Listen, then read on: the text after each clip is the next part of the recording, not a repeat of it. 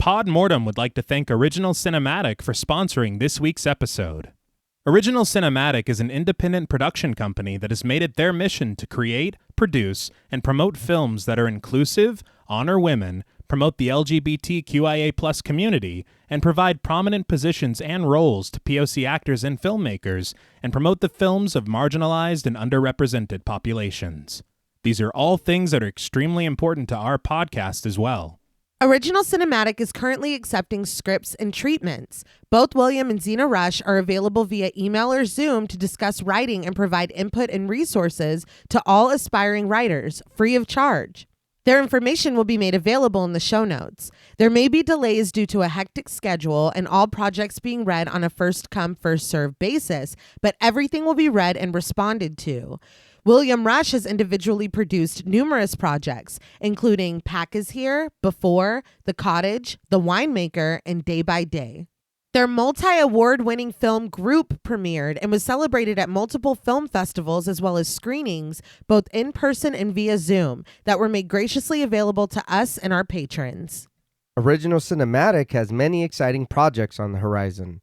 Their next film, Immersion, has been completed. The award-winning Sweetener is in development, Fetish begins shooting in September, and Encore will begin next spring. Their documentary Women in Conversation is slated for a September release, and we are looking forward to each and every one of them. It is truly an honor to partner with Original Cinematic, and we can't thank them enough for their contribution to our show. And now, back to our regularly scheduled program.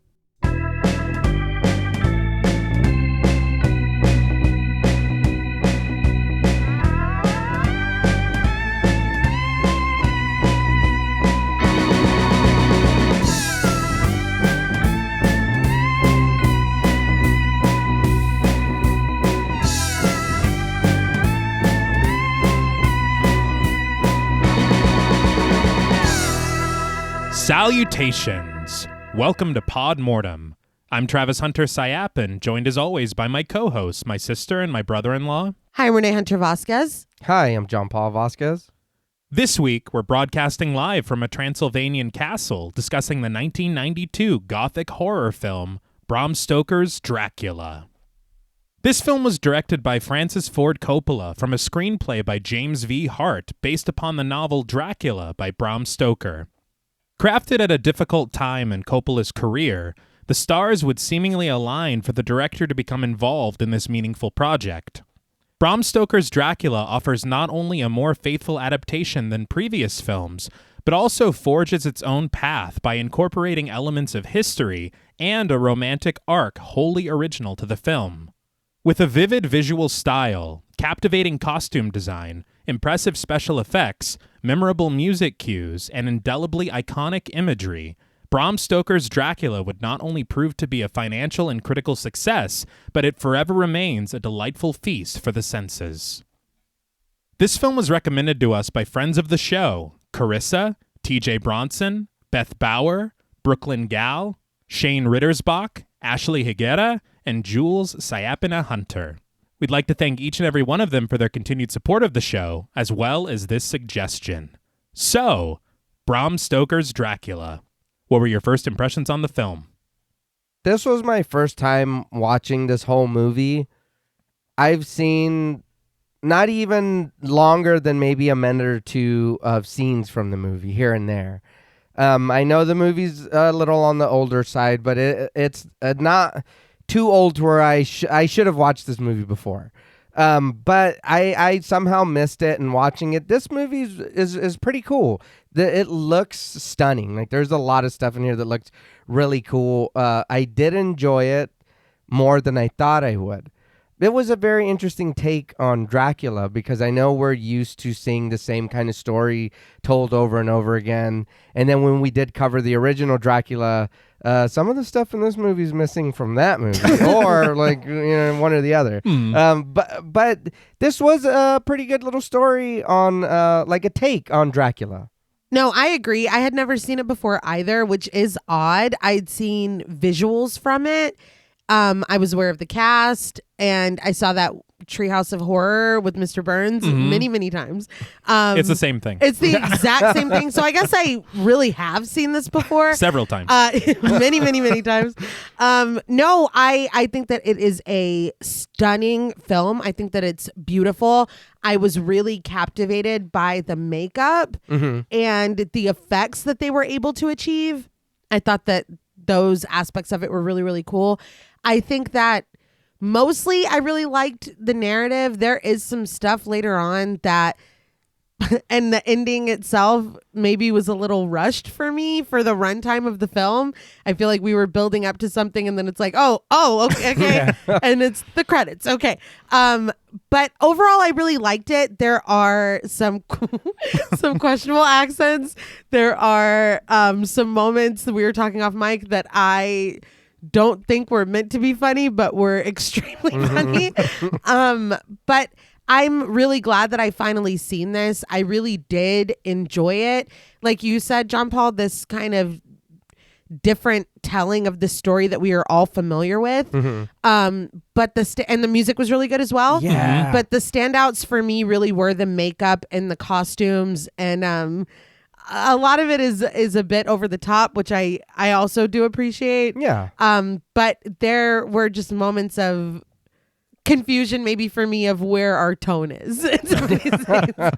But I think it was a really cool watch. I would definitely watch it again. And some of those performances, Gary Oldman. Yes. My God. So much is asked of him in this, and he is phenomenal. Yeah. So I was in the same boat as you two. I don't know how we all missed watching this growing up or throughout adulthood and adolescence. Yeah. But I watched this for the very first time in December, so just a couple months ago. Me and Jules watched it together. Jules actually grew up with this film, and it's one of their favorites from childhood. Okay. And so we watched it together, and I honestly just riveted by so much of what goes on, their take on Dracula and the story. And we did talk a little bit off mic about how some things are much closer to the novel than they have been in previous adaptations. Right. But then there's a lot of places where they really just go their own way with it completely, even adding subplots that didn't even exist in the novel. Yeah. But I do appreciate how much they do adhere to it. And I did want to make mention, of course, it was actually Jules's birthday last week, which is why I requested that we cover it on my next episode that I got to write a script for. Yeah. Right. So, yes. Happy birthday, Jules. Happy birthday, Jules. Birthday. I love you. I really love a lot of what this film is. And I really think that it has a lot to offer. I found it so visually striking. There are a lot of impressive sequences, some that I did absolutely recognize from that Treehouse of Horror. Yeah, many. Yeah. And I didn't even realize, again, how much of this has been embedded into pop culture in ways that are pretty fascinating. Yeah. But I think that the score, as you had said, is brilliant. There's some really amazing aesthetics and creative design choices, like the costumes, like the production designs and the sets. I think that it's just a really incredible gothic horror film. And the cast is really fantastic. Yeah. Who they assembled, there are some, dodgy accents, as you said. Yeah. One in particular, coming from someone that I believe may be the nicest human being alive. Literally. The That's best, the best. Yeah. Like, I don't even want to say anything mean, but we have to be honest. But I love Winona Ryder. I love what Anthony Hopkins does with the character of Van Helsing. Oh my God. It's so many choices. Yeah, it's so much fun. Yeah. And we get a surprising casting for the character of Renfield. Yeah. I gasped when me and Jules watched it for the first time. Yeah. But I think that a lot of it is really fantastic. There are some very much laugh out loud moments. There are some really funny moments regarding how there's no awareness None. on behalf of a certain character. Yes. And it gets to be hilarious at times. And maddening also. Both of those things. But I agree with you with what you had mentioned as far as the narrative is concerned. I really, really love romantic horror films. And I think that there are a lot of really, really good moments if you take them as moments Yeah. Yes. romantically. But I don't know how well they reconcile with the narrative sometimes, and also not enough build up in certain directions to where they are, I guess, emotionally satisfying as a whole. Right. Okay. But they are resonant in pieces. Yeah, yeah. And I was unaware of just how crucial and remarkable the character of Mina Murray is in the novel. Mm-hmm. And Jules told me all about Mina is one of Jules's favorite characters ever created. Okay. And no adaptation has really done her justice, including this one, unfortunately. Yeah. So I think that that's one thing that is a bit of a setback, that I would like for her to have a more active role in the plot, like she does in the novel when you're going to call this Bram Stoker's Dracula. Yeah. Yeah. And then you kind of, not sideline her, but you do kind of take away some of her agency. Okay. But I think that as a whole, I will absolutely watch this film again. Mm-hmm. It is incredible as a visual treat, but also it is a fucking blast, I feel. Yeah. Yeah. But before we dive into the plot, I would like to talk for a little while, not too long, A little while. about the production of this film. Mm-hmm. I got a lot of information from a director's commentary with Francis Ford Coppola, a featurette that was kind of a making of called The Blood is the Life, Okay. I guess, book that was kind of a collection of not only the script itself, but notes about the production. Okay. It was actually written by Francis Ford Coppola and James V. Hart. Mm-hmm. A featurette called Method and Madness. And lastly, is the last source, an article from Entertainment Weekly called Revamping Dracula, which is a fantastic title. Yeah. But amazingly, the story of this adaptation of Bram Stoker's Dracula actually begins in 1977. Oh, shit. Damn. Screenwriter James V. Hart, who had grown up on Hammer horror films, vampires, and exploitation films, and eventually Todd Browning's 1931 classic, realized only after he finally read the novel that a true and proper adaptation of the source material had never really been made. So he immediately decided to take a crack at it himself, and he enlisted the help of a guy called Leonard Wolfe, who was the head of the English department at San Francisco University at the time and had very extensive knowledge of vampire lore and psychology. Okay. Wolfe was also born in Transylvania, which I guess probably didn't hurt. Oh, wow. But they worked tirelessly together on this project, but their collaboration didn't lead to a completed work. But the idea and the dream of creating this adaptation never left Hart's mind. Okay. Over the years, unfortunately, he would face rejection after rejection as he was trying to shop this idea around to write the screenplay. Okay. But he persevered, and finally, in 1990, 13 years later, producers Robert O'Connor and Michael Apted decide to finally give him the opportunity. So Hart works tirelessly, crafting the script in the hopes to not only do Stoker's novel justice, but to also create what he called a sweeping gothic romance on a level no one has ever made or seen before, which is pretty bold. Yeah. Yeah. But he also, for the first time, wanted to incorporate the true historical story of Vlad Dracula that inspired Bram Stoker's original novel. Mm-hmm. Which is an interesting detail because it does incorporate quite a bit of that history into the story, and there is a lot you can point to in this film that is historically accurate. Okay. Right. But Hart completes the script, and he gives it to the producers, and by the end of 1990, he receives a phone call from his agent with very incredible news. Not only are they going to make this screenplay into a feature film, but it will be directed by Francis Ford Coppola.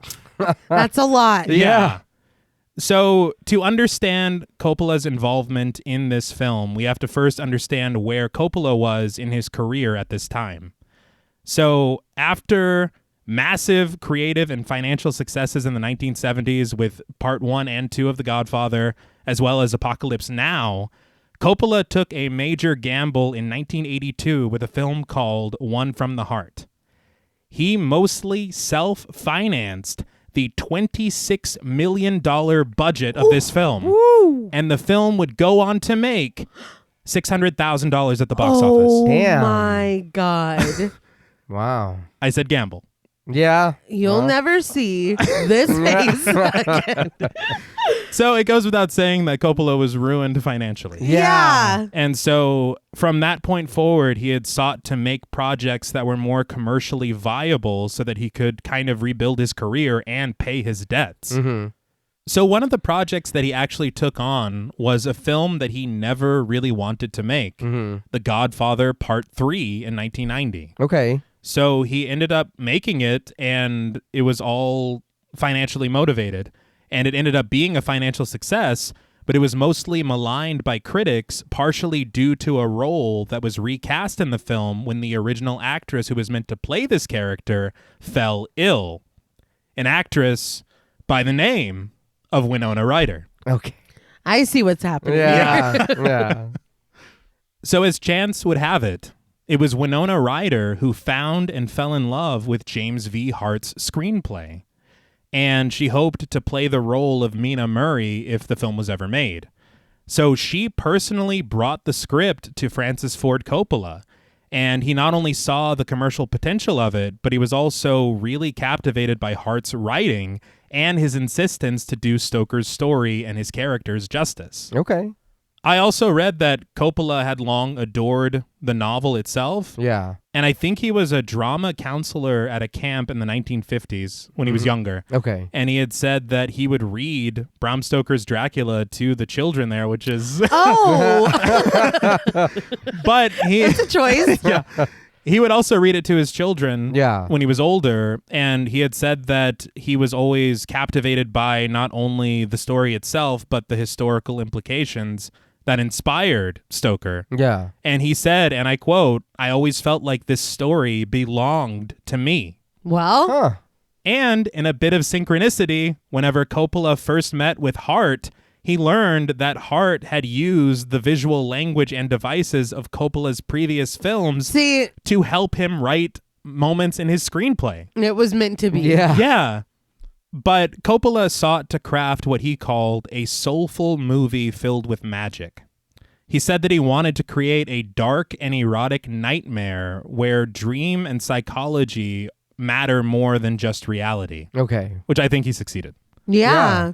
But he also wanted to not only incorporate traditions of early cinema, like in-camera tricks and special effects, which, holy shit, in this film, but he wanted to put an emphasis on art design to craft something visually striking and inimitable, while also referencing classic moments from cinema and the horror genre as a whole. Okay. He also includes a lot of direct homages to artworks that were created during the time that Stoker's novel was published. That is really cool. And I'll point some out along the way, but it's really, really incredible work. Okay. One note that I thought was really cool that he gave to the design team Mm-hmm. is he told them either give me something from your research or something from your nightmares. Okay. Oh, yeah. Yeah. But very interestingly, after the film is made, at the time, the industry was incredibly suspicious of all of these elements actually working properly together, and they predicted that the film would bomb at the box office. Huh. Don't know where they got that. Yeah. They could not have been more wrong. The film not only opened at number 1, it made $215 million against a $40 million budget. Okay. Damn. It would also go on to win 3 out of the 4 Academy Awards that it was nominated for, and it has become such a reference point in pop culture and the vampire subgenre as a whole. Yeah. Like that one Treehouse of Horror. And very important. They won for the accents, right? It was Yeah, 'cause for sure. There were other things.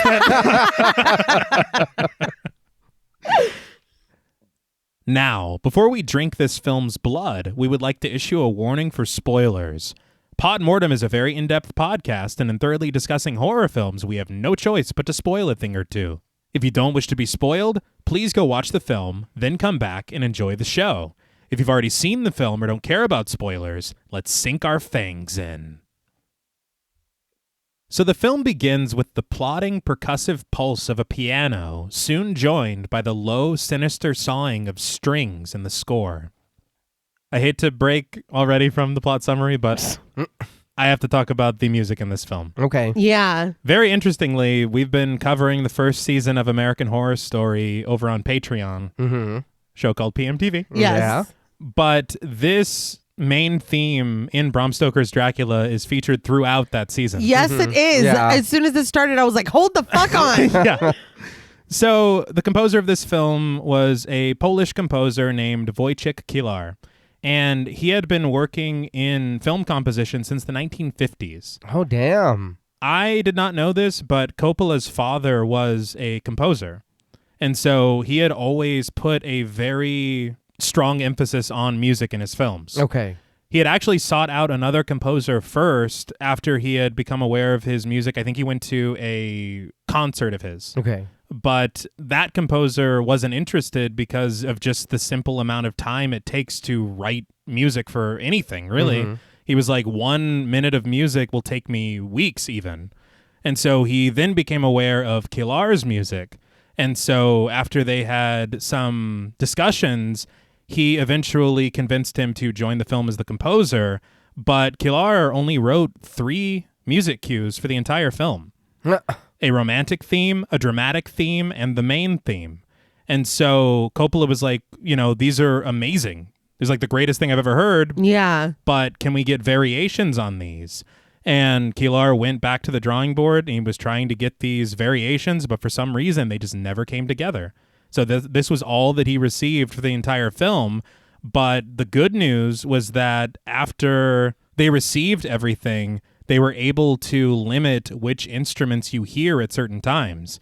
Oh, so it does vary. Exactly. Yeah. So sometimes you'll just hear, a violin when in the real recording, it's an entire orchestra. Yeah. Things like that. I was trying to Okay. think back. I was like, I feel like we hear more stuff. Yeah. Yeah. And so it feels way more varied than it actually is. Mm-hmm. And fucking music composition is a ridiculous amount of effort and stressful whenever you're not getting things to work right. So I know that Kilar fucking worked his ass off. Yeah. But I think that even with just these 3 cues, they're able to do so much with it. Oh, yeah. But through a rising veil of smoke, we spy the high arcing dome of a brilliant Byzantine structure, a massive and magnificent stone crucifix perched at its center. We press in on this cross until the haze of smoke obscures our view of it, and we're plunged into blackness. Regaining our sight, and in the orange light of fire, we watch as the towering cross tumbles from the top of the chapel to the brick floor below, breaking apart on impact, its shattered pieces encircled by a cloud of dust. But as we return to the exterior of the building, a narrator announces the year as 1462, the fall of Constantinople.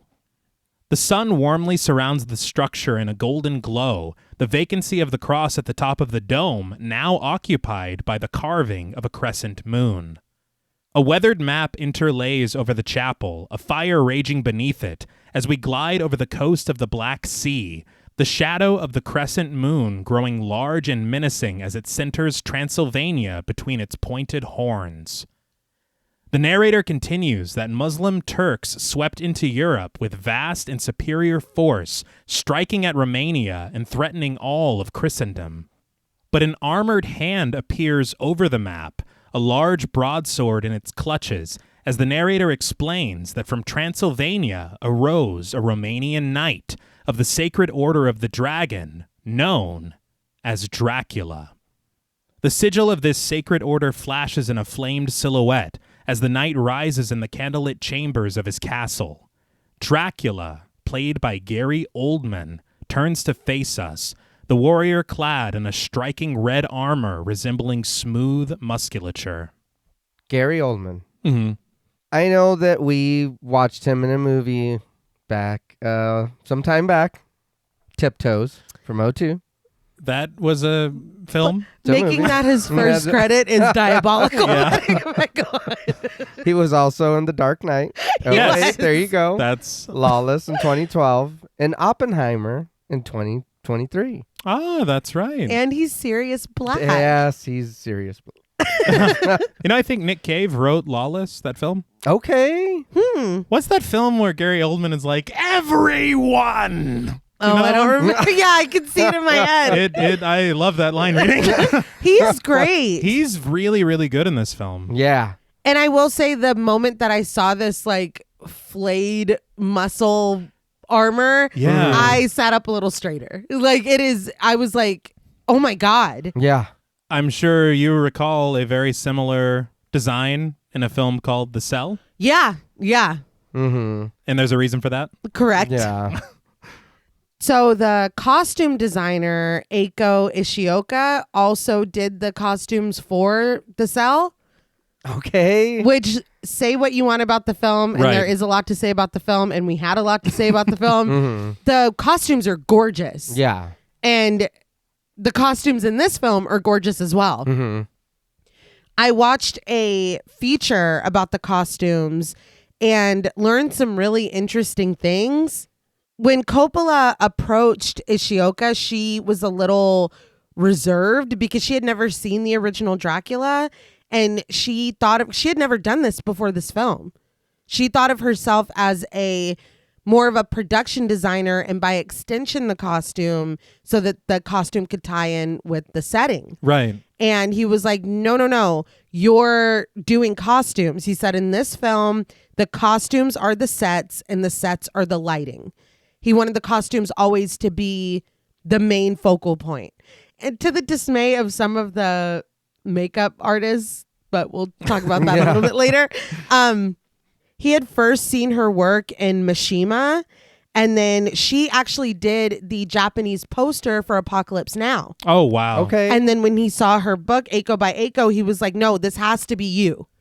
But she did an amazing job. In that featurette, they showed Gary Oldman trying to walk around in this armor, and it was falling apart because he said, when he was talking on the thing, and he said, this costume was wearing me. He was like, I wasn't even wearing it. So he was getting a little bit frustrated because he didn't know how he could move. And so he would thrust his arm and a piece would fall off. And so they had to constantly have people on standby to like weld his costume back on. It was the whole thing. But I mean, it looks incredible. Mm-hmm. It's so striking. And it's really one of the visuals that you carry with you after you've seen it. Yeah. And to start the film with it, it's like, kind of setting the tone for what we're in for. Yeah, I really like the way it looks too. It reminded me of Lord Zed from Power Rangers, but that was '93, so it was the year after. Maybe they took... Yeah, So they were that probably reminds you like, of that's this. badass. Yeah. It is pretty wild, though, because a lot of times if you think about it, if you were to think of the armor that he would wear in a film like this, Mm-hmm. you would never think that in a million Not at years. all. And it's the same thing kind of throughout the entire film. If you were to think of arriving at Dracula's castle, how do you think it would look? He does not look anything Not at like all. that. No. Yeah. And it's remarkable. I think it is interesting too. He's, alive. He's a man with a regular head and face, and it looks like all the skin has been flayed from his body. Yeah. So I feel like we're already kind of meditating on these themes of life and death and somewhere in between, and it's really, really interesting. And also it kind of calls to mind some of the crimes that were historically perpetrated by Vlad the Impaler. Yeah, Oh, that's true. Yeah. But a religious figure stands blurry behind Dracula in a shining robe, clutching his crucifix with worry etched in his eyes. But Dracula is handed his helmet, an animalistic mask sculpted similarly to his suit of armor, with blackness behind its eyes and pointed spirals of ears on either side. It is meant to evoke a wolf, Okay. which is very interesting Mhm. Yes. for later. Yeah. I will say the people who did the storyboards, they had a different drawing before Eiko Ishioka came on board. And in a featurette, they showed the drawing, and it looked like a cross between a bear and maybe some kind of other animal that is not a wolf. An unidentified animal. But even they were disappointed with their own design because there was a sticky note on the thing that said, "Hey, boo boo." So it's like, yeah, he does look like Yogi Bear. But Dracula accepts the helmet, and we pull back to reveal the woman who gave it to him. Underneath her ornate crown and draped in a gorgeous green gown trimmed with golden leaves is Elisabetta, Dracula's wife, played by Winona Ryder. We talked about her on Beetlejuice. We Indeed. did. And she honestly is to thank for this entire film existing. Yeah. Thank you, Winona. But Dracula devours his dearest love with his eyes, steeling himself for the task ahead as Elisabetta meets his gaze. The pair meet in a passionate kiss, Elisabetta clinging to Dracula's shoulder and tenderly caressing his face before he pulls away from her, marching toward his mission. She seizes his arm once more in desperation, kissing his hand as she pleads with him, but resolve rests rightfully in Dracula's eyes as he continues toward the door. The narrator states that on the eve of the battle, Elisabetta, whom Dracula prized above all things on earth, knew that he must face an insurmountable force from which he might never return. Dracula then turns to face his tearful wife once more, kissing her goodbye, with his fingers banked in her long black hair. His men gathered outside, their muffled shouts sounding through the thick castle walls. Dracula bids Elisabetta a final farewell as he strides certainly to the castle's entrance. The large wooden door swings open, his army assembled under the scattered hues of the setting sun, their banners raised high in the colorful sky as Dracula joins them. Elisabetta is left behind, her hands clasped in prayer under her chin, tears brimming in her eyes as she murmurs a mournful no.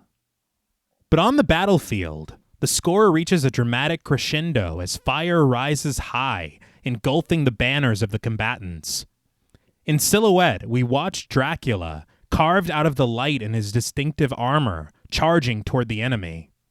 His sword slashes through the encroaching army as archers surround and support him, their arrows arcing upward and falling in a piercing rain upon their adversaries. Through the clusters of conflict across the killing fields, Dracula seizes a long spear, lurching forward for its point to find a home in the gut of an enemy soldier. The soldier emits a high-pitched scream as his body goes limp at the edge of the spear, the camera pressing in on Dracula, who lifts the corpse with great effort higher into the air. His scream was a little funny, I must admit. But I've never been speared in the gut. I don't know. No? Yeah.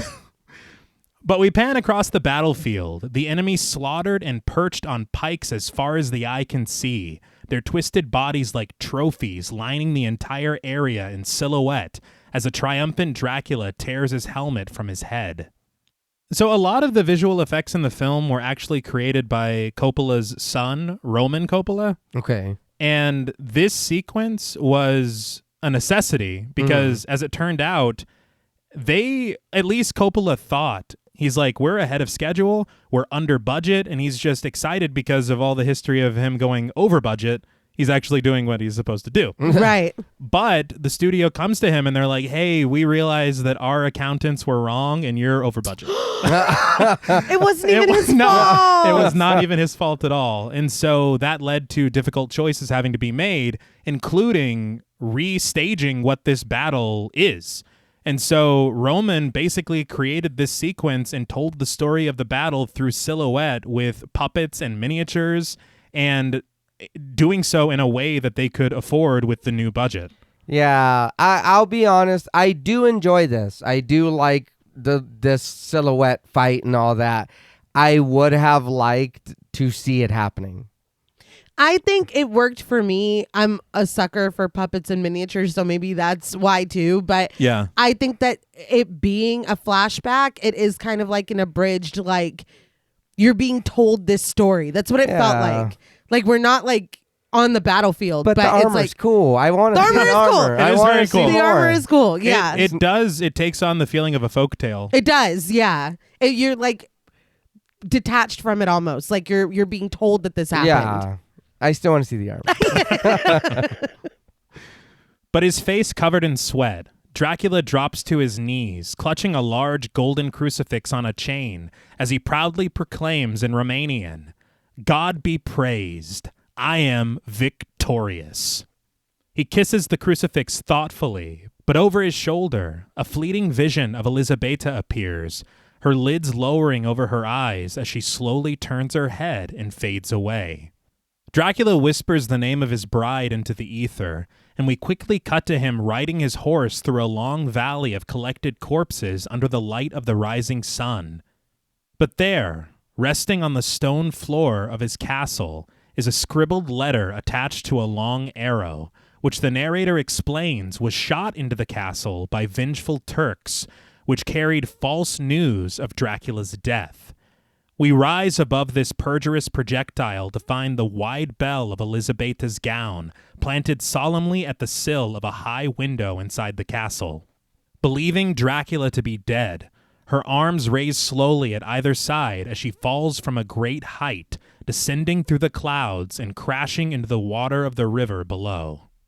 I know, this is terrible. This looked amazing. Yes. It looks, yes. I was like, God damn. Like you said, this is the beginning still. We're getting the whole backstory or whatever, but this looked fucking cool. I totally agree. And it's so sad. It is.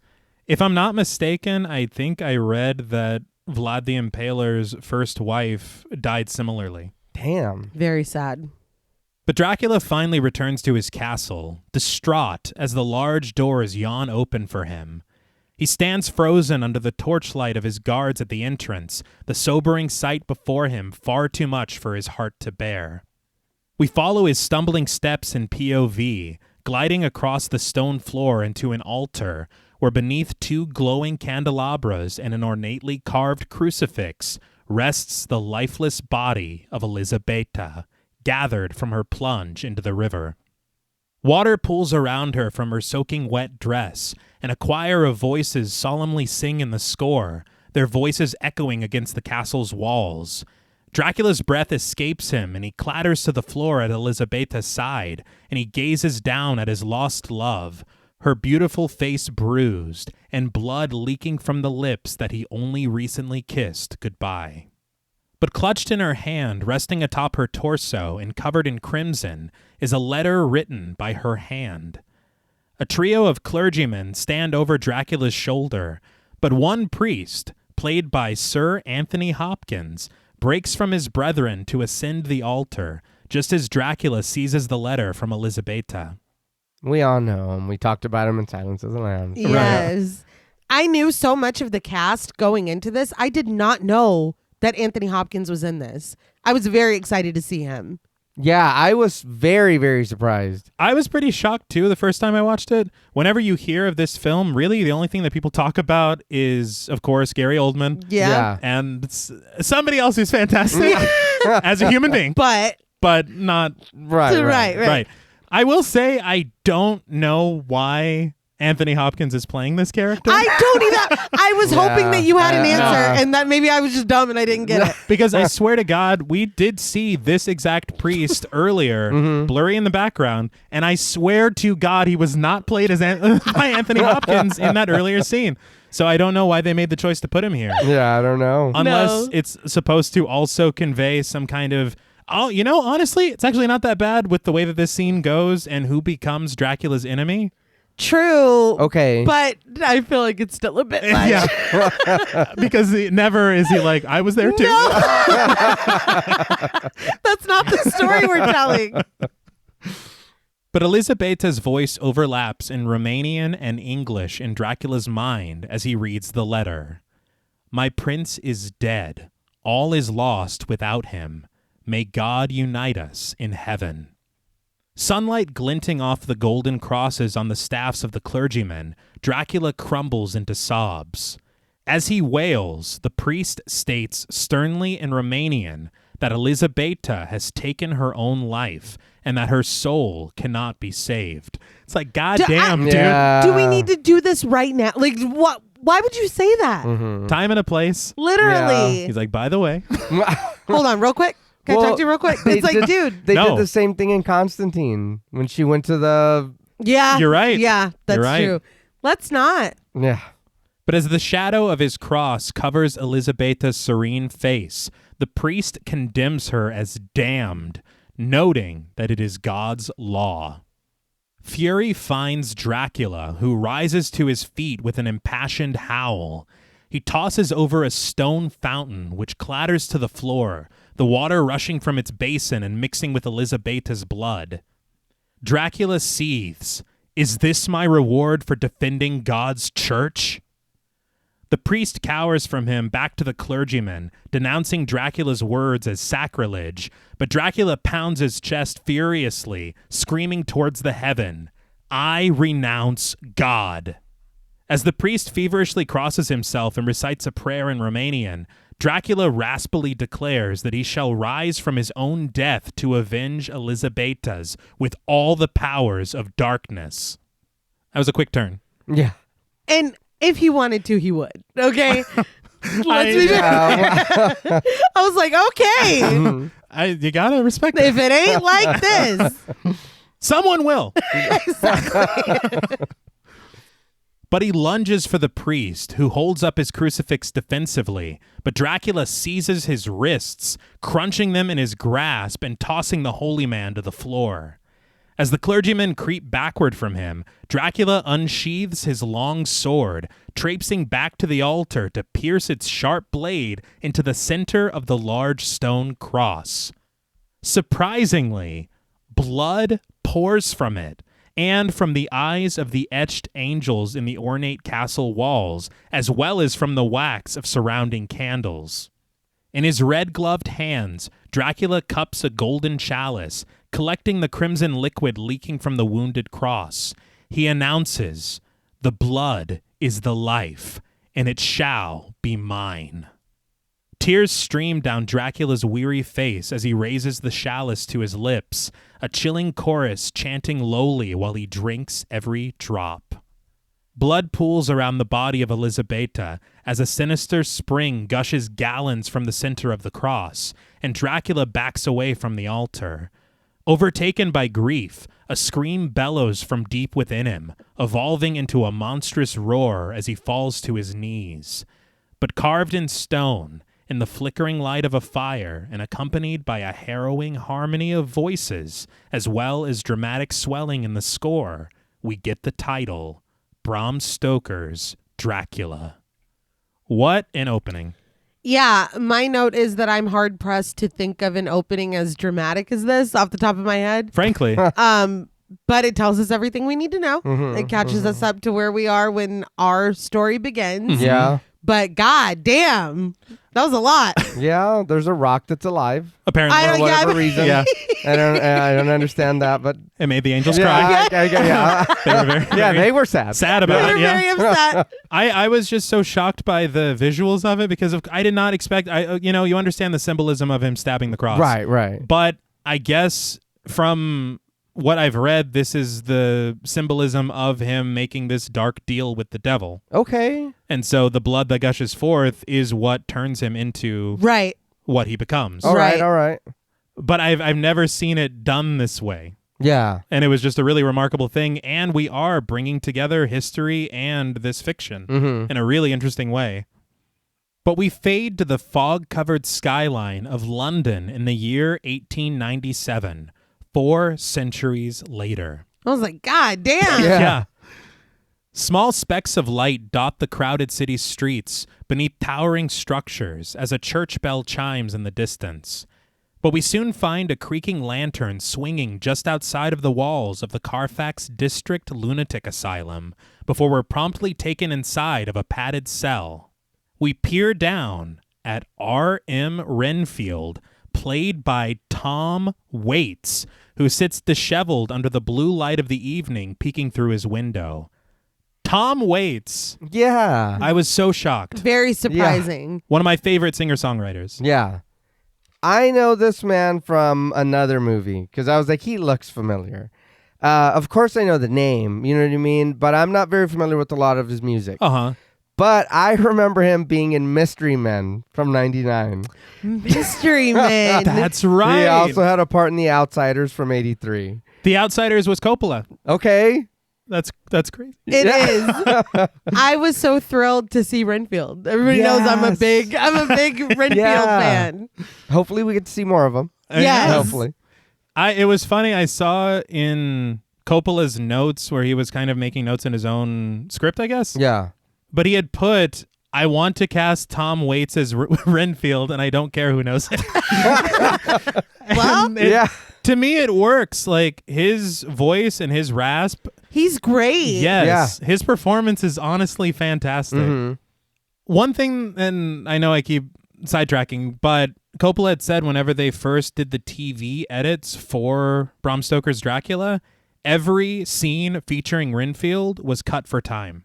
What? And it infuriated him because of the importance of Renfield to the story. Yeah. But they're just trying to fit the time slot, and it's a terrible decision. Yeah. Yeah, that's really annoying. But gazing up at the ceiling through his rounded glasses, Renfield rasps, "I've done everything that you asked, master." He rises up to his feet as flies buzz around him, assuring his unseen superior that all the preparations are in order, everything, and that he awaits his master's command. As he reaches his filthy fingers toward the camera to pluck something from the ceiling, Renfield acknowledges that he's well aware that when rewards are given, he will be one of those who benefits from the master's generosity. Buzzing grows louder as Renfield shovels a few flies into his mouth with a crunch, sinking down to the floor and expressing his gratitude.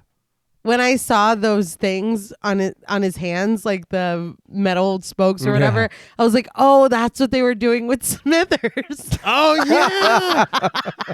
I completely forgot. Right? Yeah. I was like, oh. Even when I was a kid, I was like, what the hell is that? Yeah. But the following morning, in a law office in the city, flanked on either side of him by well-stocked bookshelves, stands Mr. Hawkins, played by Jay Robinson. Across from him, on the other side of his desk, sits the fastidious John Harker, played by Keanu Reeves. My boy. We love Keanu. Yeah. We do. We talked about him in Constantine. Indeed. Yeah. I read an interview with an actor Okay. who was approached by Coppola to play Jonathan Harker. But he said, if it's Dracula and I'm not playing Dracula, then what's the point? So he said no. It was Christian Slater. What the hell? I would love to see a version of this with Christian Slater. No, you wouldn't. No, you As wouldn't. Jonathan Harker. I like Christian Slater. I do too. I do I feel too. like this would be a completely would. different character. I'm disappointed by what he said. Yeah. Yeah. I would play Jonathan Harker in a heartbeat. Yeah. Yeah. In a Harker beat. Yeah. I think he'd be the only one just speaking as himself. He No would. accent, no nothing. Like, wait, something feels wrong. He wouldn't even attempt it. No. That would be hilarious.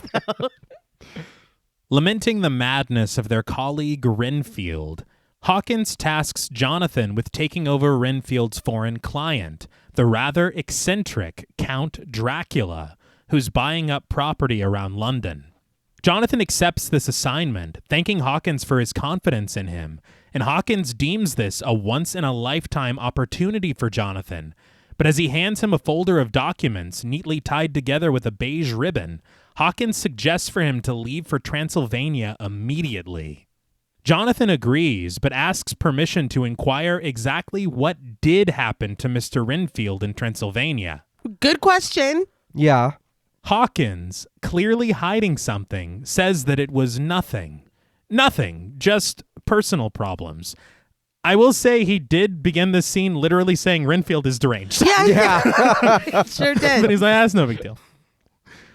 But Hawkins is far more focused on the transaction with the Count, assuring Jonathan that if he's able to close the deal, he'll secure his future with the firm. Jonathan promises his full attention on the matter. But we abruptly cut to Jonathan, who sits in the garden at Hillingham Estate, speaking to Mina Murray, his betrothed, played by Winona Ryder. I'm certain that this likeness to a certain historical figure won't be a problem. Yeah, No. not at all. But as soon as you see her, you're like, oh. Yeah. We're doing that. Yeah. But having already broken the news of his departure to Mina, she remarks reluctantly that they've already waited this long for their marriage. Jonathan understands, venturing that they can be married whenever he returns.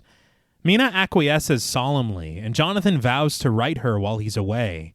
But clutching the silk skirt of her sage green gown, Mina guides Jonathan away from the fountain in the sprawling garden and underneath a foliage-covered archway as she confesses her love for him. Jonathan returns her romantic words, sealing them with a kiss, and they take a seat together on a stone bench, their kisses growing ever deeper.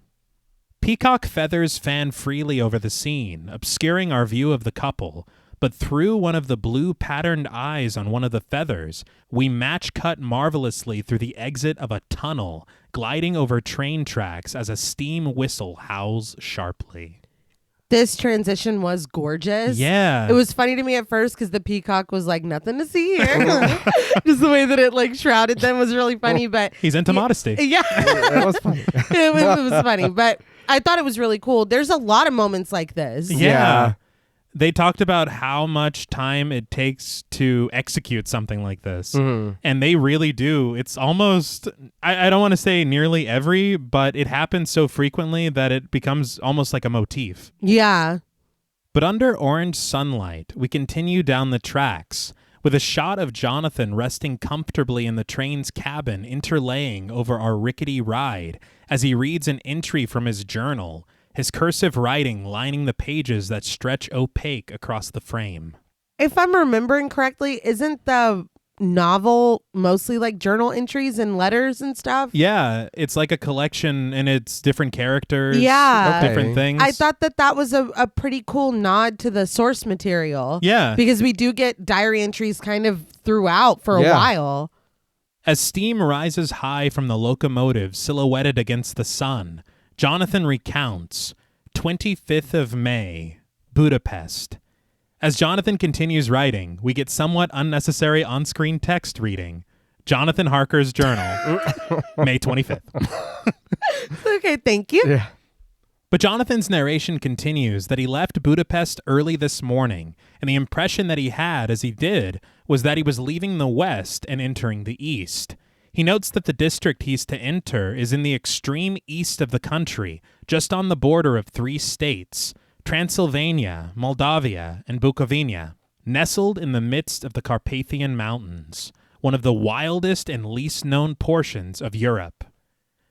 Jonathan consults a map of the region, an otherworldly purple glowing brightly over his destination, but he sets the map down to retrieve a folded letter, the red wax seal already broken from an earlier reading.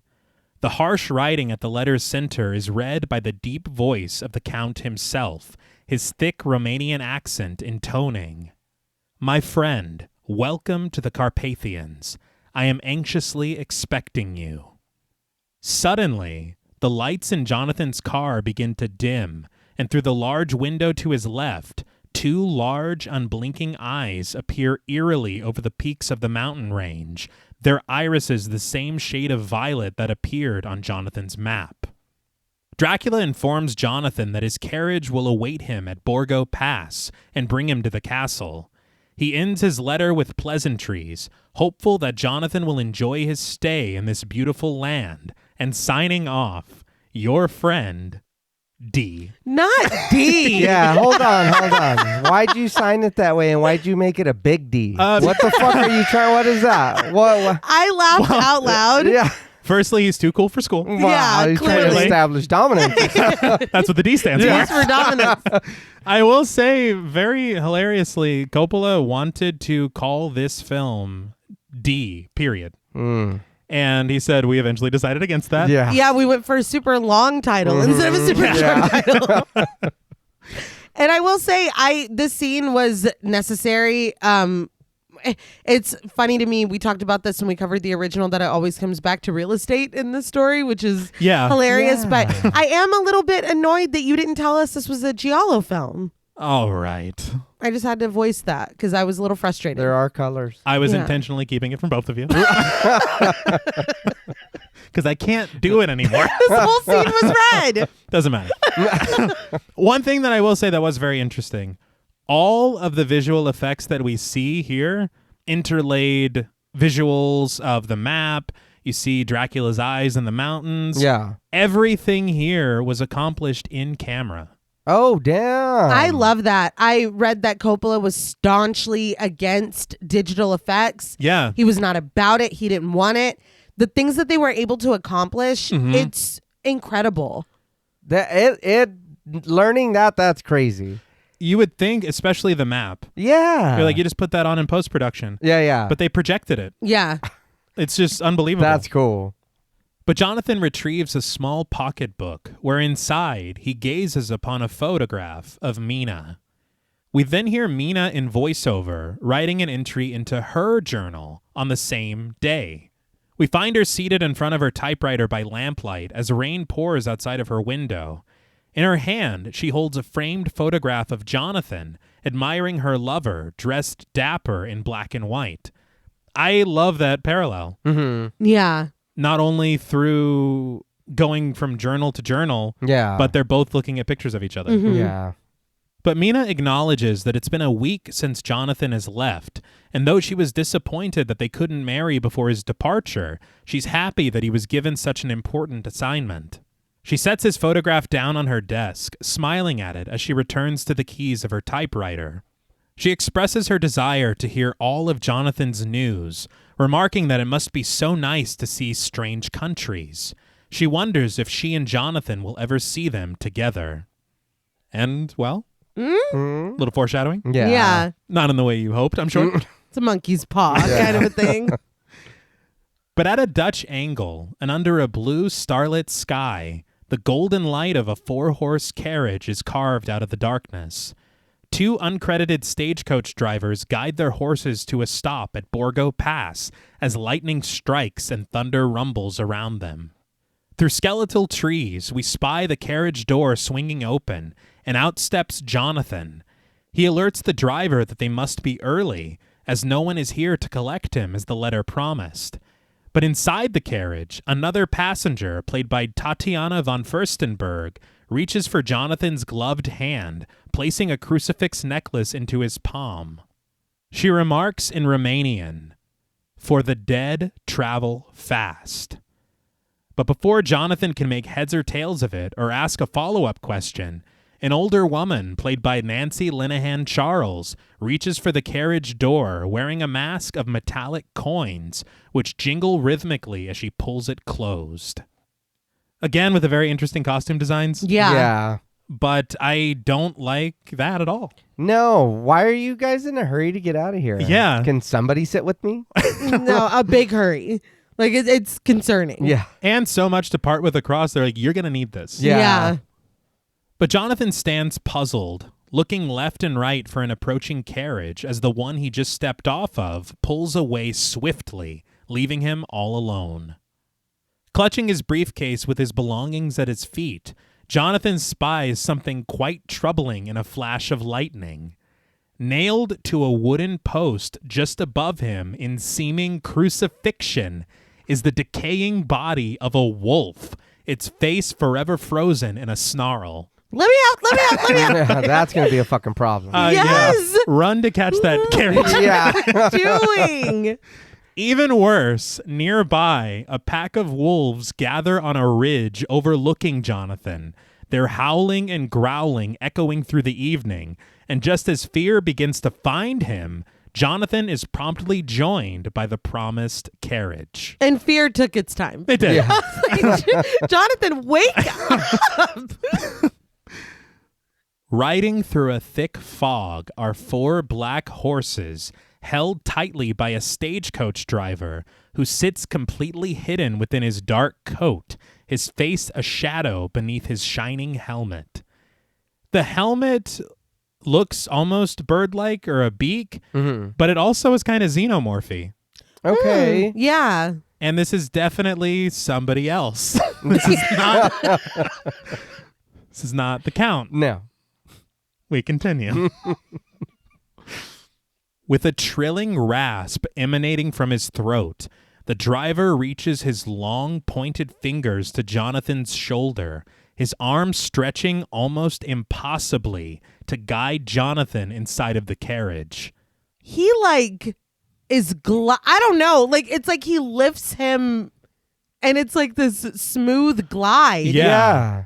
It's very fucking surreal and creepy as hell. Yeah. There are a lot of moments like this where it's a lot of, again, things accomplished in camera that are just eerie enough. And they're just so quick. I feel like we there are so many visuals. I'm thinking of one right now where we see somebody with their head like sticking out of the ground and looking up, and it was genuinely chilling to me. And then we're like, we're moving on. Yeah. Like we barely get time to even process what the fuck we just saw, and then it's like we're on to the next thing.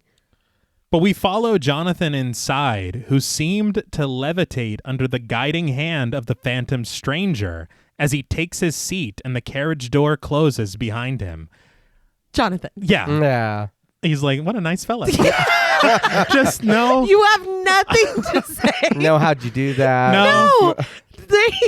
He acts like they just opened the door for him. Yeah. That's the other thing is they kind of take off immediately, and nobody ever put his belongings on the thing. We never saw that, but he does have his belongings. That's true. And Jonathan's just like, yeah, cool. Like there's no reason to be worried at all. He's just singing 100 bottles of beer. But the driver whips the horses, and the carriage takes off down the path. But Jonathan peers through his window, watching as the pack of wolves gather outside, following the carriage through barren trees. Not at all bothered or worried. Or possibly just playing it super cool. I don't know. Beyond cool. Yeah. He's like, I gotta make this sale.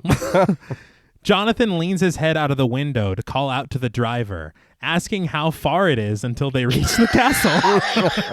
It's like, are we there yet? It's a wild thing to do. It is. But Jonathan makes the rookie mistake of looking down, just as the carriage rides dangerously close to the edge of a cliff, its thin wheel breaking off bits of rock that tumble a steep drop to the winding valley below. Thanks. I hate it. Yeah. Jonathan promptly closes his window and returns to his seat. Good call. Yeah. But we see in a wide shot as the precarious path taken by the stagecoach driver curves around a bend, and off in the distance, Count Dracula's castle looms large over the Carpathian Mountains. Did that castle look like someone sitting on a throne to anybody else? Yes, it did. Oh, okay. It was so eerie to me. It looked so cool. Yeah. That was the exact intention. Really? Yeah, it's a reference to a painting called The Black Idol from 1903 by Francis Ford Coppola. And I guess what had happened was Coppola had found this book called Dreamers of Decadence, and it is a collection of works by symbolist painters from, I believe, the 1890s and on. Okay. And a lot of these works, of course, the 1890s is around the era. Yeah. And so a lot of the works that he found, he would send to the art department and say, you know, can we do this to kind of look similar to this painting? Can we evoke the ideas in this painting? But the Black Idol, it literally appears as a person sitting in this large chair, almost. That's what it looks like. Like a king on a throne. Yeah. Okay. And so he wanted the castle of Dracula to look just like it. Okay. Well, it came through. Yeah. Because that's the first thing I thought. Something as well that's pretty incredible is the path that they are on as the carriage continues. Mm-hmm. It is in a studio, of course, but everything else around it is a glass painting, a matte painting. Oh. Okay. I don't think that I clocked that at all. No. I think that I did see a couple matte paintings like throughout the film, but this was not one of them at all. No. But as they properly reach the Count's property, bright blue flames pulse and rise on the path before them. Jonathan eyes them curiously, leaning his head out of the window to observe them, but the carriage continues onward through the massive iron gates leading into Dracula's castle, which close behind the carriage like sharp teeth. Jonathan. We're not scared of... This is how I know he doesn't have any damn sense. No. Yeah. And this just continues. Well, but I thought that was a save point. I thought Go back. Yeah, what was that? you really should have used it for what's coming next. 1,000%. He's really going to be kicking himself Yeah. later. But Jonathan exits the carriage with his belongings as the driver rides away. But Jonathan stands alone in the sizable courtyard, surrounded by the light of torches that line the walls. He peers up at the towering brick structure before him before climbing the staircase to reach the front entrance, the front gates of which yawn open for him all on their own. In the foyer of the castle, a small fire rages above in a circular chandelier, and Jonathan watches as one of the shadows cast from the light of it takes the menacing shape of a man, strings whining in the score as the shadow's arms stretch outward as if to seize its prey. But as we pan across the room to follow its hunt, the shadow relents, falling inanimate against the wall to take the rightful shape of its owner. Before Jonathan stands Count Dracula, holding a small lantern in the red arm of his robe, illuminating his wrinkled face that rests beneath the parted swirls of his white, heart-shaped hair. I truly can't express how much I love everything that happens with this shadow. Yes. Mm-hmm. I can't get enough of it. No. It's incredible. I just love how, once again, Jonathan is the coolest of cucumbers. Yeah. There is no way that I could see this and continue with my assignment. No. Yeah. I read this really great interview that V. Neal did with Greg Canham, who did makeup on the film. I read it in Fangoria. His filmography is staggering. I just wanted to name a few. Exorcist 3.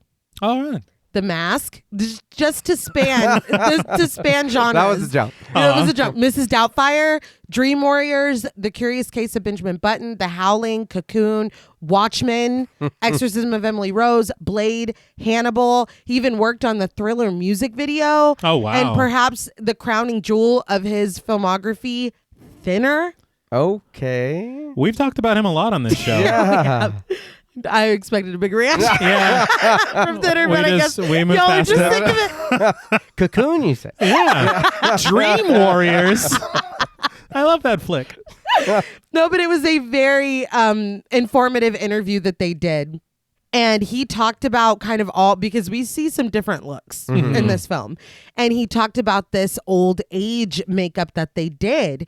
He said that he had done an old age sculpt that he loved. But when he looked at it, it looked nothing like Gary Oldman. He still wanted to be able to see Gary Oldman. So he got a life cast of Gary Oldman's face and started inspecting from all angles with the flashlight. He says we all have minuscule lines that are going to deepen once we get older, no matter how young you are. And so when he is looking for these lines, he can kind of guess what we're going to look like when we get older. And so using a flashlight, he did that with the sculpt that he did from the life cast of Gary Oldman and was just drawing on these lines, making them deeper with a pencil. Mm-hmm. And so he said that this film really taught him how to do old age sculpts better than he could before.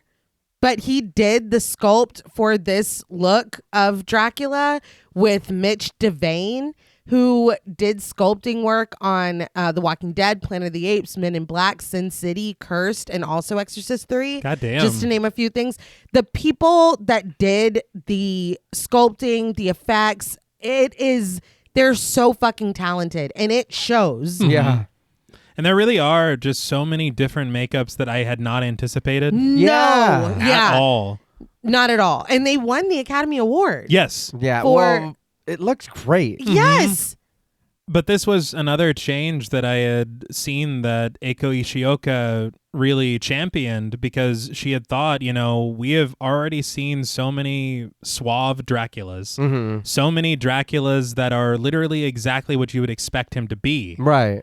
She wanted to move away from Bela Lugosi and give something really new and interesting. Yeah. And when you see his hair, Yeah. when you see his long red robe that travels seemingly miles behind him, Yeah. it lends to this real feeling of just eeriness. I'm going to channel that too when I'm walking around the house in my blanket later. But I was surprised too, because he turns around and I didn't know there was like this long braid behind his little space bun situation. And I read that it was historically accurate to hair at his time. Yeah. Yeah. Okay, and that is interesting. I do like it because for me, I do like the suave Dracula. Mm-hmm. But this is 4 centuries. Yes. I mean, That's Dracula. True. And oddly, in this film, we get the best of both worlds. We Yeah. really do. But with a grin, Dracula welcomes Jonathan to his home, greeting, "Enter freely of your own will, and leave some of the happiness you bring." Jonathan recognizes him as Count Dracula, and as a hellish harmony of voices overlap, some seemingly in reverse, the Count confirms, "I am Dracula."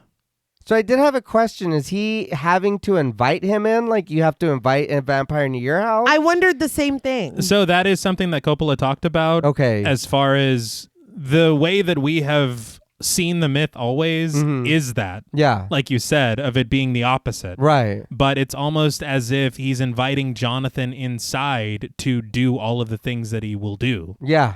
And so he had compared it oddly to the Mafia, Coppola did, Huh. where he had said that if you allow these kinds of connections to be formed on behalf of the person who means you harm, that is how kind of it works. Okay. And he said that's why whenever he made The Godfather, he never accepted any invitations. He never went to any dinners invited of him. He never went to any restaurants okay. owned by people who might be connected to. It was Right, like right. that. And so he kind of put Dracula in the mind of how he felt of mafia figures. Okay. That's interesting. Yeah. But Dracula bids Jonathan welcome again, this time by name, and he invites him to come inside. A low hum rumbles as Jonathan takes his first step across the threshold and into Dracula's castle. Dracula leads Jonathan through the halls of his home, his long robe trailing across the floor behind him, but we fade to sometime later that evening in the castle's dining room, where beneath the watchful eye of a golden-framed portrait featuring a bearded man with long brown hair, suspiciously cloaked in the same color as Count Dracula, Jonathan sits at the head of a long stone table. And I do want to point out, this room is fucking frightening. Yeah. Yes. There are a lot of sculptures here and there, and it seems to be, at least from my eye, of different time periods Yeah. and different origins. But there is like a large face over Jonathan's shoulder, like the sculpture the size of like 5 people. Yeah. And it's just a big head. It reminded me of Silent Hill, Okay. specifically Silent Hill 4, The Room. Right, of course. But Dracula pours Jonathan a drink, hoping that he'll excuse the Count for not joining him for dinner, as he has already dined. He adds that also, he never drinks wine. Why did you pause like that? Why did you pause like that? This is a great question. Yeah. Jonathan doesn't care. Jonathan's like, oh, okay, that's fine. It's like, more for me? That's fantastic. But with a roasted chicken parked in front of Jonathan, he appears eager to eat, but he pauses for a moment when he notices the framed painting on the wall. He inquires if it's an ancestor, as he sees a resemblance, and the Count answers, "The Order of the Dracul, the Dragon." He explains that it's an ancient society, pledging his forefathers to defend the church against all enemies of Christ. As he rises from his seat to admire the painting, Dracula admits with a sigh and a small smirk that relationship was not entirely successful. Jonathan digs into his food, politely chuckling and understanding. But suddenly, Dracula seizes a broadsword from the wall beneath the painting, whipping it around his head in a roar to point it directly at Jonathan's face as he seethes that it is no laughing matter. Okay. I'm sorry. Okay. Yeah, I was just trying to fit in. Yeah. You joked. Yeah. I was just trying to make you feel Only good. Yeah. I may dance. It's like laughing is for me only. Yeah. The Count defends that the Draculs have a right to be proud, pleading to know what devil or witch was ever so great as Attila, whose blood flows through his veins. Sinister strings rise around his words as he points the blade even closer to Jonathan, adding that blood is too precious a thing in these times. He drags the sharp sword across the palm of his hand, chuckling as he acknowledges that the warlike days are over and the victories of his great race are but a tale to be told. He tosses the sword to the table, lamenting woefully that he is the last of his kind. Jonathan rises from his seat, apologizing for causing offense with his ignorance, and he asks the Count to forgive him. But he's just like, hey, dude, like, my bad. Like, it's so like, you had a sword pointed at your face. Yeah. Mm-hmm. And you really didn't do anything to deserve that. No. Just trying to be polite. Yeah. I read, too, in that interview that when they're sitting at the table, because Gary Oldman already has prosthetic fingers, because they're so long and frightening, but that he had a fake arm while they're sitting at the table so that every time he moved it, the fingers would visually elongate. Oh, wow. And kind of just make it look a little more disturbing, maybe in a way you can't quite like identify. Yeah. Mhm. But yeah, his hands are terrifying. No, they are. I will say, I already know that he was the stagecoach driver. Yeah. But I don't really, we see later other people who may be in this castle, but I think it's pretty sweet that he did cook Jonathan dinner. He did. Yeah. He did. He did almost stab him. He did. While he was Yeah, eating wow. it, But he's a great host. yeah. Yeah. I'm Good cut. yeah, Yeah. good cut. Yes. Good cut. But we crossfade to find Jonathan seated at a desk, seemingly in an office within the walls of Dracula's castle. After a shot of Jonathan's opened pocketbook with Mina's picture inside, we watch Dracula stamp his official seal into the wet wax at the bottom of the real estate documents. Jonathan holds the sealing wax over the burning wick of a candle, and Dracula stands at the edge of the desk, his shadow cast against a large map of London that covers the wall behind Jonathan. But with his every movement, his shadow offers a delayed echo, never quite matching Dracula's gestures. I read that this took forever to accomplish. Okay. And what they did is they had Gary Oldman standing there doing everything he is in this scene, but through light and projection, another man, Get out of here. yes, in the same costume as Gary Oldman, would perform his gestures at a delay, and they rehearsed for forever. And the man, I think Coppola said, was an expert mime. Okay. But he is the one doing all of the shadow movements, even when they do line up. Okay. Oh my God. I think my shadow's the favorite character. I like that. That is incredible. Yeah. But the Count expresses his excitement to walk through the crowded streets of London, to be in the midst of the whirl and rush of humanity, to share its life, its changes, its death. We press in on Jonathan, and as he finishes up with the documents, Dracula steps away to the left, his shadow still looming large over Jonathan's shoulder as he rises from his seat. He proudly announces that Dracula is now the owner of Carfax Abbey at Purfleet. But he appears puzzled as Dracula's shadow rests against the wall, cast from the light at the left. But the Count himself seems to materialize next to Jonathan on his right. Jonathan, please. He's just like, hey, Yeah. So, yeah, I was just talking to you. Oh, there's two of you. Cool. what the hell? Not commenting on this at all. Jonathan instead congratulates Dracula on his purchase. Always be closing. But his eyes are transfixed on the Count as Dracula bares his long-fingered hands to him, his palms covered in wisps of white hair. The castle's a lonely place. I was gonna say. So it's true. I will say, if I'm not mistaken, this is something taken from the novel. Okay. So it's an interesting thing to include small details like this. Right. Yeah. But as Jonathan does his best to not appear distracted by his palms, Dracula shares that Jonathan's firm writes very highly of his talents and that he is a man of good taste. He chuckles. Oh, now we like to Yeah. laugh. He looked so gleeful. He did. Like he looked so happy. He adds that they also mentioned that Jonathan is a worthy substitute to his predecessor, Mr. Renfield. We then press in on Renfield's Royal Society of Solicitors membership card, which rests pinned to Dracula's map of London. That's like a license. If I'm Jonathan, I would be a little concerned by that. Yeah. My boss didn't fucking tell me anything about what happened to Renfield, and you're holding on to his license? Yeah.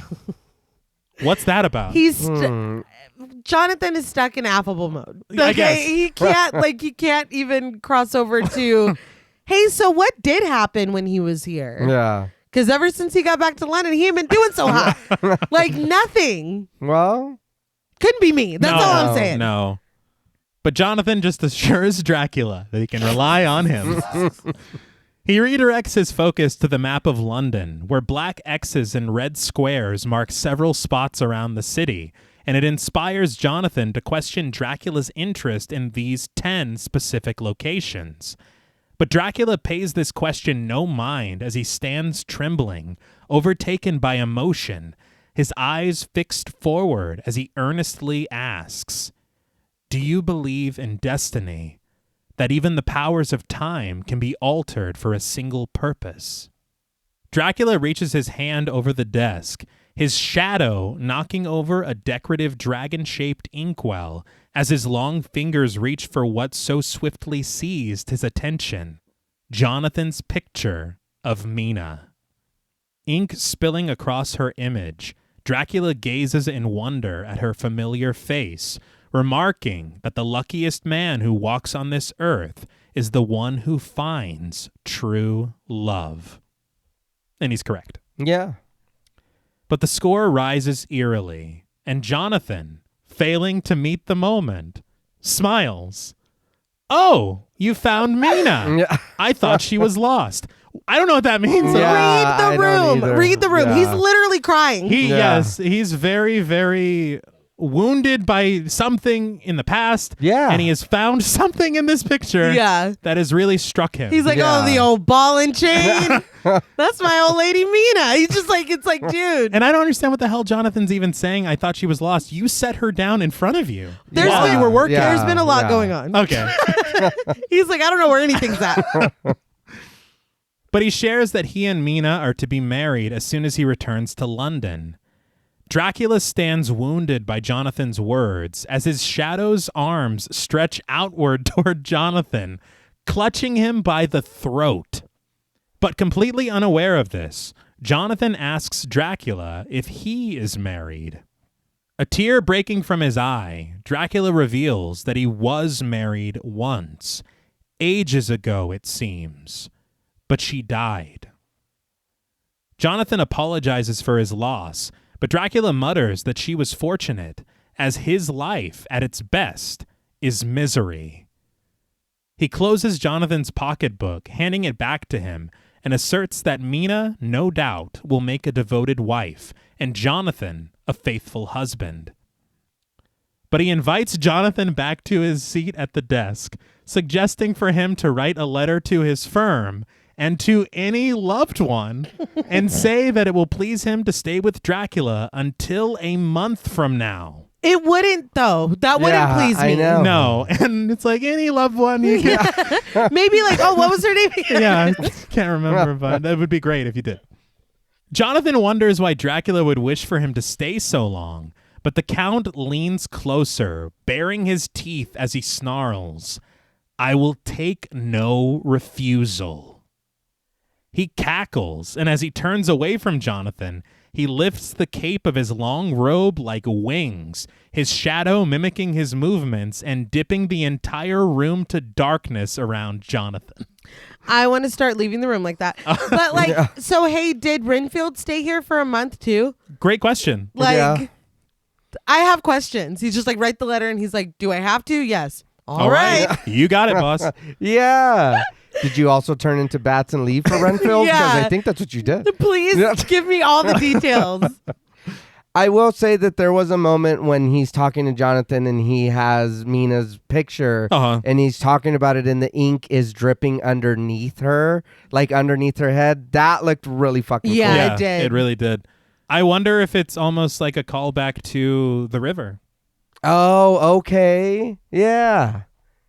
But back in London, it is now the 30th of May, and we follow the ribbon of Mina's typewriter as she returns to her diary. In voiceover, she shares that she knows Jonathan wouldn't want her staying with Lucy while he's away, as if she becomes accustomed to the wealth and privileges of the Westenra family, she would no longer be content as the wife of a mere clerk in a law firm. We press in through gorgeous glass walls leading into the brilliantly decorated and properly posh parlor, where Mina sits at a desk at the far end of the room. She continues, in her defense, that she and Lucy have been friends since childhood, and Lucy has never minded that Mina is only a schoolmistress. But Mina suddenly opens a copy of Arabian Nights by Richard F. Burton that rests in front of her, revealing a very graphic depiction of sexual intercourse. I laughed at the picture because their faces were like, don't be suspicious, don't be suspicious. Like they were just like, huh? We're not doing anything, even though everything's in plain view. Yeah. She admonishes the drawing as disgustingly awful, and yet she can't seem to look away. She only slams the book shut when Lucy Westenra, played by Sadie Frost, calls out to her from another room. Lucy is everything. Yeah. Her character is a lot of fun. So good. I will say Coppola had said that this book was from his personal library, and it somehow disappeared. So we check Lucy's bag. Yeah. But in a lovely white gown, her radiant red hair swaying as she rushes past her maid, played by Laurie Franks, Lucy joins Mina in the parlor.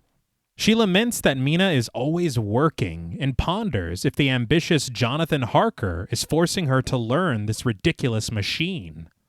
It's like it's a typewriter. Yeah. But as she rests on a chaise lounge, she suggests instead that Jonathan could be forcing her to perform unspeakable acts of desperate passion on the parlor floor. Mina scolds Lucy for talking about Jonathan like this, noting that there's more to marriage than carnal pleasure.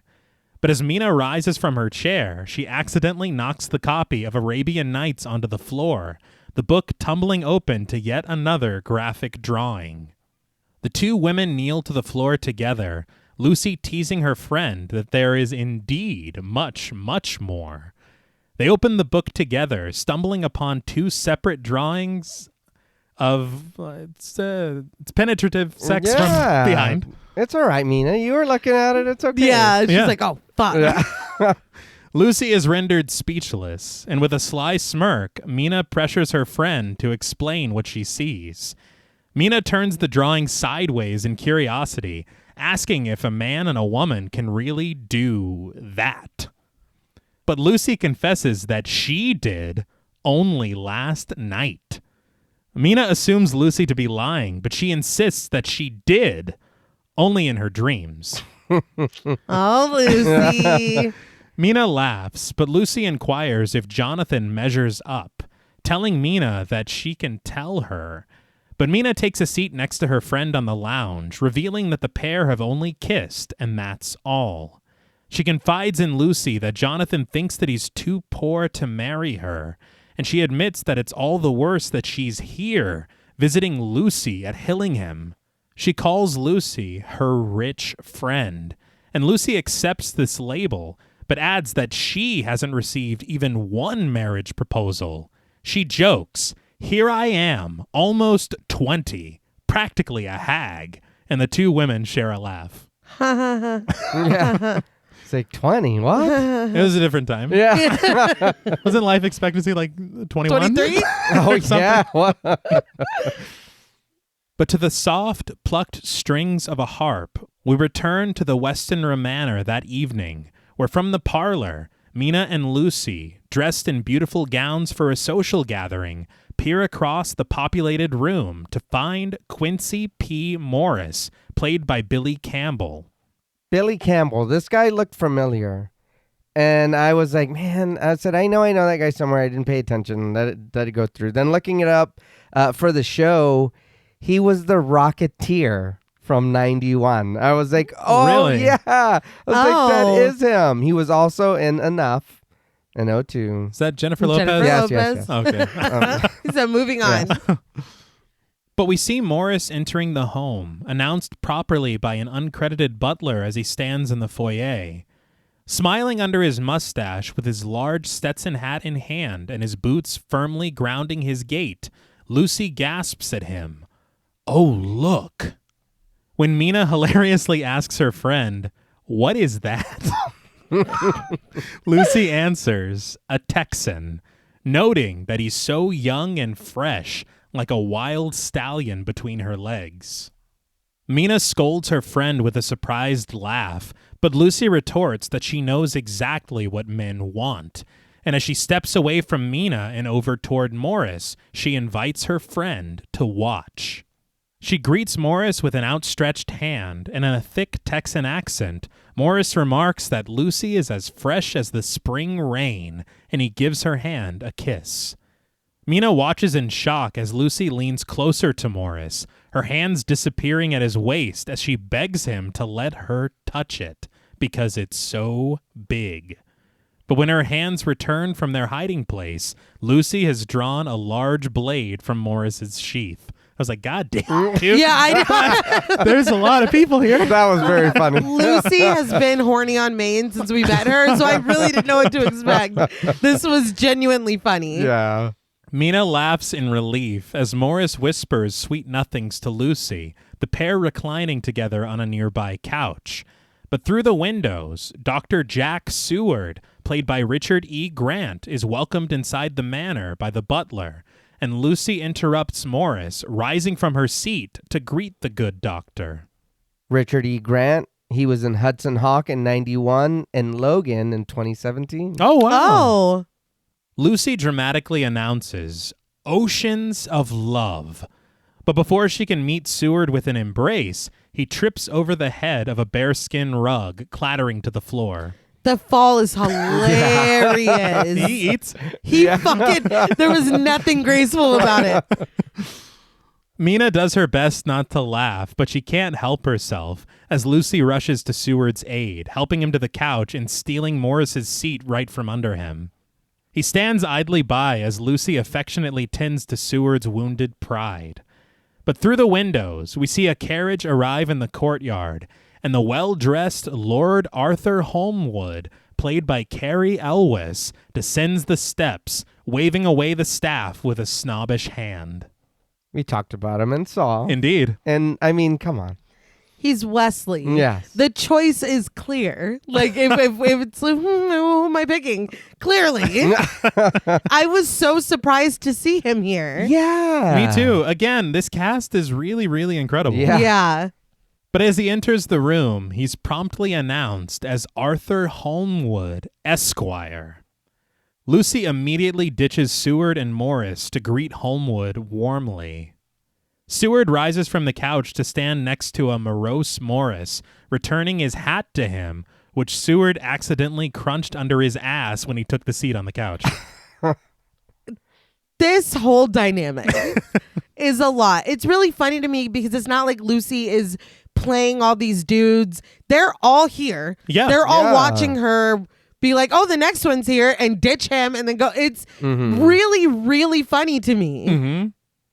As Mina watches her friend entertain all three men at once, her voiceover explains that Lucy is a pure and virtuous girl, but she must admit that her free way of speaking shocks her sometimes. She says that Jonathan considers it a defect of the aristocracy that they say what they please, but Mina says that the truth is she admires Lucy, and she doesn't find it at all surprising that men flock around her. Mina laments that she isn't as pretty or adored as Lucy. But suddenly, a dark shadow is cast over Lucy and her three suitors in the shape of a caped man. It travels across the wall and over to Mina, where its sharp fingers reach for her slender throat, and she seems to fearfully take notice. But later, in his office at the Carfax Asylum, Dr. Seward records an entry in his diary on a phonograph cylinder. As it spins and a spider crawls across his desk, Seward ponders what manner of man is R.M. Renfield. formerly a successful solicitor in the firm of Hawkins and Tompkins, a respected member of Lord Nugent's Wyndham Club. But after returning from business abroad in Transylvania, he promptly suffered a complete mental breakdown and is now obsessed with some bloodlust. I will say Seward's diary entry is the 30th of May, which is the same night as this party. So he was busy. He was busy. He still made time to go see Lucy. Yeah, he goes, sees her, he falls on his ass, and then he's like, I gotta go. I gotta get back to work. But Seward exits his glass-walled office, crossing across a populated common area and passing a pair of guards with protective square cages resting over their faces. He reaches Renfield's padded cell, and one of the guards unlocks the door for him. This design, it reminded me a lot of the Jackal. That was my note. Yeah. Right? Mm-hmm. Yeah. I do wonder if that took inspiration from this. Okay. Could be. I know Ishioka designed these costumes, of course, and Coppola had said that he could only assume that it was a form of protection against the patients in the asylum. Yeah. But it's just such a, again, every design choice she made was just so interesting and striking. Yeah. It did when I first seen it and we first entered this room or we kind of see what's going on. I was like, okay, so are the cages the patients or is, you know what I mean? It took me a second, and then seeing them the way they were walking around and handling other people, I was like, oh no, that's for you. I thought they were patients too. Me too. And you talking about her design with everybody's costume, she designed Renfield's outfit that he's wearing in the cell to make him look like a bug. Oh, that's cool. Yeah. We find Renfield kneeling at his window under the light of the moon and draped in a long black coat. He turns to face Seward, playing the gracious host, asking him if he would care for an hors d'oeuvre or a canapé. We press in on a small metal plate of bugs and worms clutched in Renfield's hand, and Seward politely declines the offer. Yeah, and we need to get an exterminator in here stat. Honestly, if you have this much... Yeah, where'd all those come from? This is a big problem. Seward asks his patient how he's feeling tonight, and Renfield retorts, "Far better than you, my lovesick doctor." It's like, God damn. Yeah. He got his number on that one. Seward wonders if his personal life interests Renfield, and Renfield answers that all life interests him. As Renfield returns to his plate of bugs, Seward admonishes his diet as disgusting, but Renfield disagrees, and he says that his diet is perfectly nutritious. In tight shots, the creepy crawling confections mix and mingle under Renfield's watchful eye as he explains that it's life that he ingests, which gives life back to him. He slurps up a small worm, suggesting that Seward might as well ask a man to eat molecules with a pair of chopsticks than to interest him in a lesser carnivore. As Renfield returns to the window, Seward insists that he just might have to invent a new class of lunatic just for him. He recounts Renfield's diet of flies, of spiders who eat the flies, and of sparrows, or perhaps something larger. The delightful chirping of a bird catches Renfield's attention as it flutters around his cell, but at Seward's question of something larger, Renfield lowers himself to his knees, begging Seward for a kitten, a sleek, playful kitten that he could teach and feed. He's certain that no one could refuse him a kitten. Hold up. I am usually staunchly pro eating cat, but this is not what I meant. All right. Mm-hmm. No, none of this. Don't let a kid anywhere. I was confused because it sounds like, or I'm pretty sure he's gonna eat the cat. Yes. That he's asking for, but then he's like, I'm gonna teach it and I want to love it, and it's like, no, I don't believe think so. you. Yeah. It is funny that he's lying. Yeah. I don't. Well, he's got to get that. And he's like, no one could refuse me. Yes, I can. Everyone will. Yeah. Seward wonders if Renfield would prefer a cat instead of a kitten, which inspires an excited gasp as Renfield rasps, "Oh yes, a big cat." And he's sure that his salvation depends on it. Don't put that on Seward. No! He's been through enough tonight, by the way. But the term salvation piques Seward's interests, and Renfield explains that he needs lives for the master. Seward demands to know what master, but Renfield clasps his hands over his mouth, turning back toward the window and dramatically reaching his hand toward the moonlight as he's convinced that the master will come, and he's promised to make him immortal. Seward pleads to know how, and he learns that some questions are better left unanswered when Renfield swoops upon him, sinking his teeth into his neck. He's like, this is how. Yeah, y'all should have been on alert. Yeah, and to go in there alone was pretty bold. It was a lot. It was. But before he can bite too deeply, 2 guards rush into the cell, beating Renfield into submission as his screams echo off the walls. The blood is the life. It was funny because Seward got bit and then he grabbed the other side of his neck. Yeah, I noticed that too. I didn't even catch that. He's fucked up, dude. It's crazy. He's discombobulated. That was my no. You got bit on the wrong side. Yeah. But thunder rumbles outside of Dracula's castle as it stands sternly in the dark. But in his quarters, Jonathan returns to his journal, noting 30th May, Castle Dracula. As his ink lines the pages and he narrates his entry through voiceover, he stands before a small mirror, shaving his face by candlelight. He reveals that his mind is filled with strange things that he dare not confess to his own soul. The way that Dracula looked at Mina's picture fills him with dread, as if he has a part to play in a story that isn't yet known to him. Yeah, it's almost like exactly. It's like that. But through the dark, Dracula's withered fingers slowly reach for Jonathan, finally seizing him by the shoulder. But upon contact, Jonathan turns around to discover Dracula standing all the way in the hall at the doorway to his quarters. I love stuff like this. Yes. It's so well done. But upon turning his head, the straight razor nicks a small wound in Jonathan's neck, and Dracula creeps into the room, calmly resting linens on Jonathan's bed, and once he notices the wound, in full sight of Jonathan, Dracula glides across the floor towards him. It's like you saw all of that. Yeah. He's looking at him. And there's no... Mm-hmm. He's like, so anyway. Yeah. What's for breakfast tomorrow?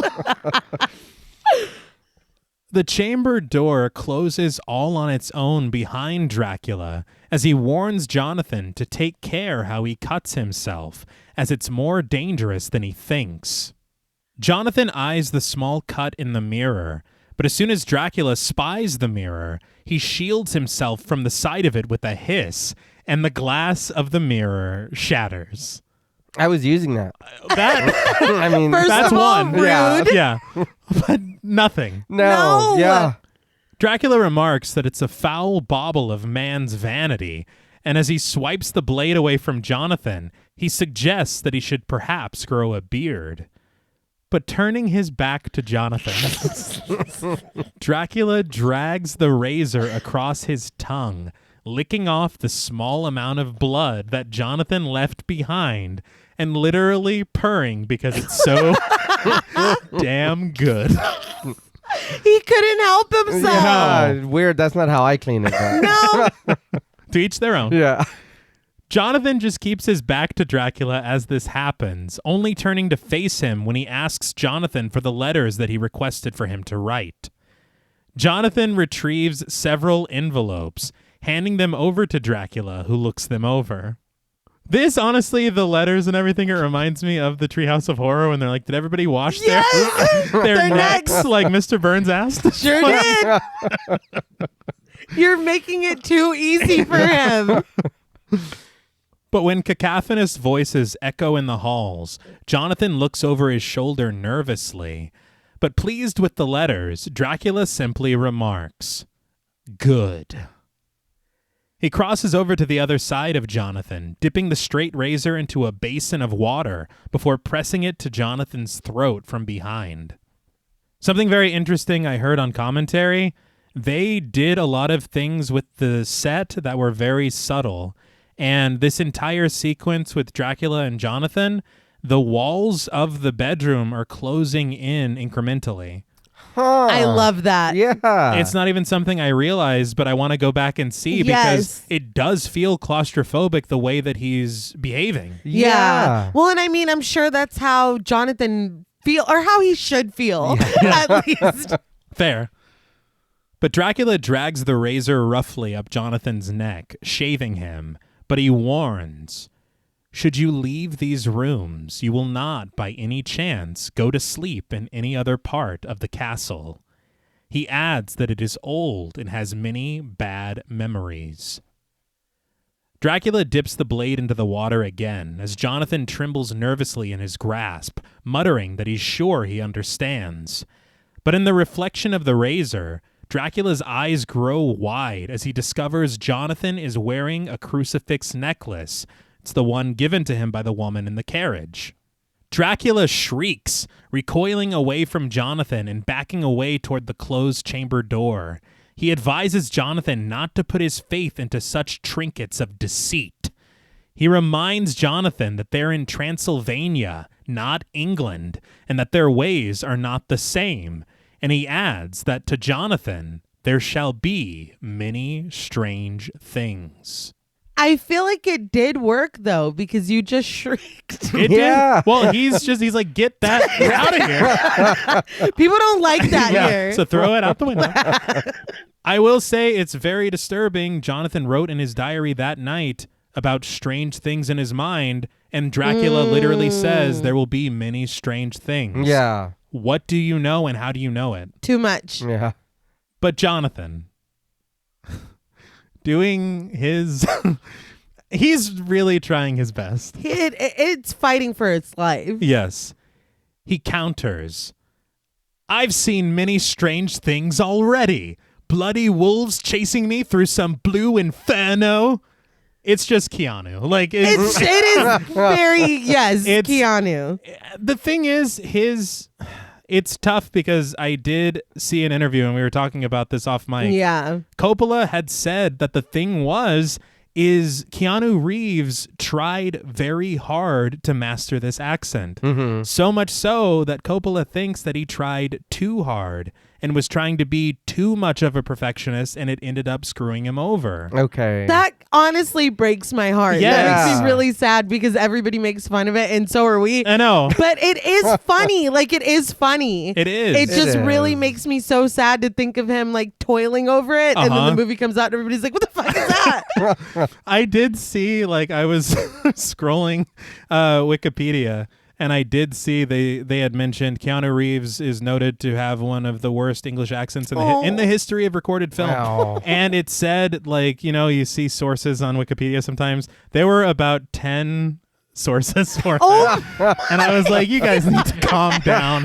You don't need to be doing all that. You can just have the one. Does this need to be in here at all? Poor Keanu. I forgive you. Yeah. We all do. Yes. But just as he shares this, the howling of wolves emanate from just outside of the window behind him, and he peers down the steep castle walls where their shadows creep through the fog. Dracula's sighs and seeming ecstasy as he rejoices.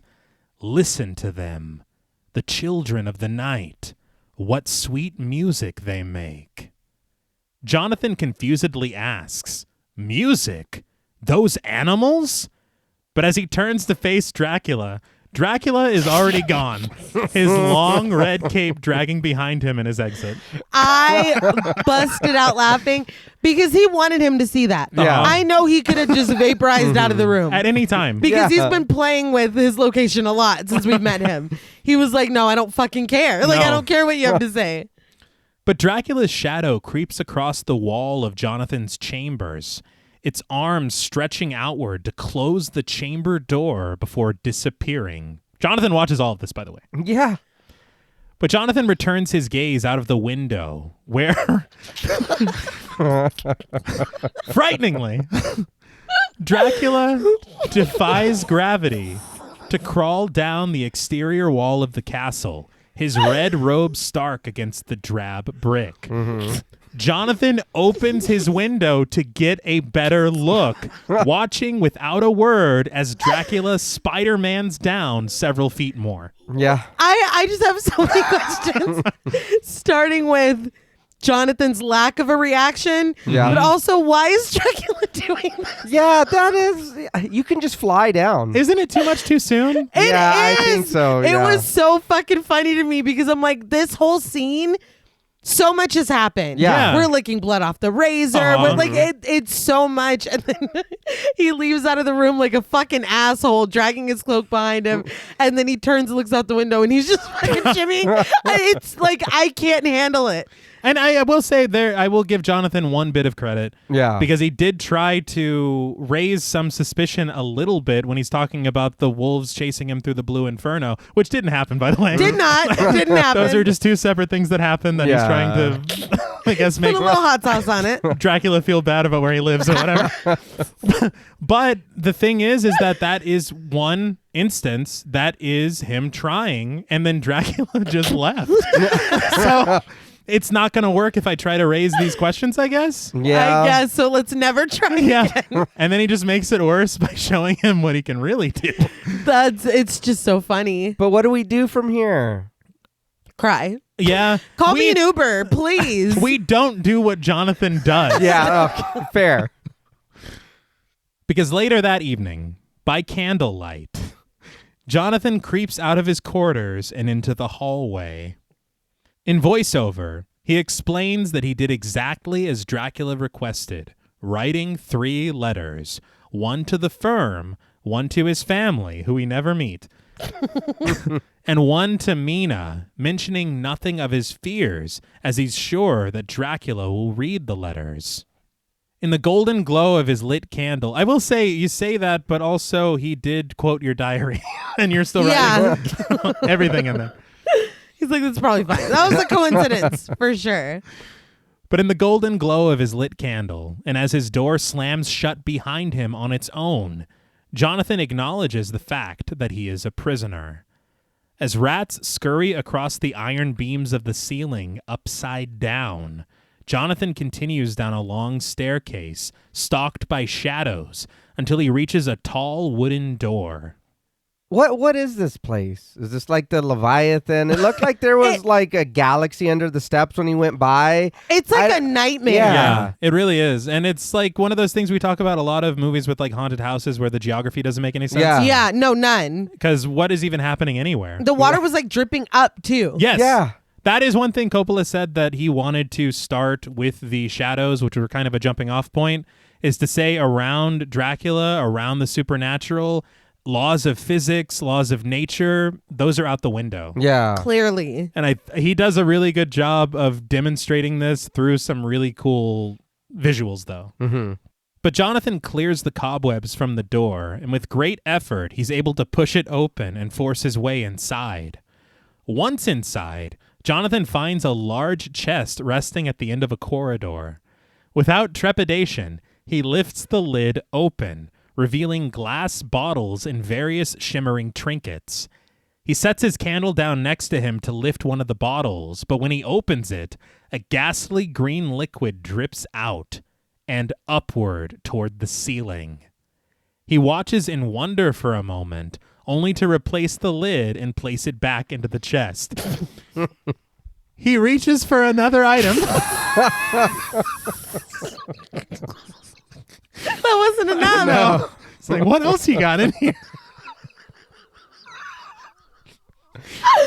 But before he can investigate it and see why it's also terrifying, a whisper from behind him disturbs his curiosity. A voice calls, "Jonathan, come to me." A bell twinkles, bidding Jonathan closer, and at the other end of the room, Jonathan reaches a long red curtain. But as he raises his hand to it, it draws open on its own, and through a mess of cobwebs, he discovers a bed the size of an entire room, its white silk sheets blanketing the floor beneath a flowing canopy. Jonathan creeps into the room through a veil of gathered fog as a voice whispers seductively, Lay down, lay back into my arms. Is James Wan in here? He had a hand in this, I feel. Clearly. But Jonathan does as told, taking a seat at the edge of the bed. But from the corner of the room, he watches as footprints suddenly materialize in the floor, each step punctuated with the ring of a bell until the steps reach the blankets, the voice once again whispering, "Lay back, Jonathan." Soft strings sing in the score as the sheets begin to writhe around him, and soon his legs part on either side as before him rises Dracula's bride, played by Monica Bellucci. She seems nice, but Monica Bellucci, I remembered her because she's in the Matrix movies, all Right. three of them. Yes, she is. She's also in the Brothers Grimm from 2005. And we just watched her in Beetlejuice. That's right. I had read that this was her American film debut. Wow. Oh, okay. And I think that it was Roman Coppola. He saw, I think, pictures of her modeling in a magazine, and he was like, she would be perfect for Dracula's bride. And she is. Yeah. And that was all she wrote. But her eyes focused beneath her glittering crown of jewels, her breasts exposed in the glowing candlelight. She caresses Jonathan's thighs, and he lies back, moaning softly. Just beside him, though, through shimmering sheets, which are now vibrant in color, rise two more pale-skinned brides of Dracula, played by Michaela Bercu and Florina Kendrick. They, too, are clothed only from the waist down in thin fabric. The Bellucci bride purrs as she crawls on top of Jonathan, tearing his shirt open to reveal the crucifix around his neck. She raises her hand like a claw, and with a hiss, the crucifix melts away onto Jonathan's chest, the sizzling liquid running down as she licks at him and plants a passionate kiss on his lips. So I guess maybe Dracula was right and those don't work around here. But, and I understand it's Monica Bellucci. He's only human. I get it. But I thought he would put up a little bit more of a fight than that. I'm on behalf of his fiance. He was just like, maybe this place ain't so bad after all. It's kind of surprising, frankly. Yes. I was very surprised. One thing I will say, in the original Dracula in 1931, they really did nothing with Dracula's brides, like at all. And so I appreciated them trying to do something more. Yeah. And Coppola made that his mission to give them more of a role. But again, Jonathan, you're fucking up. I was like, not even know. Like for a moment, then okay. He was just like, oh, what's going on this side? Again, though, we said affable. She's like laid down on the bed. You got it. Yes. Fucking does it. But the camera swirls around them from above, the bodies of the brides mingling with Jonathan as they all moan in pleasure. They caress and claw at Jonathan, tearing through his clothes with their sharp fingers. He briefly opens his eyes from the ecstasy of their affection, and he discovers that each of the brides bear sharp fangs. And when one bride makes her way to unbuckle Jonathan's pants, she opens her mouth wide, sinking her pointed teeth into his flesh as he screams. Is what happened what I think happened? Yeah, she bit his boner, right? All right. But does that count? Fanglatio? Well, I mean that, but I mean, do I still turn it? It's kind of a neck. Is it the same thing? I mean, I don't know the rules of anything here. I don't either. But I mean, if we look back to the original, he did drink from Renfield, and it just drove him mad. Okay. So I think it doesn't always turn you. Well, Right. but then also I'm trying to think. I'm like, is it only Dracula that has this ability? Oh, true. Oh, all right. Like, yeah. they're also made vampire, but maybe they're just like a different brand of vampire. Yeah. And I mean, she is smart. That was clearly a source of an abundance of blood. But, An abundance? well, I mean, we all saw it. Okay. Did this give you guys trick or treat vibes a little bit? Oh, that's fair. Because it did me. I wonder if that's some kind of nod or influence or something, because it really reminded me of that. I hadn't even thought of that. No. I read in that interview with Canham that Coppola originally wanted no fangs in this movie at all. Really? Yeah, and that he was insistent. He was like, it's Dracula, you have to have fangs. So he made these for Dracula's brides. And he's like, they can at least have them. So he said that Coppola saw them and was like, well, it's Dracula. We need to have fangs. What? And so, yeah, it spiraled from there because we do see a lot of fangs. But he said that he learned the trick of the fangs from Rob Bottin on The Howling. Oh, wow. Where it's a plate where you press your tongue up against it and the teeth come down. And so it looks like it's growing. Yeah. And they just kind of expanded on that and kind of made, at times, gums shrink. So it looks like it's coming down more. But I thought that was really cool. That's a really smart way for the actor to kind of control what they're doing with the teeth. Yeah. And it is all practical. And it looks fantastic every single time it happens. Yeah.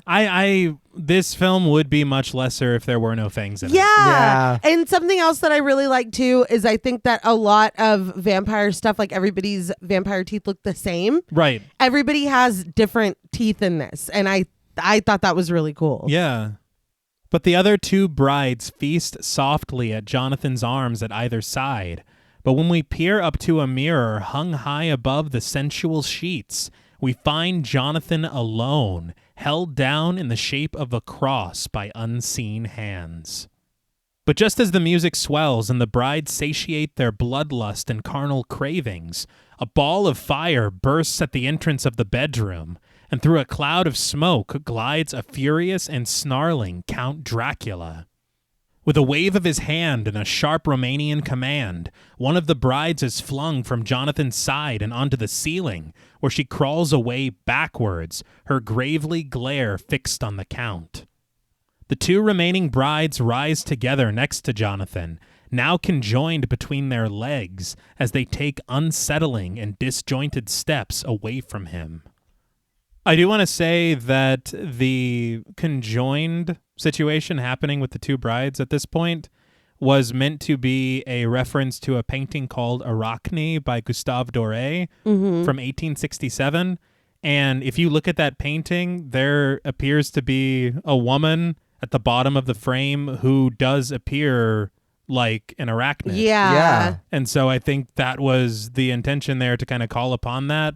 And the seduction of Jonathan in some of the shots that we got were a clear reference to a painting called The Sphinx by Jan Turep from 1897. Okay. So again, just incorporating these artworks of that time period in with the things that we see happening. It's really cool. Yeah. But surrounded by smoke, Dracula scolds in Romanian. "How dare you touch him? He belongs to me." The ceiling bride counters that Dracula himself has never loved. As low piano chords pulse in the score, Dracula rebuts that he too can love. And as his signature strings join the ensemble, he vows in Romanian that he will love again. Jonathan looks up at him without a word, because he does not speak Romanian, but he is literally like, Dracula's like, I'm gonna steal your wife. Yeah. And it's wild that he's so open with it. I mean, what's he got to worry about? But the three brides crawl, moaning and whimpering to the feet of Dracula, pleading, "Are we to have nothing tonight?" Jonathan's eyes widen in terror as he hears the piercing cries of an infant, and he watches as, bathed in red light, Dracula cradles a baby in his arms, offering it to the brides as consolation. Where did he get that? Yeah, that's you were just right there, dude. Honestly, I don't know. Baby. Yeah. I'm like, this is just beyond. Yeah. So nobody else keeps a baby in their pocket? Just Drac? Yeah, Just Drac. that's it. Just Drac. But they swoop upon the infant, devouring it immediately, as a deep anguish bellows from deep within Jonathan on the bed. As he screams, Dracula can't help but laugh, clapping his hands together in delight at Jonathan's dismay. Again, glee. Yeah. We then get a "that's all, folks" wipe. Thank you. I'm sorry.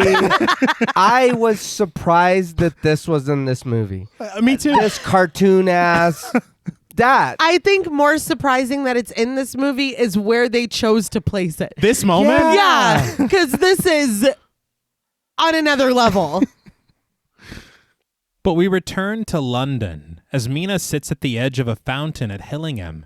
She tears the seal of the letter that Dracula forced Jonathan to write, and as she unfolds it, she reveals a small amount of text at the paper's center, which we hear read in Jonathan's voice. Dearest Mina, all is well here. The Count has insisted I remain for a month to tutor him in English custom. I can say no more except I love you. Ever faithful, Jonathan. Last Ever part's a lie. faithful my ass. Why didn't you feel the need to add that? He wrote the letter before what happened. Well, ever needs to be crossed out. Currently faithful is a better description. I will say, as I saw this letter, I was like, are you fucking kidding me? Yeah. I understand that Dracula made you write this letter and you were trying to keep a lot of information out of it, but you're telling your wife to be that you're gonna be gone for a month? Yeah. And you're just like, look, he's telling me I gotta do this. I love you. That's all I can say. That's a wild thing. It's troubling. Very. Extremely, yes. Mina glances back at the envelope in disbelief at the news, and I can only assume she's also puzzled by such brief correspondence. But thunder rumbles in the Transylvanian evening as Jonathan stands at the castle's edge, overlooking Dracula's loyal but uncredited servants on the ridge below. In voiceover, he explains that he fears the letters he has written have sealed his doom.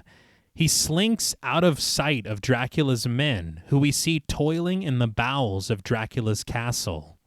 In what once was a glorious hall 4 centuries ago, but now rests in ruins, Dracula's men shovel the dirt, filling boxes with decrepit earth, which Jonathan explains will be delivered to Dracula's newly acquired Carfax Abbey in London.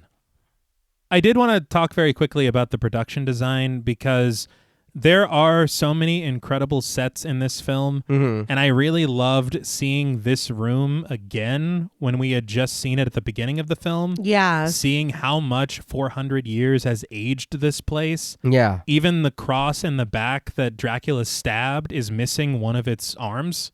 That's cool. Yeah. But the production designer was a guy called Tom Sanders, and if I'm not mistaken, he was nominated but did not win the Academy Award for this film. Okay. But he actually replaced the original production designer who Coppola fired. Oh. And so he joined the production late in the game, but he was given a clean slate to kind of do more in line with what Coppola had asked instead of following in any way what the previous designer did. Okay. But he created, with his team of 150 artists, 58 sets on 6 different stages at the studio. Coppola said 99.9% of this film is filmed on a studio set. Damn. Wow. So every single thing that you see, for the most part, was crafted for the production, not at all anywhere a real location. Wow. Part of that was because Coppola had said that when he went over budget on Apocalypse Now, he kind of didn't want to give himself the opportunity to fall into that trap again. And so using sets rather than real locations gives him less of, I guess, creative freedom to say, hey, maybe we should try this. And just doing more and more and more. Yeah. But also you get to control the weather. Yeah. And with all the rain that is in this film, it is necessary to do that. Mm-hmm. But something else that Coppola said, he said that if we really went to a castle in Romania and we had to film there, my childhood boyish fears would not allow me to do such a thing. But he had said, Tom Sanders, that some of the sets that they had built for the production were torn down and rebuilt, like this one, to demonstrate the passage of time. Okay. And to change what we see from 1462 versus 1897. Yeah. And it's really, really incredible work. And we'll talk about a few more sets later. Okay. But as the men maneuver a crate of dirt up a small stone staircase, Jonathan cowers behind a coffin that rests at the center of the large room to avoid detection. But suddenly, the heavy lid of the coffin yawns open, and Count Dracula, clad in a shining golden robe, rises up from within it, his fingers pointing outward and a scream echoing off the walls. Call him Ranch because he be dressing. Yeah. Very much. Good Lord. Mm-hmm. I had read that this costume was meant to be a reference to Gustav Klimt's The Kiss. Mm-hmm. And if you see this painting, it is almost recreated exactly. Okay. And it's really incredible. But this was also a very not so subtle reference to Nosferatu, Yeah. the rising up out of the coffin. Yeah. Coppola, if I'm not mistaken, had said that Nosferatu is probably the best vampire film ever made. Mm-hmm. And so he wanted to give a bit of homage to that, as well as some to 1931 Dracula. Yeah. The I don't drink wine situation. Yeah. That's straight from that film. Yeah. But back at Hillingham, the camera glides down from a large staircase leading into the garden, where Lucy descends, joyously declaring her love, and that she's decided, and it's so wonderful. She finds a forlorn Mina resting on the bench where she kissed Jonathan goodbye, bushes of white roses covering the archway above her, as she still clutches his letter in her hands. But Mina kindly does her best to mirror her friend's excitement as she sits down next to her, guessing that Lucy has decided to wed the Texan with the big knife. But Lucy has instead decided on suitor number 3, Lord Arthur Holmwood, Esquire. She announces jovially, Lord and Lady Holmwood, and she hopes for Mina to be her maid of honor for the ceremony. Mina responds by merely looking away from her despondently, which upsets Lucy, as it's the most important day of her life, and she laments that Mina doesn't seem to care.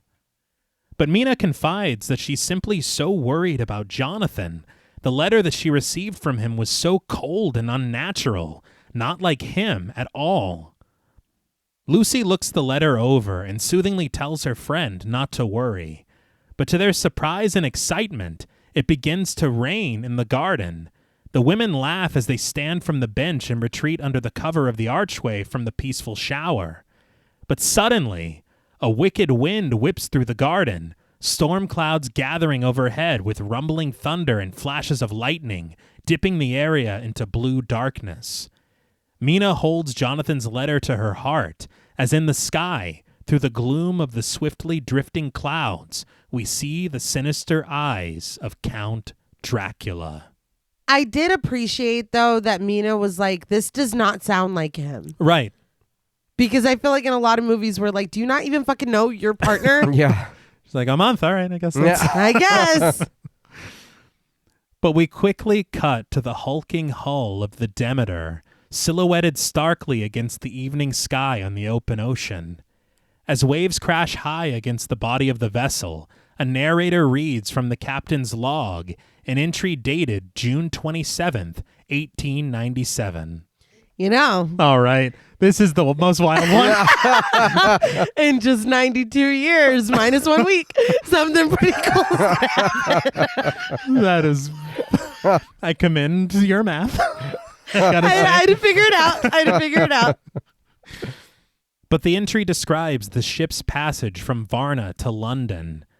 As the text overlays atop the rattling chains on the deck and through the night, we see the painted portrait that rested in the dining hall of Dracula's castle, the narrator recounting that the crew picked up 50 boxes of experimental earth bound for London, England, and set sail at noon into a storm that seemed to come out of nowhere.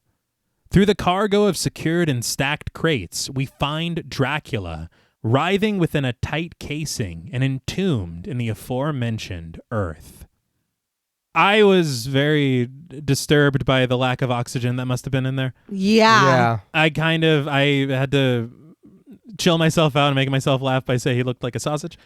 But He did. I didn't know if maybe it was meant more to be almost like a chrysalis, which would explain how he does take a different form, True. Oh, okay. You know? Yeah. But back at Hillingham, Mina and Lucy frolic in the rain, their hair soaked and their dresses drenched as they sway and spin through the high walls of a hedge maze. The smiling face of Dracula appears above them, cackling, as in the downpour, Mina and Lucy share a sweet kiss. They're just living their best life. Yeah. Yeah. I was wondering if they could see him. Like, do you see this motherfucker's face in the sky? It's like, oh. Because it's there. Yeah. And earlier, Mina seemed to react to his shadow at the house. Yeah. But I don't know. I did want to point out, as I had mentioned, this area as well was a set. Okay. The garden, the connecting hedge maze. There was enough room at this stage that they were able to build a sunken garden with a reflecting pool, this maze, a family cemetery, and a crypt all in one area. Damn. And they extended the area around the hedge maze with matte paintings, and they said that it added several 100 feet of depth with the use of these matte paintings. That's wild. Yeah. Another interesting thing is the garden and the hedge maze are also connected to the sets of the Hillingham house. Mm-hmm. And so they could film all the way from the end of the crypt on the other side through to 4 or 5 sets within the house in a fluid motion if they wanted to. Wow. Very nice. But through the iron gates of the London Zoo, as the music plods incessantly in the score, all of the animals are frenzied within their cages. But a white wolf slips with ease through the bars of its enclosure, growling as it scurries through a nearby bush. It should not have been that easy. No. Honestly, that wolf could have gotten out anytime it wanted. You're lucky it stayed that long. But as the Demeter continues its voyage, the narrator continues reading through the captain's log. This entry from the 3rd of July. Second mate has gone missing.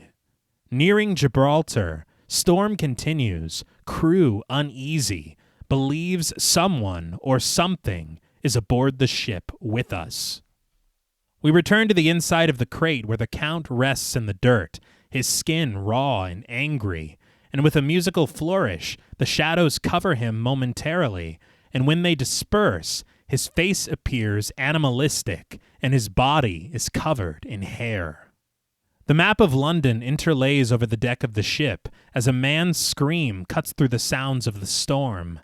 Count Dracula, now a snarling beast, akin more to a gorilla or wolf than man, gnashes his teeth as the blood of a crew member sprays and stains the white sails of the ship. So Can-Am had some stuff to say about this makeup of this wolf. We do see another form later on, and it was kind of the same basic setup. He said they did a spandex suit tied to look like skin, and then a hair suit ventilated and crafted to fit over that first spandex suit. Oh, wow. So the head was a cowl piece and one single foam prosthetic for the face. And he said for both of the full body sculpts, they did a piece of foam connecting the body to the head, and they glued the foam on with an adhesive that dissolves really quickly in acetone. Oh. So they could have Gary Oldman, his head free in 10 minutes. Okay. Instead of like kind of meticulously taking it apart, they could just melt the adhesive on that piece of foam. I think one thing that really amazed me was the fact that it is Gary Oldman. Yes. Yeah. And it is. Yeah. It's Like, incredible. Yeah. Throughout. He said that they had sculpted 3 different faces for the wolf, and Coppola was like, pick whichever one you like best. And that he had really, really liked the first one, but he felt like it read to Planet of the Apes. Oh. So he ended up picking the 3rd one that they made. But yeah, it was him. And I mean, it was extensive prosthetic applications, and he fucking kills it. Yeah. And I honestly always forget how OP Dracula is. So when I see, I'm like, he's the Wolfman too? I was very surprised. Yeah. I was not expecting a wolf. I remember in 31 Dracula when Bela Lugosi leaves, and then they don't have the money or the effects or anything, but they look out the window and they're like, a wolf is on the lawn or whatever. You remember? Yeah. Of course. Yeah. But as the wheel at the helm spins wildly in the wind and a wolf's howl echoes under the cloud-covered moon, we return to Carfax District Asylum, where Renfield, tightly wrapped in a straitjacket, screams through the rain, "Master, I'm here!" He rejoices that the master of all life is at hand and urges all to gather around, swearing his devotion and that he is here to do the master's bidding. But the cage-helmeted guards outside of Renfield's cell spray large water hoses at the patients, forcing them into submission. But Renfield's cries climb higher than their discord. "Now that you are near, master, I am your slave. I await your command." He's a broken record. He is. Yeah.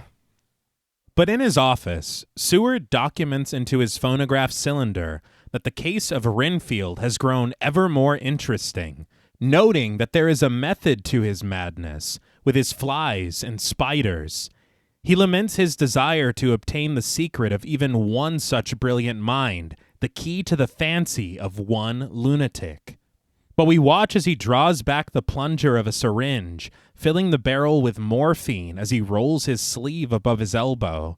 As Renfield's Romanian screams echo through the asylum, Seward injects himself with the opiate, lowly muttering, "Lucy," as the world warps around him. Doctor, I didn't know you like to get wet. Get wet. I was kind of puzzled by this because he seemed, very compartmentalized. Yeah. And put together, having gone to the party and then back to work the same night. That's right. Coppola said on commentary that what this is supposed to signify is just what Dracula does by his mere presence. The fact that he's getting closer to London in the Demeter is doing this to everyone. Huh. So maybe Seward wouldn't be doing this. Right. Yeah. Is that why the kiss, too? Maybe. Okay. Release your inhibitions. They were feeling the rain on their skin. Well, no one else can do it for them, so. Only you can let it in. All right. But as the Hillingham estate rests high on a hill in the distance, we watch the Demeter sail through the rain and reach a dock. Dracula's monstrous silhouette moves wildly behind the sails of the ship, and we soon take on his point of view as he glides through the streets of London in feral pursuit, eventually reaching Lucy's bedroom window, but floating backward down a long set of stone steps to roar at her from the fountain in the garden. So I did want to talk a little bit just about these POV shots. Mm-hmm. The cinematographer was a guy called Michael Ballhaus, and he is very well known for working a lot with Martin Scorsese. Mm-hmm. Just this list of films is pretty wild. Goodfellas, The Departed, Gangs of New York, The Age of Innocence. There was more. It was Innocence, not Innocence. My notes are just weird. The Last Temptation of Christ, and I think there were even a couple more. Okay. Damn. He also shot Something's Gotta Give, which I thought... Yes! But he had said that they had 10 weeks of pre-production, and it allowed him to build a shot list that to him became like their Bible. Yeah. And interestingly, Coppola, they all agreed because this was made with the cooperation of Coppola, of course. Mm-hmm. Yeah. But then they start the production and he's like, you know what? Let's start from scratch. And then like maybe a couple days later, he's like, no, we had it fine. You're right. Oh my God. That would drive me insane. But the good thing about this Bible is that they had worked out not only shot composition, but depending on what they were trying to achieve for a scene, the kind of camera that they were going to use, the lenses and everything. Okay. And so for sections like this, where we're in the POV of Dracula himself, but as a feral beast, they used a camera that was from the 1920s.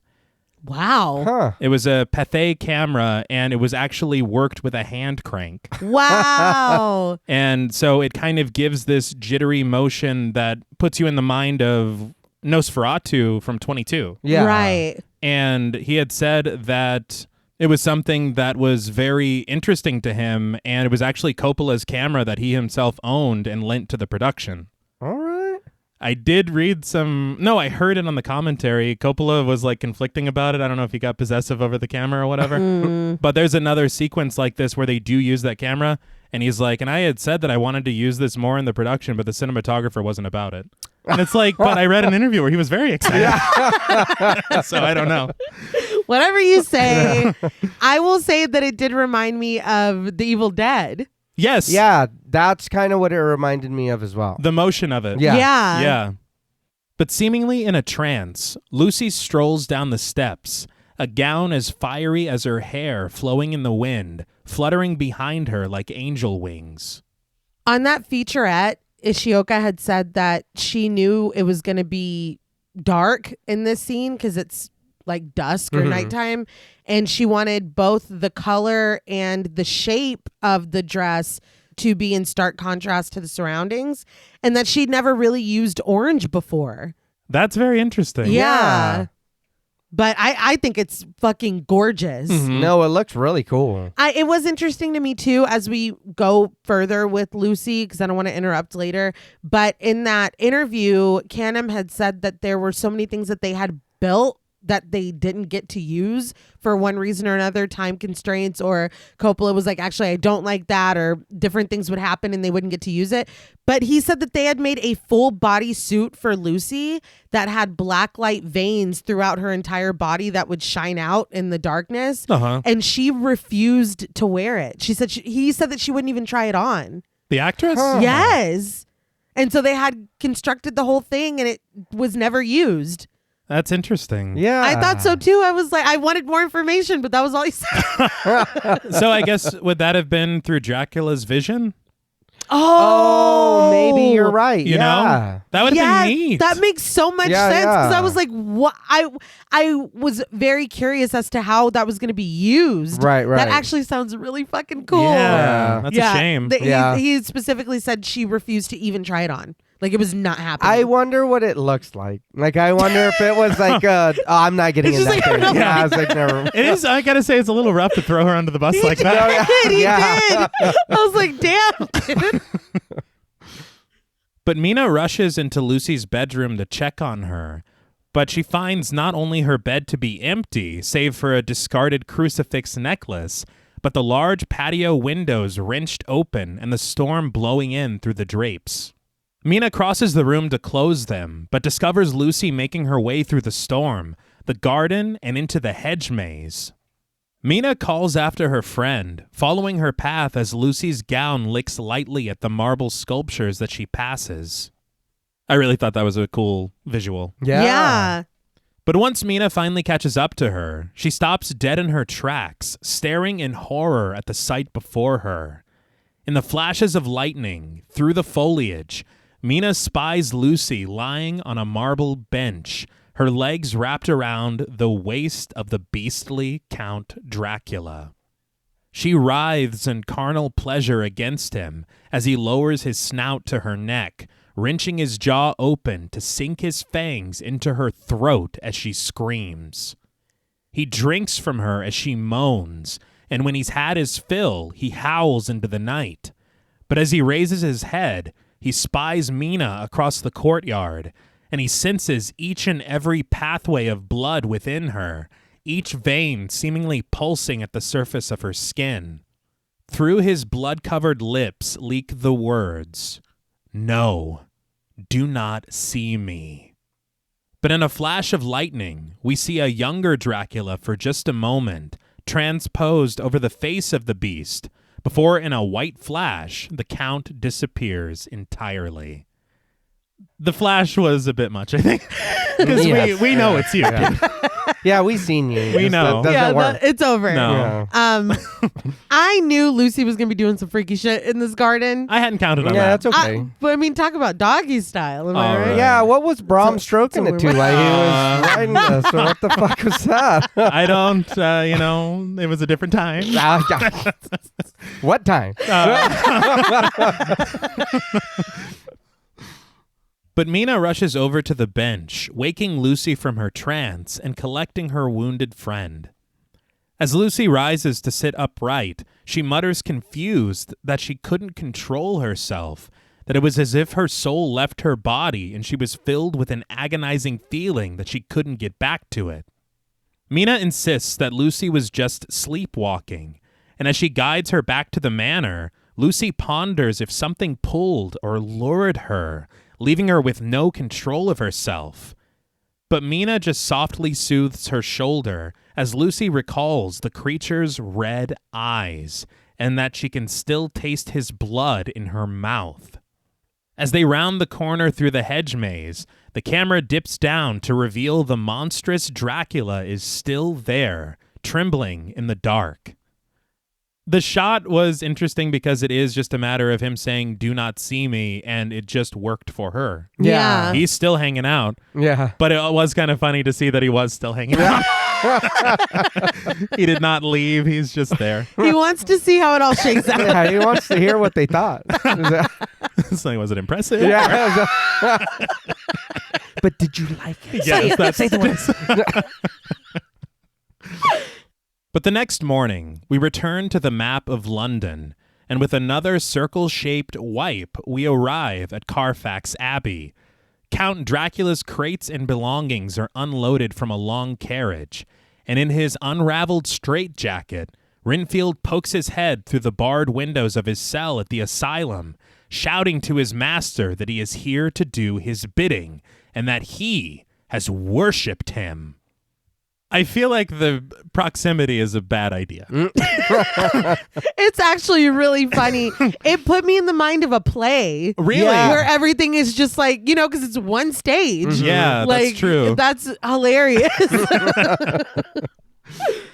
But the camera pans across the chained crates resting on the grounds of the Abbey as the narrator returns, explaining that contrary to some beliefs, the vampire, like any other creature of the night, can move about by day, though it's not his natural time, and his powers are weak. This was funny to me. Yeah. It's pretty convenient. Yeah. And the timing of it, they're like, don't worry. Yeah. By the way. But just then, Count Dracula bursts through one of the crates, splinters exploding as he emerges. His long brown hair rests at shoulder length, and he once again appears youthful, identical to the man that we met 4 centuries ago. That was my note, was okay hair. Yeah. He looks great. Oh, yeah. It's funny to me. I don't know if the werewolf situation and feeding on Lucy allowed him to do this. I think he's got a bonnet in that thing that he was just like. I was going to say, was it like a mud bath maybe? I don't maybe because again, why the fuck would you not do that to meet Jonathan? Yeah. Oh. Just he's too stupid. He's like, I don't give a fuck. Like, He's like, my shadow doesn't even have to be here. It's not gonna do anything. but we then flip through several newspapers recounting the odd occurrences the night before, with headlines like "Wolf escapes from zoo," "Strangest storm on record," and "Mystery schooner, crew missing." So maybe it wasn't just Lucy. He ate everyone. Yeah. Oh, shit. So that explains it. Yeah. But through the grainy and jittery photography of a hand-cranked camera, we center on the bustling streets of London, congested with citizenry. Through the crowds and vendors, we find Count Dracula, dapperly dressed in a gray 3-piece suit, a tall top hat, and stylish blue sunglasses. He looks great. Mm-hmm. Ishioka did say that this ensemble was inspired by his wolf form Oh, okay. that they kind of call to each other, which I thought was Okay. pretty cool. Yeah. I did look it up, and apparently sunglasses arrived in England in the 1700s. Damn. Huh. And so this being 1897, that's fine. Yeah. I didn't even think about that. No, I didn't either. Because I was like, there's no fucking way. But absolutely. But Dracula navigates his way through strangers, admiring the city that surrounds him. But he stops dead in his tracks when his eyes settle on a very familiar sight through the sea of humanity. There, on an adjacent sidewalk, marches Mina, clad once again in green, a small hat resting atop her head as she moves through the city alone. As people pass between them, Dracula doesn't break his gaze. His voice echoing through time, he proclaims, see me now." Before she dips into the open door of a pharmacy, Mina glances over at Dracula, offering a fleeting moment of eye contact as serene strings sound in the score. That is pretty cool that he had to kind of like break whatever spell he had put for her to not see him in the garden, because he's like, now I look pretty fucking good. I don't want you to see the wolf for that it. was bad. I do want to say again, when we're talking about this whole love arc that we are kind of building and starting now, Right. maybe not the best plan of action to do what you did last night. Yeah. Yeah. No, yeah. It's so, because like you were saying, he ate the crew. Right. That's Like, fine. I'm Yeah. like, why? It's too close to home. Yeah. It is an odd choice. And it's not as if like we've seen him like floating over them constantly with the storm and stuff. Oh, yeah. He knew exactly where she was. He knew exactly who she was. Yeah. And yet he did that. Yeah, he did. I guess he wanted to show her that he was serious. He's like, look, I'm going to show you I'm due to your friend. That's you soon. It's like, But yeah, you could have just done it to me. I feel Right? like bad planning. I Yeah. think. What are you talking about? And I think what it is, if I'm not mistaken, he does bite Lucy in the novel. Right. I don't know how sexual it is. Yeah. But there is no like love arc between him and Mina. And so you can have that. right. That, Right. that You know? doesn't, Yeah, it yeah. doesn't matter as much. Right. This feels a bit targeted. Yeah. Yeah. But Dracula strolls through the street, watching Mina through the shop window as he's approached by a news hawker played by Daniel Newman. He buys a paper off of him, glancing momentarily at the headlines, but he's far more focused on Mina's activities inside of the building. And it's funny because every single one of those headlines he did. Yeah. He's like, we don't need to look at that. It's not important. It's like, oh shit, they're on to me. But he carefully times his entrance with her exit, and in a bit of false clumsiness, Dracula bumps right into Mina as she steps outside with her purchase. A little glass vial of medicine falls from her grasp, and Dracula bends down to catch it just before it makes contact with the concrete. A little glass vial? A little glass vial. But with impossible quickness, Dracula once again stands upright with the vial in his gloved palm directly in front of Mina. So I was thinking two things. First of all, it's kind of wild that the pharmacy didn't give her a little bag. They're like, get out. Yeah. But the other thing is, like, there are all these small moments of just eeriness, like, that aren't comprehended by the characters, seemingly. Yeah. To the point where it is like frustrating to watch. Because she was right in front of him. Yeah. And it looks very cool. Of course it does, but it's just like with Jonathan earlier. I'm like, this is all. No, nothing is like. Yeah. Fair enough. But it's just like these things are happening right in front of you. Yeah. And it's like you're making an effort to not clock any of it. But Dracula offers his most humble apologies to Mina, and after excusing his ignorance as a new arrival to the city, he compliments Mina's beauty and attempts to ask for directions. But before he can, Mina suggests that he purchase a street atlas for 6 pence and bids him good day. She snatches her vial of medicine from his hand and walks right past him, but he calls out to her, realizing that he's offended her, and he shares that he's only looking for the cinematograph. He says that he understands that it's a wonder of the civilized world. And I forgot to mention, but this whole time, somebody is hawking that cinematograph. And that is what they're saying. They're like, a wonder of the civilized He's like, world. I heard. Yeah.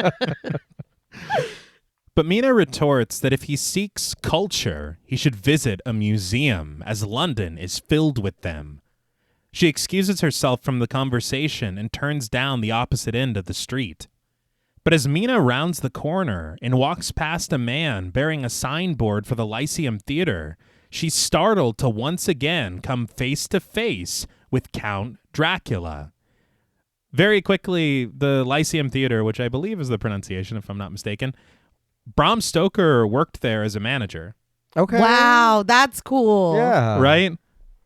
Dracula politely tells her that a woman so lovely and intelligent should not be walking the streets of London without her gentleman. Incensed, but puzzled, Mina asks Dracula if she knows him. I know I mentioned that she was puzzled, but He would have had to have run around the entire block. Yeah. I bet he's like, man, y'all are fucking stupid. Dude. You and your man are stupid. But she wonders if perhaps he's acquainted with her husband. She adds that perhaps she should call the police. But Dracula, leaning on a cane, repeats with dismay, husband. He relents, promising to bother Mina no more. But as he walks away, just past her, Mina calls out to him calmly, regretful that it is in fact she who has been rude. She offers to give him the proper directions to the cinematograph, but Dracula interrupts her, removing his top hat to make the proper introduction. Prince Vlad of Sagite. Mina smiles, impressed to learn that he is a prince, but Dracula amends this title, labeling himself as her servant, as he places his hat back on his head. Mina introduces herself in return as Wilhelmina Murray. The music rises romantically in the score as she does, and Dracula steps forward to close the gap between them, proclaiming to Madame Mina that he is honored to meet her. Little bold to be creating nicknames upon the first meeting. I know that he's aware of her name because of Jonathan. Right. But that's a little wild. It is. Mm-hmm. But he bows slightly, and Mina, caught in the light of his gaze, hesitates to break away. But she finally does, leading him where he hoped to go, his hand hovering over the small of her back as they walk in tandem through the crowded sidewalk, the camera rising above the street. Hand on the small of the back is bold. I thought the nickname was bold. I'm like, This is bolder. I was surprised that Mina was just like, all right, let's go. Yeah. But then I'm like, thinking about Jonathan, who didn't put up. He was like, I guess we're doing this now. You know what I mean? And I'm like, maybe this is okay for right now. What Jonathan did was worse. Well, yeah. I mean, they were in a bed together.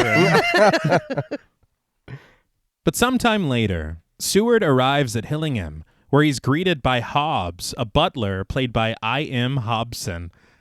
That made Shut me up. laugh. I was like, you gotta be fucking kidding me. His doctor bag in hand, Seward reports that he was asked here by Holmwood to check on Lucy. He finds Lucy in the parlor, surrounded by maids who are helping her into a lavish wedding gown, fluffs of flowing white cloth, where at her neck rests a pleated collar of lovely lace fanned out to extend to her shoulders. This dress is gorgeous. It's one of Jules's favorite costumes in the whole film. Mm-hmm. It's a very remarkable piece, and I can't talk about the story of it until we get to a scene that comes later. Okay. But I did learn that this costume, along with Dracula's war armor, is on display at Francis Ford Coppola's winery. Oh, damn. that's cool. Hell yeah. But Seward seems wounded to see Lucy in this manner of dress. But Lucy, unbothered, asks Seward if he likes it. She wonders if Holmwood asked him to come here, or maybe Seward wanted to see her alone once more before she's married. Lucy is a menace. This dude coming here and her being like, do you like my dress? It was insane. That was such insult to injury. Yeah. He's like, excuse me. It's like, dude, what is that? It seems that way, but I think they enjoy it. There's the dynamic clearly works. I mean, it was just, I was like, Lucy. But as her staff disperses, Lucy chuckles, reclining on a nearby couch. Seward expresses his embarrassment, revealing to her that he is here as her doctor. As he pulls up a chair next to her, he shares that Holmwood is very worried about her. But he assures her that a doctor's confidence is sacred and implores her to give him her complete trust. He's like, my diagnosis is that you cannot marry that guy. Lucy softens immediately, worry washing away her previous joviality, as she clutches Seward's hand, pleading for his help. She confesses that she doesn't know what's happened to her. She's changing. Breathing heavily, she says that she can feel it. She can hear everything. Servants at the other side of the house whispering, mice in the attic stomping like elephants. But she's also having horrible nightmares, and a sob escapes her, with Seward preparing a syringe for her, promising that he's here for her and nothing will harm her. He was preparing. She wasn't even done talking No. yet. He's like, oh, you're going to have to be put out. So we can't be doing this. It's hysterical. Yeah. It's a sign of the terrible times. Yes, yeah. Oh. I was a little confused here because the things she's saying, I feel like we've heard this in other werewolf movies where people have been bit. Uh-huh. So I was like, so That's are true. you turning into a werewolf or are you a creature? Or I mean, the heightened sense, I guess, is just part of the supernatural, like it's part of the package. yeah. Okay. But Seward injects her with the solution, wiping wistfully at her face as she thanks him for it and begs him to kiss her. Against better judgment, he does, but he pulls back immediately when he hears Homewood and Morris arriving in the courtyard on horseback. Morris proclaims Lucy to be hotter than a June bride riding bareback naked in the middle of the Sahara. Homewood's like, watch it. That's wild. Yeah. Her fiance is right there. He's like, right, man? Yeah. That's crazy. Isn't she? And it's funny because this is the conversation they arrive with. So Yeah. he's just been going on. But the men dismount their horses, and Seward rushes to meet them at the door to the manor. Homewood asks after Lucy, but Seward admits that he's confounded by her condition. Morris snarks that Seward is probably still brooding over Lucy, but Seward breezes past this, guiding the men inside as he concludes that what's happening to Lucy must be something mental. Homewood isn't buying it, however, announcing, "How very droll." I was like, come on. You're a caricature. Yeah. And I guess Morris is too. So, Yeah. But he notes to Morris that last week Seward wanted to marry Lucy, and now he wants to have her committed. No, but you're right, though. So why am I the doctor that you called to come and do this? That's a great question. Oh, yeah. He's like, you're the only doctor I know that would do it for free. I'm just like, I feel like I would have called somebody else. But when Seward doesn't budge from his assessment, Homewood suggests that they have a look at Lucy. The three men enter the parlor, where Lucy rests on the couch, her gown surrounding her as she wheezes raspily for a breath. Seward admits that he's at a loss, and as such, has taken the liberty of cabling Abraham Van Helsing, the metaphysician philosopher. Morris snubs Van Helsing as a witch doctor, but Seward counters that Van Helsing knows more about obscure diseases than any man in the world, and he was actually his teacher and mentor. We press in on Homewood, who stares worriedly at his wife-to-be as he gives the order to bring Van Helsing in at once and to spare no expense. The men exit the room somberly as Lucy's breathing continues roughly, but alone on the couch, she unclasps an ornate piece of jewelry covering her neck, and she reveals the bruised bite marks of Count Dracula at her throat. Well, there's your problem. Should have started there. Yeah. We focus on these two indentations, centering on them, before match cutting to the night reflecting greenly in the eyes of a growling wolf. Once again, great work. Yeah. Yeah. And you see where these 10 weeks went with the cinematographer. Yeah. But elsewhere in London, Dracula stands beneath a large tent next to Mina. The pair are gathered in a crowd, watching a black and white projection of the cinematograph, featuring two young women, scantily clad, who sit on the lap of a mustached man. As they embrace him, they suddenly transform into a modestly dressed woman, and the man reacts with disappointment, pushing her away. The projection concludes, and the audience applauds. They loved it. Yeah. I was a little surprised that Mina stayed and watched the movie with him. Yeah. Well, she's like, I'm here. Lucy's busy with the fitting, and Jonathan's whatever the hell he's doing. Yeah, wherever he's at. Dracula remarks to Mina that there are indeed no limits to science, But as the camera arcs around them, Mina wonders how we could call this science, snarking that Madame Curie wouldn't invite such comparisons. She smiles as Dracula leans in closer, and what appears to be a recreation of George Méliès's The Arrival of a Train flickers on the screen behind them. But Mina, returning to herself, remarks that she shouldn't have come here and excuses herself from Dracula. But when she turns away, he gently reaches for her arm, and leaning in almost to touch noses, he implores, "Do not fear me." When Mina attempts to pull herself away, Dracula brings her into an embrace, his signature strings sounding in the score as the pair glide impossibly together through the crowd and into an adjacent tent all their own.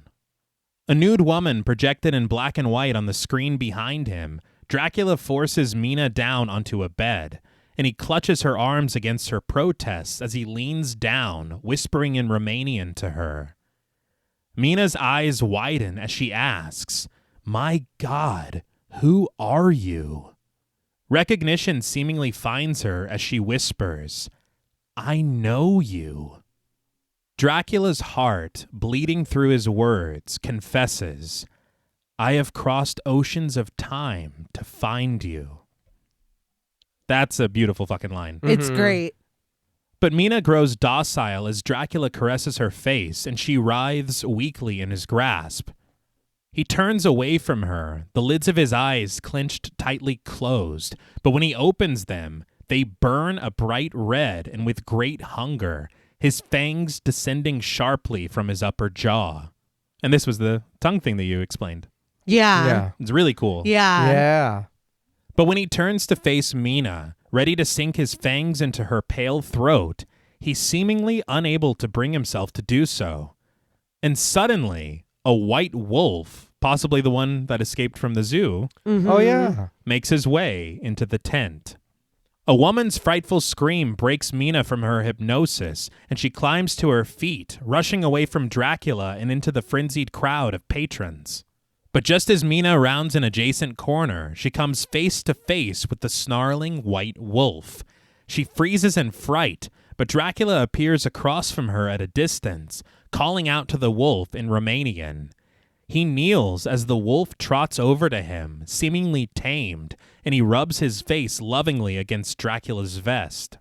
Mina responds in gasping surprise as Dracula bids her closer, and she pets the wolf gently. Dracula remarks that the wolf likes her, and Mina smiles as her fingers caress the animal's fur. But locking eyes with her, Dracula comments that there is much to be learned from beasts. This is cool, but you did try to bite me. Yeah, we got over that pretty quick. Yeah. Well, she's like, I don't remember that. Things are brewing. They're Uh-huh. escalating. This was a lot. Mm-hmm. I didn't know, seemingly, if he was hypnotizing her to remind her, I guess, spirit of the memories of Elisabetta, Right. because it seemed to work immediately. Mm-hmm. But I don't really know. I don't either. It's really not clear. No. And then it's like, so how much of this is what she is feeling for him and how much of it is what he is making her feel for him? That's troubling. Yeah. That's where I find a little bit of the problem with the movie of their love story.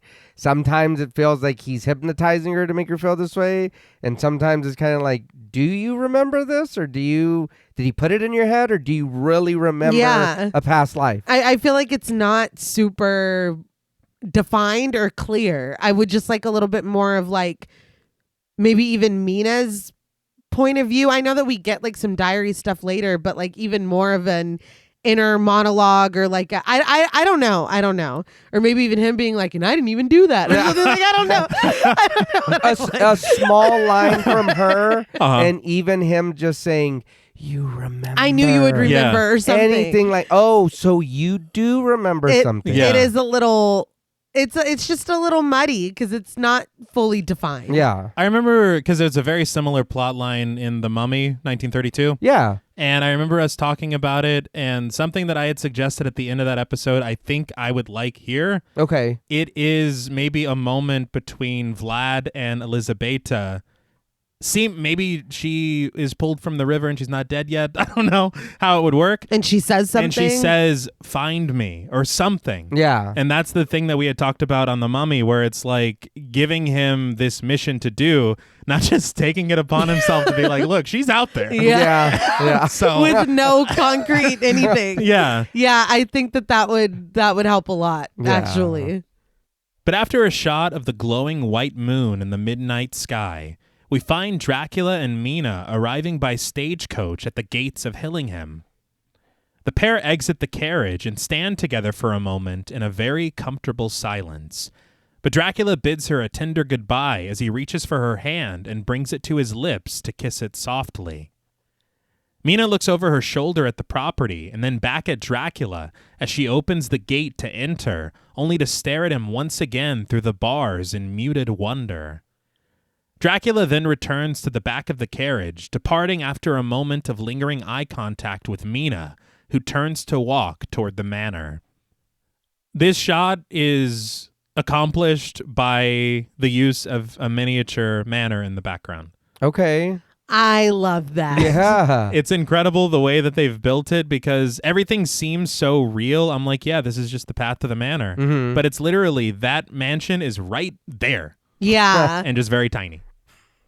But we promptly cut to a message being printed on a thin strip of paper from an electrical telegraph. A dear friend near death, disease of the blood unknown to all medical theory.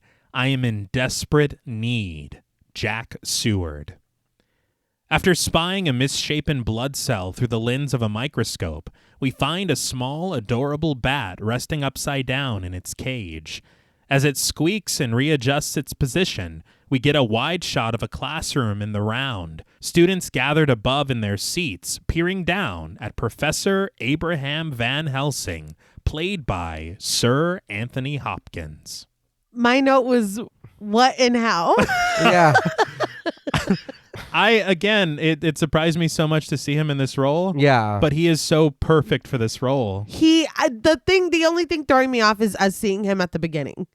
Yes. Yeah. I don't really understand why. Now, there is a line that comes later, I guess, with Van Helsing, but I don't think that that's enough to make it to where they're like, we need to cast. I will say that it is not enough.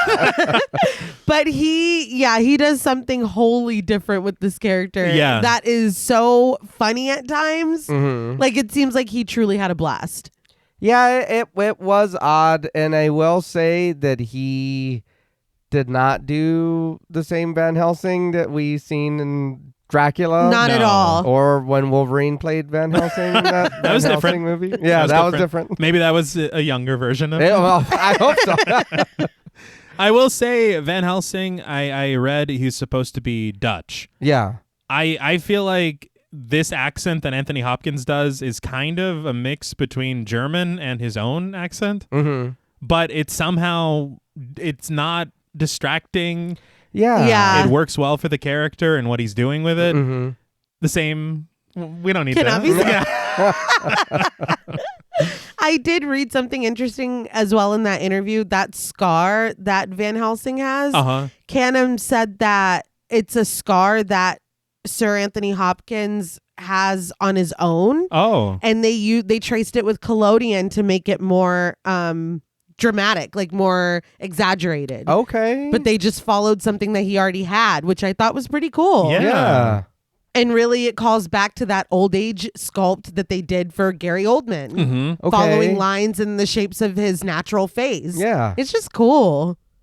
But gently reaching into the cage to pet the creature, Van Helsing explains that the tropical pampas vampire bat must consume 10 times its own weight in fresh blood each day, or its own blood cells will die. That seems like a deal was made on a monkey's paw. Yeah. 'Cause that's insane. It really, it is. How do you expect me to get this much blood? Yeah. It's just not possible. I will say, though, we're continuing this trend in horror where the lecture pertains to the film. Yeah. Which is pretty cool. Yeah. So is this a reference to Halloween? Absolutely.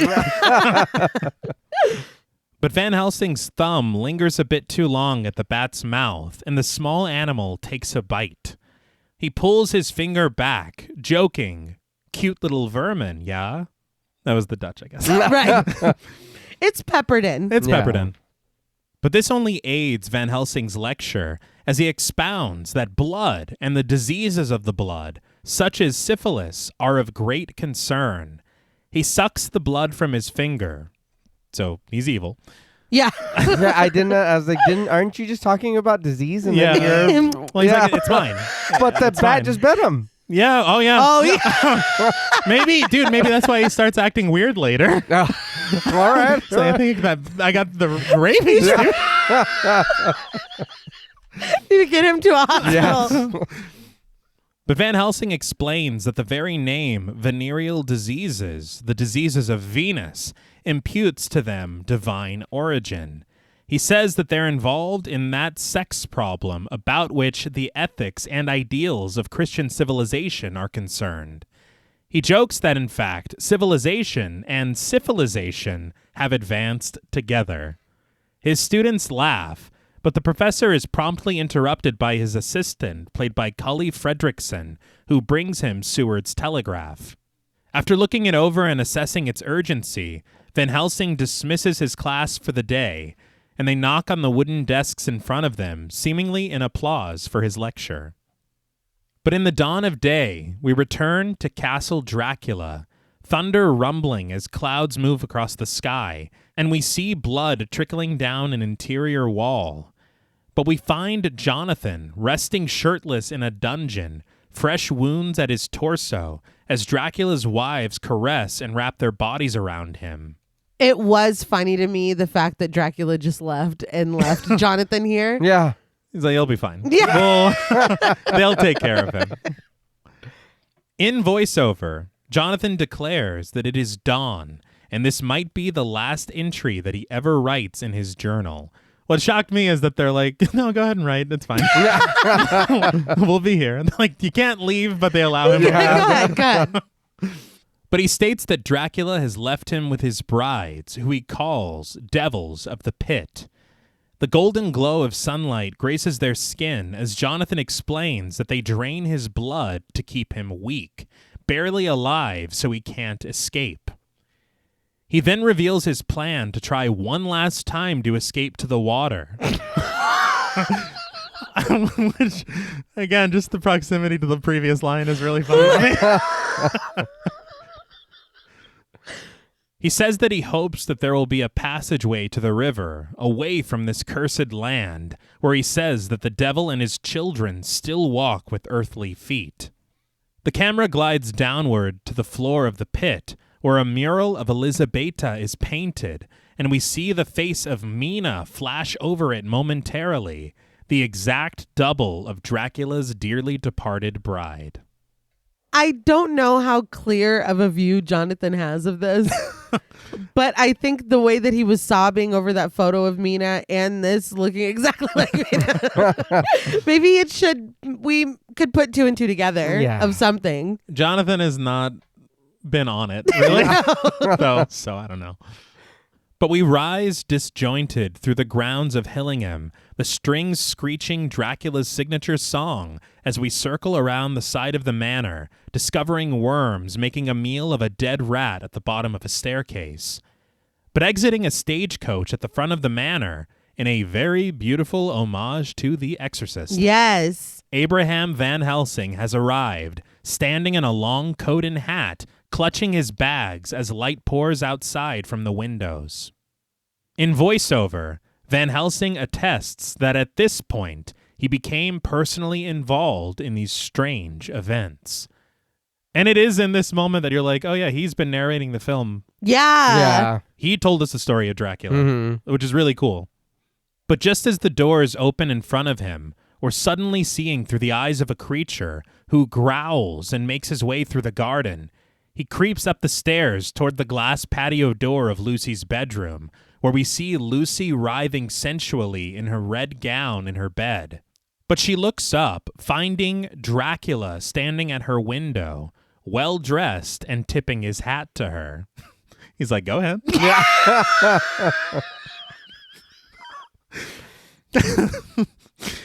She clutches her breasts, sliding her hands down her ribs and her stomach. But Dracula's arms beckon her upward, and she rises to her knees. Intercut are shots of red blood cells moving wildly beneath a microscope as Lucy moans passionately in her bed, once again resting on her back, with Dracula's looming shadow reaching across her wall. Its long-fingered hand darkens a light over a bouquet resting in a vase on Lucy's bedside table, and the flowers wither in his ghastly grasp. Once again, I live for stuff like this. Yeah. That was cool because he is evil. So. Yeah. And dead. Mm-hmm. But downstairs, Hobbs beckons Van Helsing inside the manor, where he's promptly greeted by an eager Seward, who takes his hat from him. Van Helsing, smoking a cigar, notes that he always comes to friends in need when they call, and he asks for the details of the case. Seward explains that Lucy has all of the usual physical signs of anemia, but her blood analyzes normal, even though it is not normal. She manifests continued blood loss, but Seward is unable to trace the cause. Van Helsing is intrigued, but before he can learn more, a blood-curdling scream emanates from upstairs. Lucy shrieks, seemingly in more than one voice and in Romanian, as Seward leads Van Helsing through the hall into her bedroom. When they burst through the door, they find Lucy moaning in bed with her back arched and her breasts exposed, but she is all alone in the room. Van Helsing orders Seward to close the patio door, which he does, but before he can, we watch as a long shadow recedes in the direction of the exit, leaving small drops of blood on the carpeted floor as it does. Like from his mouth? I guess he's just wiping. But Van Helsing helps Lucy to her pillow as Seward attempts to cover her nakedness with a blanket. The professor lifts her up, peering into her face as he laments her youth. As her moaning continues, Van Helsing inspects her face and neck, discovering the 2 puncture marks left behind by Dracula. Well aware of what this means, Van Helsing reacts swiftly, demanding a blood transfusion for Lucy as there's no time to be lost. The professor orders Seward to take his coat off and confirms that he remembers how to tie a tourniquet, which he does. As the men move quickly through the room, closing the door and bringing Van Helsing's bag of supplies to a table next to Lucy, Seward asks if the professor has perfected a procedure. But Van Helsing denies this, stating that he's merely experimented. He recalls the Landsteiner's method, which he attempted with animals, goats, and sheep. As he reaches into his bag, Van Helsing explains that if hemolysis occurs in the blood donor serum, Lucy's red blood cells will explode and she will die. As Lucy still moans in her bed, Seward prepares the tubing for the procedure, but Holmwood arrives, kicking the door open, demanding to know what in God's name is going on here. I mean, he has every right to be, Those sounds are concerned wild. and confused. Yeah. But also, he told him to call Van Helsing. Yeah, he did. He did. And I Yeah. guess we're not like overly concerned with blood types. Nah. I wondered Because I that was too, worried. but just say, hey, she's fixing to explode. We yeah, got Yeah. it. And he's like, wait a minute. Yeah. If I'm Only I can make her explode. I could be completely wrong, but I think the Landsteiner's method that he mentioned, I think that was part of the discovery of blood types. Oh, wow. Okay. Well, good, because Because this, you can't This is just, Yeah, no. it's like, we'll take any blood. You can't just put blood with blood.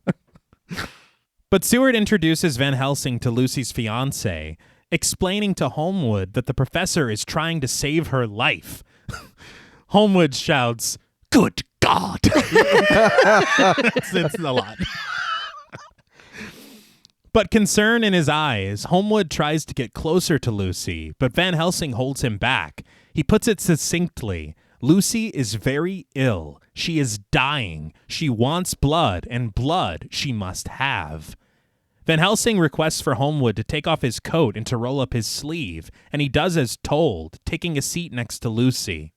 Seward plunges a needle into Holmwood's vein as Van Helsing does the same for Lucy, and as Seward provides suction through a glass container, Lucy's blood is drawn from her body and through the rubber tubing. Does anyone else feel like he made that hurt a little bit extra when he put the needle in him? Yeah, I wonder why. Overcome at his fiance's agony, Holmwood declares that he would give his last drop of blood to save her.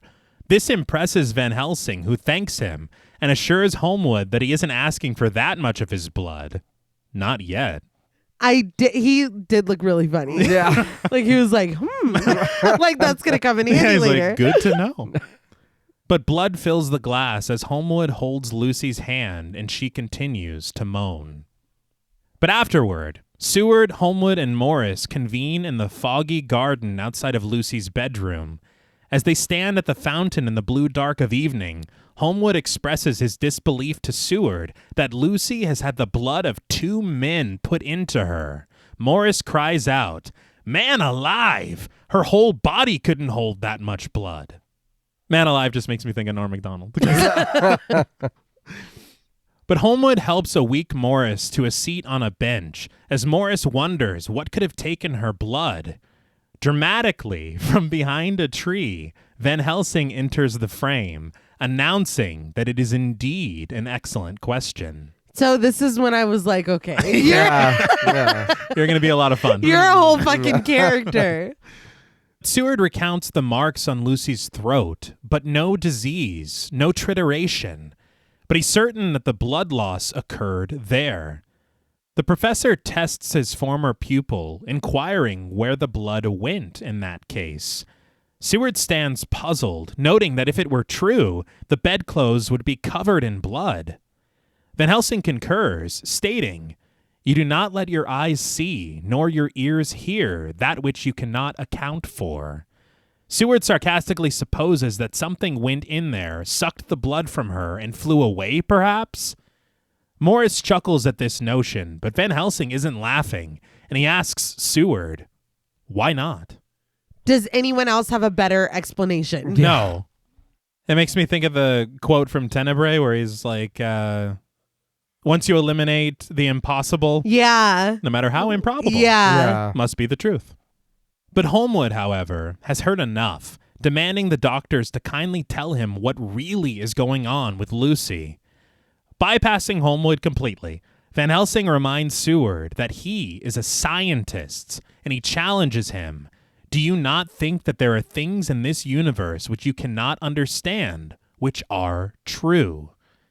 He lists mesmerism, hypnotism. But Seward frustratedly turns away as he shouts that Van Helsing and Charcot proved hypnotism. But when he turns back to face Van Helsing, whose voice still lists phenomena like materialization and astral bodies, the men discover that the professor is nowhere in sight. They creep confused over to where Van Helsing was standing, but from behind a very distant stone, Van Helsing reveals himself, casually striking a match to light his cigar. How the hell did I don't know. Yeah, I don't know if he took off running when they were not looking, or if he's a illusionist. Okay. Yeah.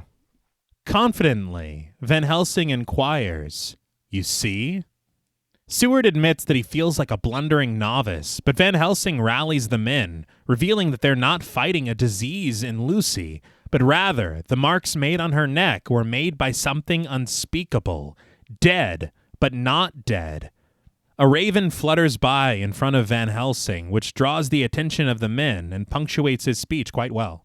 But Van Helsing continues that this creature stalks them for some dread purpose that he does not yet comprehend, and to live, it feeds on Lucy's precious blood. He curses it as a beast, a monster. And we abruptly cut to Count Dracula at Carfax Abbey, resting neck deep in the dirt of his homeland, his eyes white as an unearthly gas escapes his blood-soaked lips. That's the shot that I was talking about earlier. Uh-huh. That is genuinely frightening, and then we just move on. Yeah. I was like, what the fuck was happening? Yeah, I'm going to be honest. I wasn't frightened. I was confused. I get thought he was confused. in pain or something was wrong with them or he was changing from something back to being normal. I'm going to be honest. I had no idea what was happening. I thought it looked pretty fucking creepy. I was confused. I Yeah. just don't. I think it was just to illustrate. They're like, he's a monster. Like, yes, he. Yeah. Yeah, okay, then yes, I got Precisely. Got it. But sometime later, at Hillingham, Mina clears a meal tray from the side of a sleeping Lucy, placing it on her bedside table. As she reaches a hand to Lucy's forehead, Mina speaks in voiceover, wondering what is happening to Lucy and to her. She laments that when she was younger, her feelings were never troubled, and she wishes that she could be herself again, the sensible Mina that she always depended on. We get a tight shot of Mina's eye, her long eyelashes fanning as her lid opens, but in the dark pupil of her umber-colored iris, we match cut to an overhead shot of a glass being filled with absinthe. We hear the voice of Dracula describe the spirit as the aphrodisiac of the self, and another glass is poured, this time over the sugar cubes balancing on an absinthe spoon. And Dracula warns that the green fairy who lives in the absinthe wants your soul. It is a little funny that Dracula likes to get drunk. It's like, you drink this regularly, don't you? I feel like of all the spirits to imbibe, I feel like absinthe is the coolest for Dracula. Yeah. It makes the most sense. It does fit. Yeah. A red-sleeved hand reaches for the absinthe-soaked sugar, and we see that it belongs to Mina, who sucks the spirit from the cube, as Dracula assures her that she is safe with him. Seated across from each other under a bright chandelier in a parlor, Dracula smiles as Mina sips the absinthe from her glass. She inquires about his homeland, and we see swirling molecules interlaid over them, Dracula attesting that his home is the most beautiful land in all of creation. Mina concurs that it must be, a land beyond a great vast forest surrounded by majestic mountains, lush vineyards, and flowers of such frailty and beauty as to be found nowhere else. A gorgeous castle appears opaque around Mina, snowfall and a mountain range surrounding her as she imagines it vividly. Which feels like foreshadowing. Yeah. Yeah. A dragon-shaped ring on his finger, Dracula waves his hand slowly in front of Mina, before swiftly appearing right next to her, noting with disbelief that she's described his home as if she's seen it firsthand. As his signature strings rise in the score, Mina supposes that perhaps it's his voice, which seems so familiar to her, like a voice in a dream she can't quite place, but it comforts her when she's alone. No. That was very specific. Yeah. It was, and also, doesn't it seem weird that you're hearing his voice when you're alone? Yeah. Can we talk about that part? This whole scene, I know that we're still going, but it was very odd to me. Here when he's talking, when he's like, you are describing my home like you've been there before, da-da-da. Prior to that, I was almost like, is this a flashback of them 400 years ago? Oh, okay. Because her hair is down. She's in red. It's a plunging neckline. She looks complete. We never see Mina like this ever. Mm-hmm. It's as if she borrowed a dress from Lucy. Yeah. Yeah. So I was a little confused at first, and then I realized that this is present day, and I don't know, man. I don't like it's I get that it's probably the takeaway is probably supposed to be like she's a completely different person around him, or she's the person that she once was all that time ago around him. But it's a lot. Like, it's a lot. No, I kind of feel the same way. I think it just, for me, that her seeing it and then the line, it sounds like you've been there before. Are you putting those in her head? Or that's kind of why I'm like, if you're in a trance, are you really a descendant of his wife, or are you, what's happening here? And he's waving his hand around too, Yeah, which that's is like a lot. It's a little concerning. Yeah. I feel like it would work better as far as the romance is concerned if we didn't have as much hypnosis. Yeah. Like, maybe. If it's just suddenly starting to arrive in her mind where she's like, you are familiar. Yeah. Who are you? And then it's more organic through her own, I guess, almost supernatural memory. Yeah. But instead, he's like, drink this absinthe and let me wave my hand over your face and stuff. So I don't know. But when she says that it comforts her to hear his voice when she's alone, Dracula actually finishes this sentence with her, and she turns her face to him in surprise. They share a moment before Mina rises from her seat, stepping away from Dracula and asking him, "What of the princess?" Dracula stares off somberly, lost in the memory of Elisabeta's body, pulled from the lake and resting on the castle floor with blood pouring from her lips. He sighs sharply, imagining his wife receiving the letter that rode an arrow into the castle walls and sealed her fate. Mina declares that there is always a princess with gowns flowing white, but horror finds Elisabeta as she appears between Mina and Dracula remembers his ride back to the castle after the battle's end, imagining his wife's solemn descent from the window to the water below. Mina is overcome, muttering, "Her face is a river." As he faces away from Mina, tears stream from Dracula's eyes, and Mina adds somberly that the princess is a river filled with tears of sadness and heartbreak. The phantom of his lost love over his shoulder, Dracula rises from his seat, slowly approaching Mina as he reveals that there was a princess, Elisabeta, admiring her as the most radiant woman in all of the empires of the world. Reaching Mina, he whispers into her ear that man's deceit took Elisabeta from her ancient prince, and that she leapt to her death into the river that Mina spoke of. He shares that in his mother's tongue it's called Argis, or River Princess. Tears spill from Mina's eyes as Dracula caresses her cheek, wiping them away, and the music swells romantically. Dracula shows that in his palm, rather than Mina's tears, are 4 small diamonds. She laughs as Dracula kisses her forehead. So again, minus the other stuff that shouldn't be there, this is beautiful. Yes! It is a gorgeous moment shared between these two characters. He crossed oceans of time to find her. Mm-hmm. All of this stuff. But I think, again, that's what makes it confusing is before we get the trance and the hands waving around, and then we get this. Him being sad, remembering her talking, telling him, about his wife or the princess, and then the whole tears and all. It's like, dude, that was really cool. Mm-hmm.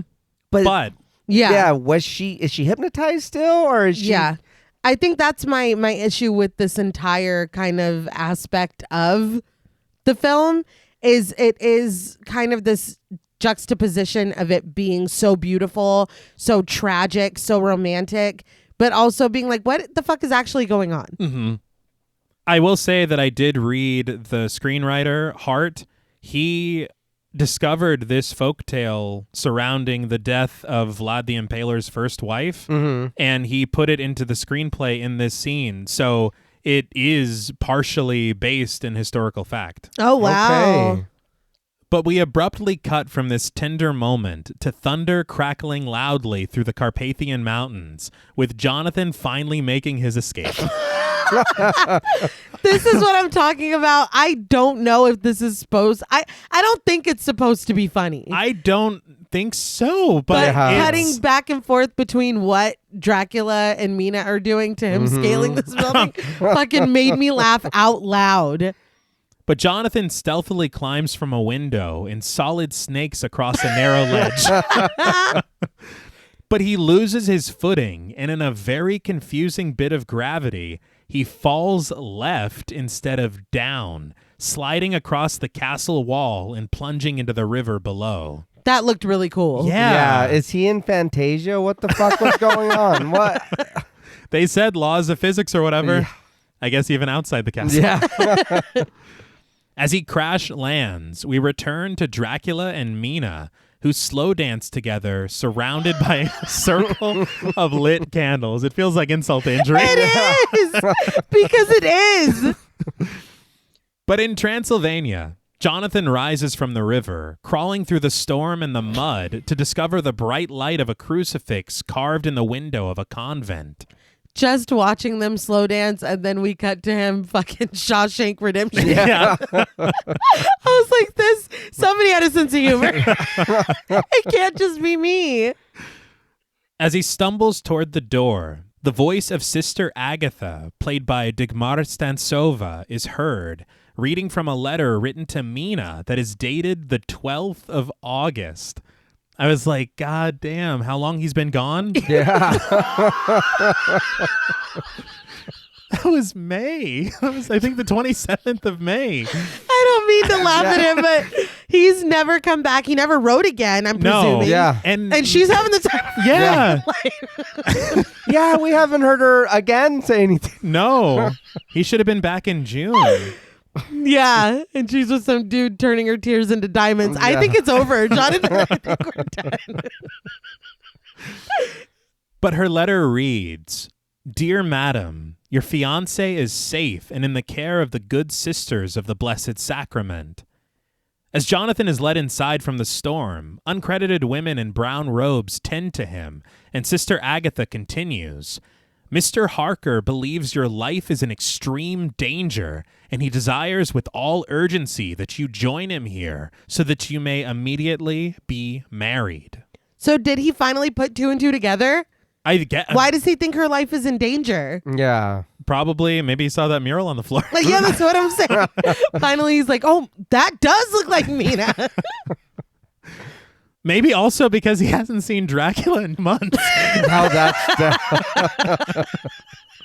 Or that. But Mina rushes through the garden on a bright day at Hillingham after reading Sister Agatha's letter, but she stops at the rose-covered archway, whispering, My sweet prince, Jonathan must never know of us. When she said my sweet prince, I thought she was talking about Jonathan. Yeah, but she's like, no. Yeah. It's Vlad. And also, this is to herself. Yeah. But she catches her breath, ascending the staircase to Lucy's bedroom. But she's headed off at the pass by Seward and Van Helsing, who introduces himself to her.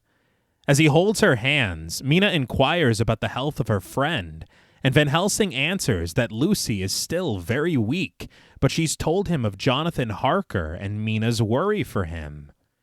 As he reaches a hand around the small of her back, Van Helsing admits that he, too, worries for all young lovers.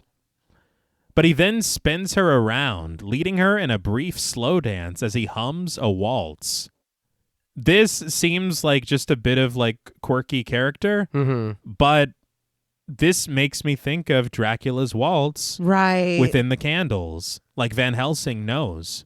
Okay. But as the dance comes to an abrupt stop, Van Helsing attests that there are darknesses in life and there are lights. He tells Mina that she is a light, the light of all lights. He then breathes her in, which is very Hannibal Lecter of him. Yeah. But he then unhands her and implores her to go see Lucy in her bedroom. On a featurette, I learned that the breathing in of Mina's essence, it was Anthony Hopkins' idea. Okay. And the reason for it is because he said that Van Helsing smelled Dracula on her. I had questioned when I was watching it, I was like, did he? I thought that. I said, so is it him trying to smell where she's been? Or is he being a creep? Or I was like, I don't know what's going on. The movie's still going, you know. We're reserving judgment. Right. See how it plays out. Yeah. But I guess that does imply something. I still don't think that he should have played the priest. No. Yeah. But Mina backs away from Van Helsing, and guided by Seward, she enters Lucy's bedroom. She sets up a phonograph, classical music emanating through its brass horn, as she joins a very pale and weak Lucy at her bedside.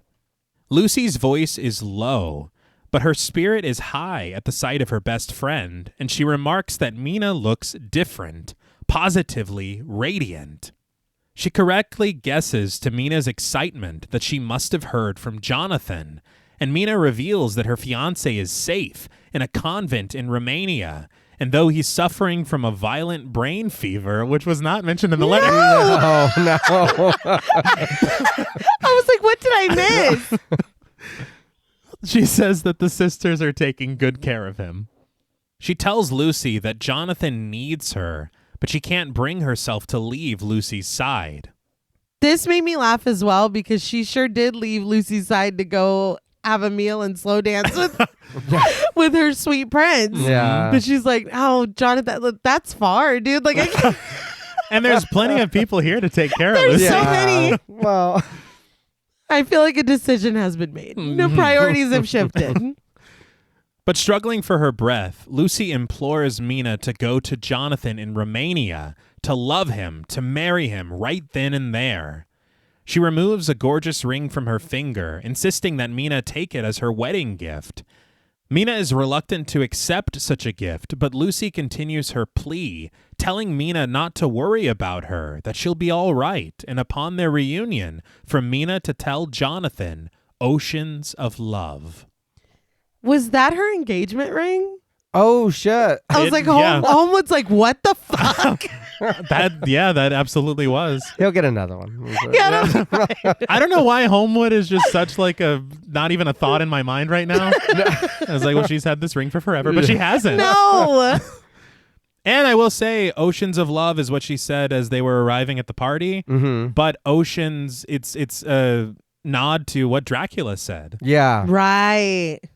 Tears in her eyes, Mina leans forward to give Lucy a gentle kiss on her forehead.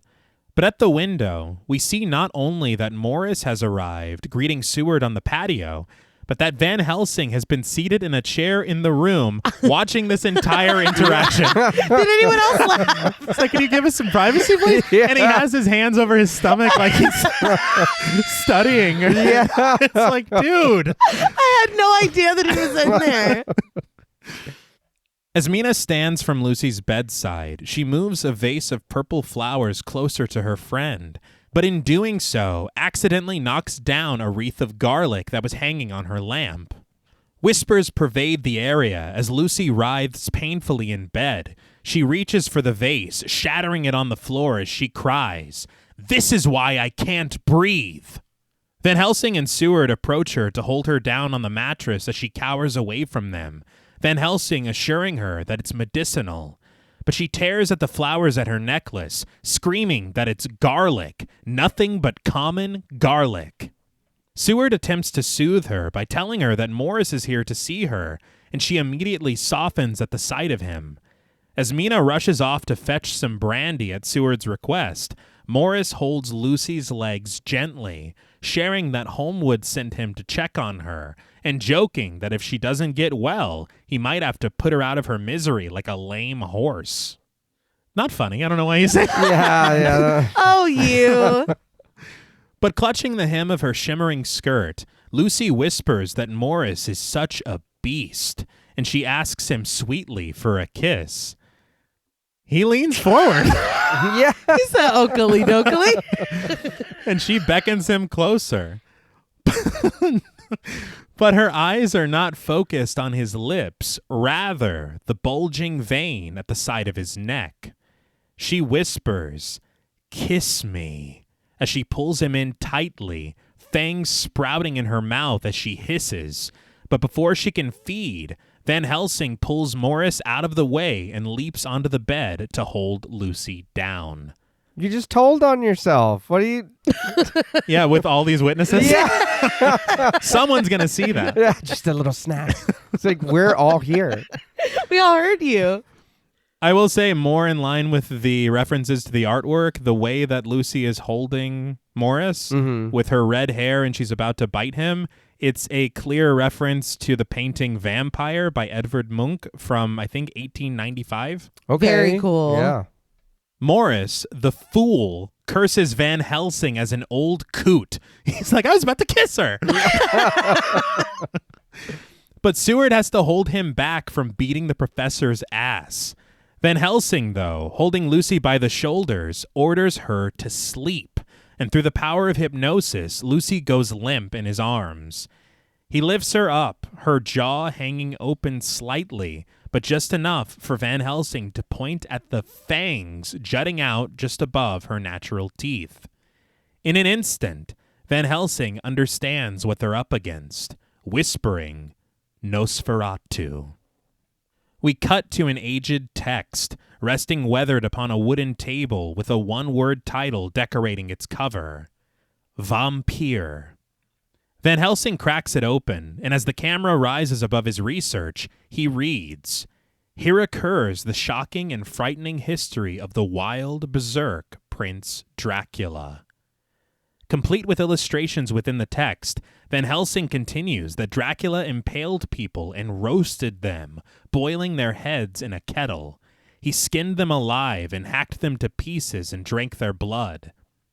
As he peruses a depiction of the Count, casually sitting in a chair, dining on the head of an enemy while surrounded by corpses resting on pikes, Van Helsing affirms, Ja, Dracul, her blood is the life. And we fade from the pages to Count Dracula seated in a parlor. It's the same parlor where they were drinking absinthe. Mm-hmm. I guess that this is a part of Carfax Abbey or something. I don't know if this is a restaurant. I don't know what's going on because the person that comes in, it seems like a butler working for Dracula. Yeah. I don't know where this is. that? But he's been here twice now. Yeah. And he's always dressed very well when he goes here. He is, yeah. So I don't know if Mina stood him up or if it's at his home. Yeah. I don't know. I will say I want to give it up for that little mini research scene. That we just did. Yeah. Very good. I wonder if this is the book he was reading from that gave the beginning of the film. Okay. Could be, yeah. But Dracula sits in a pristine white suit lit by the flame of a candle, and he's promptly brought a letter on a silver platter by a man in a tuxedo.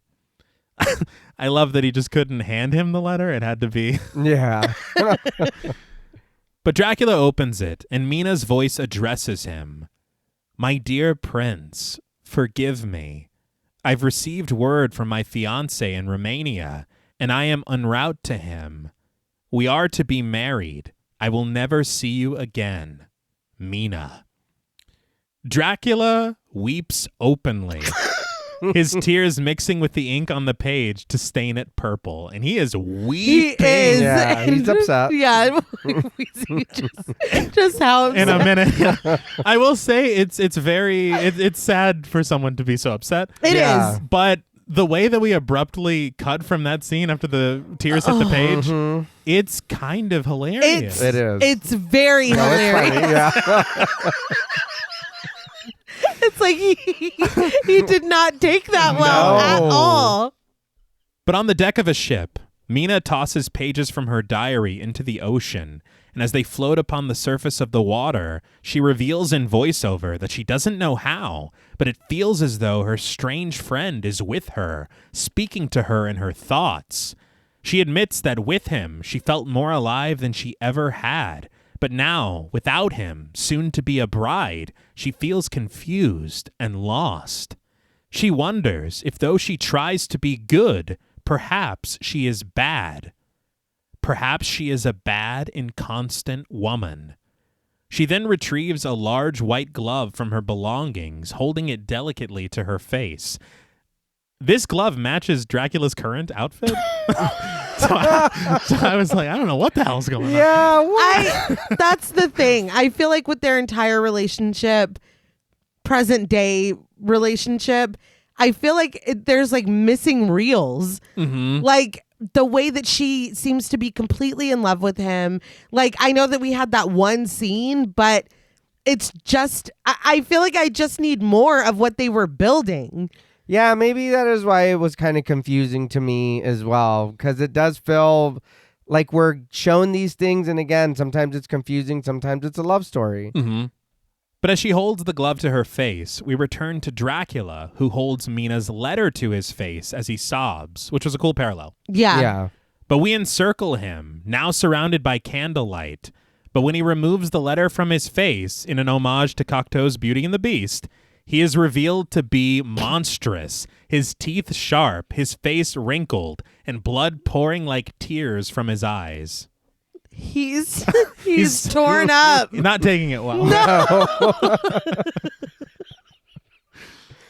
But he snarls furious within a maze of candles as he seethes. Wins! Wins! Wins! The candles around him blow out, and we immediately cut to Van Helsing, who himself is surrounded by about 100 candles at his desk, continuing his research. A foul wind whips through the room, blowing out the candles as well, and sending pages fluttering through the air. But Van Helsing rises from his chair, glancing down at a drawing of Dracula, attesting that this is the cause of his soul. It is Dracula, the undead, the foe he has pursued all his life. He cackles, crying out, "Dracula!" It's a little ham-fisted. He's so excited, though. Yeah. I love that part. I don't love the fact that it's like, oh, your whole life. My whole life. Like you've never spoken. I would think, honestly, if I come here and Lucy's showing these signs, the first thing I would say to these dudes is like, I think it's Dracula. For sure. Yeah. Yeah. But it takes... If it's your life's work. Yeah. And then to read this book, and he's like, I know you, you bitch. And he already saw that picture. Yeah. He did, yeah. But Van Helsing arrives at Hillingham, still cackling at the front entrance of the manor. As he rallies Seward to join him inside of the stagecoach, he implores Morris, who stands there with a repeating rifle, to guard Lucy with his life. This is when I'm like, the fact that this is the assembled posse. Yeah. When we all had that one common goal. Homewood is engaged to her, but we're like, no, we're gonna stick around. We're gonna get some out of this. I feel like Morris is a real one. Yeah. Because he really puts himself in the line of danger a lot. Yeah. If I'm not mistaken, I think that's how it goes. They remain friends in the novel and everything. That's so funny to me. But Van Helsing insists they're dealing with forces beyond all human experience and enormous power. He warns that if he doesn't guard her well, his precious Lucy will become, and I'm sorry, folks, a bitch of the devil, a whore of darkness. He hoots and hollers as he seizes Morris by the waist, seemingly humping his leg, I think. Yeah. I don't know what's happening, but Morris is like, get off me! He admonishes Van Helsing as a sick old buzzard. But sobering seriousness returns to him for a moment as Van Helsing beseeches Morris to hear him out, explaining that Lucy is not a random victim attacked by mere accident. She's a willing recruit, a breathless follower, a devoted disciple. She is the devil's concubine. Seizing Morris's coat, Van Helsing demands to know if he understands, and he says that they may still save her precious soul. But, he says, not on an empty stomach. He cackles to Seward, I starve! Feed me! He's lost his mind. He's lost his fucking mind. He's having a lot of fun. It's that. If you do what you love, you never work a day in your life. But the carriage pulls away with Seward and Van Helsing inside. But in Lucy's bedroom, Holmwood sits drinking at her bedside, pointing a revolver to the patio window. But we move through the perspective of Dracula through the dark, red roses wilting in his wake as he draws near. He rises disjointedly through the fog, feasting ferociously on some uncredited bastard who just patrols the grounds. I never saw this dude before. It's not Hobson. Yeah. But he splatters his blood all over him and crawls over his corpse as he continues forward. In Lucy's bedroom, Holmwood nods off, his glass of whiskey clattering to the floor and spilling across the rug. It's only the most important night of your life. Literally. Yeah. I was like, you gotta love the gun in one hand and the liquor in the other, just slumped in. It's just like, Jesus Christ. This is your man. Yeah. But strings hum tensely in the score as Morris guards the staircase with his rifle slung over his shoulder. But when wolves howl incessantly through the fog, Morris cocks his rifle and points it out toward the garden. But the cries of the animals awaken Lucy in her bed. Meanwhile, in a gorgeous Romanian church, A bearded man swings a thurible, its incense rising in the air as he leads a procession of religious figures down an aisle toward the altar, where Jonathan stands in a black suit in front of a deacon played by Octavian Cadia. Jonathan turns to find Mina, smiling brightly beneath her thin veil as she accompanies the men down the aisle towards her husband-to-be. But in London, Dracula spies Morris from the garden, slinking around the foggy staircase leading up to Lucy's bedroom, and when he ascends the steps, Morris fires at him, but the beast evades the bullet, barreling over him and reaching the window of Lucy's room. I don't know why I thought this killed him. Yeah. So when we see him later, I was like, oh, okay. It's kind of odd that he doesn't. Yeah. He's like, get the fuck out of my way. I'm not here for you. He just juked him. Yeah. Yeah, too fast. Does a spin move. Yeah. But with psychic force, Holmwood is hurled across the room from his chair as Lucy writhes out of her gown in her bed, filled to the brim with pleasure. But in Romania, Mina joins Jonathan at the altar, the pair standing together as the religious figures chant a prayer, and the deacon places a wreath atop Jonathan's head, his hair now streaked gray throughout. He's been through some shit. Yeah.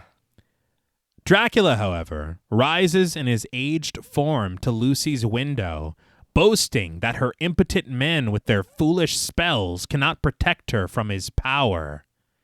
As a wreath is crossed in front of a smiling Mina in Romania and it's placed on her head, Dracula stands in the London shadows, snarling to Lucy, "I condemn you to a living death, to eternal hunger for living blood."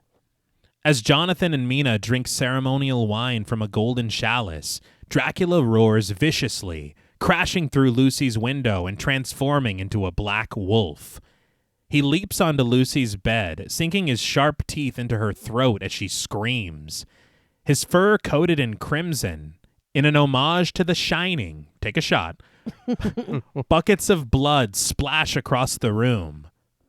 But in Romania, Jonathan and Mina are pronounced married and share a tender kiss at the altar as the music reaches a frenzied crescendo. Coppola said on commentary, I guess the people that they got to make this mock ceremony for the production were actually doing all the proper rites of marriage in this church. And he said basically, officially, Keanu Reeves and Winona Ryder were married. I remember hearing about that, but I didn't know it was because of this movie. Yeah. That's hilarious. That's crazy. But the following day, mourners gather around Lucy, who rests inside of a glass coffin, dressed in her gorgeous white wedding gown, which has now been repurposed as her funerary attire. That, I don't know if that is like tragically beautiful or like cruel. It's very sad. It's That's all I have. very sad. Yeah. Coppola said as well, this glass coffin is an homage to Snow White. Okay. Oh. But the camera pulls back, revealing a distraught Holmwood among the mourners, as well as Morris and Seward, who stands at the foot of Lucy's coffin. From the foyer, Van Helsing whispers for Seward, and he turns his tear-soaked face to his mentor, who places a soothing hand at his back. The minute he was like stage whispering at him to come over there, I was like, that, whatever you're about to say now is not the fucking time. I know that now is not the time. Van Helsing is aware of how deeply Seward loved Lucy, and he says that this is why he must trust and believe him. But when Seward expresses his doubts, Van Helsing requests to be brought a set of post-mortem knives by nightfall. With grave concern, Seward asks, "An autopsy? For Lucy?" Van Helsing attempts to ease Seward's worries, insisting that that's not exactly it. He just wants to remove her head and take her heart out. Van Helsing, please read the room. Seward breaks away from his mentor, returning to the side of his lost love. And I have to get the tools for you? Yeah. That's crazy. Well, you're helping. I get it. No. But at a station in London, Mina leads Jonathan through the crowded platform into a carriage outside on the streets. We hear her reading an entry from her diary in voiceover. 17th September. Poor Jonathan is still so ill, but is cheered by the familiar streets of London. There is no place like London. That's what I hear. As Jonathan walks by her side with the aid of a cane, and the married couple climbs into the stagecoach, Mina admits that for her, after Lucy's passing, it's a sad homecoming, as if part of her is dead too, except for the tiny hope that lives inside of her that she may once again see her prince. She claims that now that she's married, she begins to understand the nature of her feelings for her strange friend, who is always in her thoughts. That's wild. Yeah. Yes! You are helping your husband Yeah. as you speak. She's like, oh, him, whatever. As the stagecoach readies for its departure, the camera descends from on high at the other side of the street to find Dracula, darkly clad and eyeing Jonathan through the stagecoach window. Well, at least he's being subtle. Yeah. He was standing there like the Babadook, and I was fucking laughing. Jonathan trembles with recognition, and in a not-so-great line reading, he shudders. It is the man himself! Look! He's grown young! The carriage pulls away. Even they knew. They're Like, sure, That's sure, enough. sure. The driver's like, I can't Yeah. do this, guys. But that night, by the lights of lanterns, Van Helsing, Seward, Morris, and Holmwood creep down the stone steps of the Hillingham crypt. As Van Helsing unpacks his post-mortem knives, Holmwood wonders why they must desecrate Lucy's grave, remarking that she died horribly enough. But Van Helsing insists that if Lucy is indeed dead, then no harm can be done to her. But he says that if she's not dead, then well. Yeah. Yeah. Holmwood responds in confusion, asking if Van Helsing is insisting that Lucy has been buried alive. But Van Helsing corrects him that no, all he's saying is that Lucy is undead. Holmwood decries their actions as insane as the other three men pound their hammers to dislodge the large marble lid of Lucy's casket. I don't think I would have brought Holmwood. No. I feel like Yeah. either way, this is is awful and devastating. Like the other two dudes are down, I guess. Maybe Holmwood should have stayed at home. Would. Very good. But with great effort, the men slide the lid over, revealing Lucy's glass coffin inside. But when Holmwood peers down into it, we see that Lucy is nowhere to be found. The men appear puzzled in the light of their lanterns, all except for Van Helsing, who seems to have expected as such. Holmwood demands to know where Lucy is, going so far as to draw a gun on Van Helsing and point it directly at his face as he shouts at him. Why you say fuck me though? Yeah. I've been with you. Not only that, we just hit the locks off of this thing to open it. Yeah. Shouldn't that be enough? Yeah. Van Helsing calmly states that Lucy now lives beyond the grace of God and is a wanderer in the outer darkness. She is Vampire Nosferatu. So in that Treehouse of Horror was Lisa Van Helsing? Yeah, that's the parallel. But he explains that these beings do not die like the bee after the first sting, but instead grow strong and become immortal once infected by another Nosferatu. He waves Holmwood's gun away as he addresses the men, revealing that they fight not one beast, but legions that go on, age after age after age, feeding on the blood of the living. But the men are soon interrupted by the cries of a child, which ring out from the top of the staircase leading into the mausoleum. A shadow darkens the steps, and the men rush to hide at Van Helsing's insistence, but Holmwood stays behind for a moment, watching as the undead Lucy descends the stairs, her long white wedding gown shimmering in the moonlight as an uncredited child clings to her tearfully. Homewood joins the men as they watch Lucy reach the bottom level with them, 2 candelabras at either side of her igniting as she crosses the threshold. I really like that. Yes. Yeah. This whole sequence is beautiful. Yeah. Eerie sounds abound in the score as Lucy reaches her casket with the child in her arms. But Van Helsing and the men make their presence known, calling out to her and stepping out from their hiding place. Lucy drops the child as she turns to face the men, her face as pale as her gown, her fangs sharp, and her lips stained red with blood. Seward scoops up the child from the ground and returns her to the safety of the men on the opposite side of the mausoleum. But beneath the lace of her gorgeous headdress, Lucy makes sensual eyes at her betrothed, beckoning him to join her, to leave the others and come to her. Homewood meets her gaze, almost as if in a trance, slowly sinking to his knees as Lucy whispers, "My arms are hungry for you, my darling. Kiss me and caress me." She begs him, her voice joined softly by many others, but Lucy shrieks as Van Helsing reveals a crucifix, holding it to her face as he shouts that they are strong in the Lord with the power of his might. Lucy hisses, cowering away from the cross and over toward her coffin. As Van Helsing repeats his prayer, Lucy climbs into the coffin backwards in a very unsettling manner to rest calmly inside with her eyes closed. I loved that. Yeah. It is brilliant. Mm-hmm. I do want to finally talk about this dress. Okay. So this idea is, of course, the creation of Ishioka. Mm-hmm. And what she did is absolutely gorgeous. The intent of the style of the dress was, of course, to mimic the time. But the idea behind this collar was to put you in the mind of the frilled neck lizard. Oh, okay. And it was also a bit of a callback to Dracula's Order of the Dragon. Mm-hmm. And so her turning into a vampire was supposed to echo Dracula's history.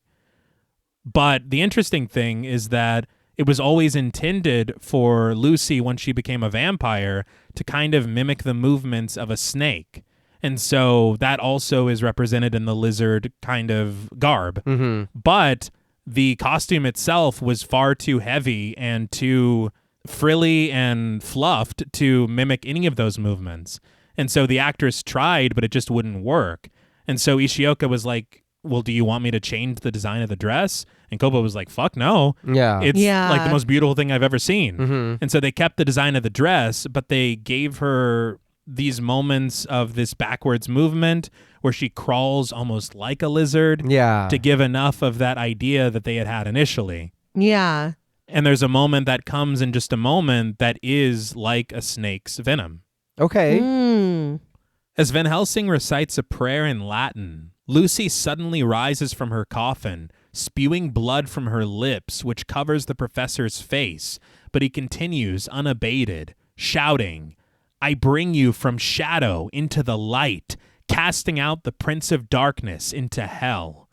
With Lucy now resting quietly in her coffin, Van Helsing hands an iron stake to Homewood, directing him to place it over Lucy's heart, promising that it will only take a moment of courage. Why make him do it? That was my question. Yeah, I wondered that too. I get that that's her old man or whatever, but it's also, does it have to be, or can one of you guys do it? Because this is really hard. Yeah. I know my wife's a vampire now, and she's not my wife anymore, but it still kind of looks like my wife, so I really Yeah. don't want to do this. Van Helsing instructs Homewood to strike it in God's name, and Homewood follows his direction, bringing the hammer down with a howl, as Seward is unable to watch and Morris looks on tearful. With a sharp blade, Van Helsing severs Lucy's head, blood spraying from her neck and staining her once pristine collar. But just as she is vanquished, we're taken to Carfax Abbey, where Dracula awakens in the dirt, snarling furiously into the night, and we watch as Lucy's head tumbles detached through darkness. God damn. Yeah. But that's exactly what he said he was going to do. Yeah. But it's one thing to talk about. True. But from this gory display, we seemingly match cut to a restaurant with a very rare-looking prime rib placed onto a table. We see that it's parked in front of Van Helsing, who sits across from Mina and an even more gray-haired Jonathan. Van Helsing saws at the meat with his knife, imploring the married couple to eat as they'll need their strength for the dark days ahead. So if you're wanting us to eat, we should probably have some like chill conversation while we eat, right? Yeah. One would think. Yeah. So that it's easy. He politely serves them first, placing the sliced meat onto their plates, as Mina asks the professor exactly how Lucy died. In his memory, we see the men gathered over Lucy's corpse, her decapitated head resting atop her body. Mina then asks if her friend was in great pain. I, of course, thought Van Helsing would spare her feelings. Yeah. Yeah. But Van Helsing coldly recounts, yes, she was in great pain. Then we cut off her head and drove a stake through her heart and burned it, and then she found peace. Thanks. Mina's demeanor shifts as she covers her mouth in shock, Jonathan scolding Van Helsing for his lack of tact. But the professor is hardly bothered, shifting his focus instead to Jonathan. If I were you, Jonathan, I'd be real quiet. It's like, oh, you want some of this too? Van Helsing inquires as his doctor, during his infidelity with the demonic women of Dracula's castle, did he for one instant taste their blood? So he told him? I guess. He was like, that was Because how would incompetence. he know? It seems like he told Mina too. Yeah. Because she's like, it's okay. Yeah. We know what you did. Yeah, she's like, I was getting impelled too while you were All gone. right. All right. Jonathan answers that he didn't, repeating himself when asked again. And after Van Helsing downs his mug of dark beer, he rejoices the fact that Jonathan has not infected his blood with the terrible disease that destroyed poor Lucy. When he asks if he's sure, it's like, Van Helsing. It's Like, "You I'm sure there were a lot of fluids flying around. It's like, it was a frenzy in there, I know. It's like, you're just trying to cut off my head, aren't you? Yeah, just come on, man. But Jonathan lowers his head, reliving the trauma he suffered at the hands and fangs of Dracula's brides.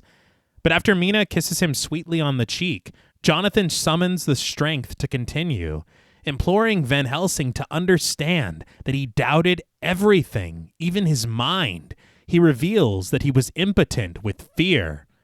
Van Helsing spears food on his fork, offering a nonchalant, I know. But Jonathan goes on. And after slicing a bit of food for himself, he announces, once again, very poorly, I know where the bastard sleeps. I brought him there, to Carfax Abbey. Poor thing. I have to say, I have been saying this for weeks. Like a song stuck in my head, I'll be brushing my teeth and I'll stop and be like, I know. Like, it's stuck in there bad. I don't know what to do, It guys. deserves to be. You're just gonna have to let it in. Like, I don't know what to tell you. I think even more what astounds me is like Coppola sees this It's that. through the monitor and he's like, print! That's it. Yeah, that's the one. But as the camera presses in on him, Van Helsing declares that vampires do exist. And this one they fight, this one they face, has the strength of 20 or more people. But he can also control the meaner things in life, the bat, the rodent, the wolf. He can appear as mist, as vapor, as fog, and vanish at will. All of these things Dracula can do, but he is not free. He must rest in the sacred earth of his homeland to gain his evil power. And Van Helsing says that it is here that they must find him and destroy him utterly.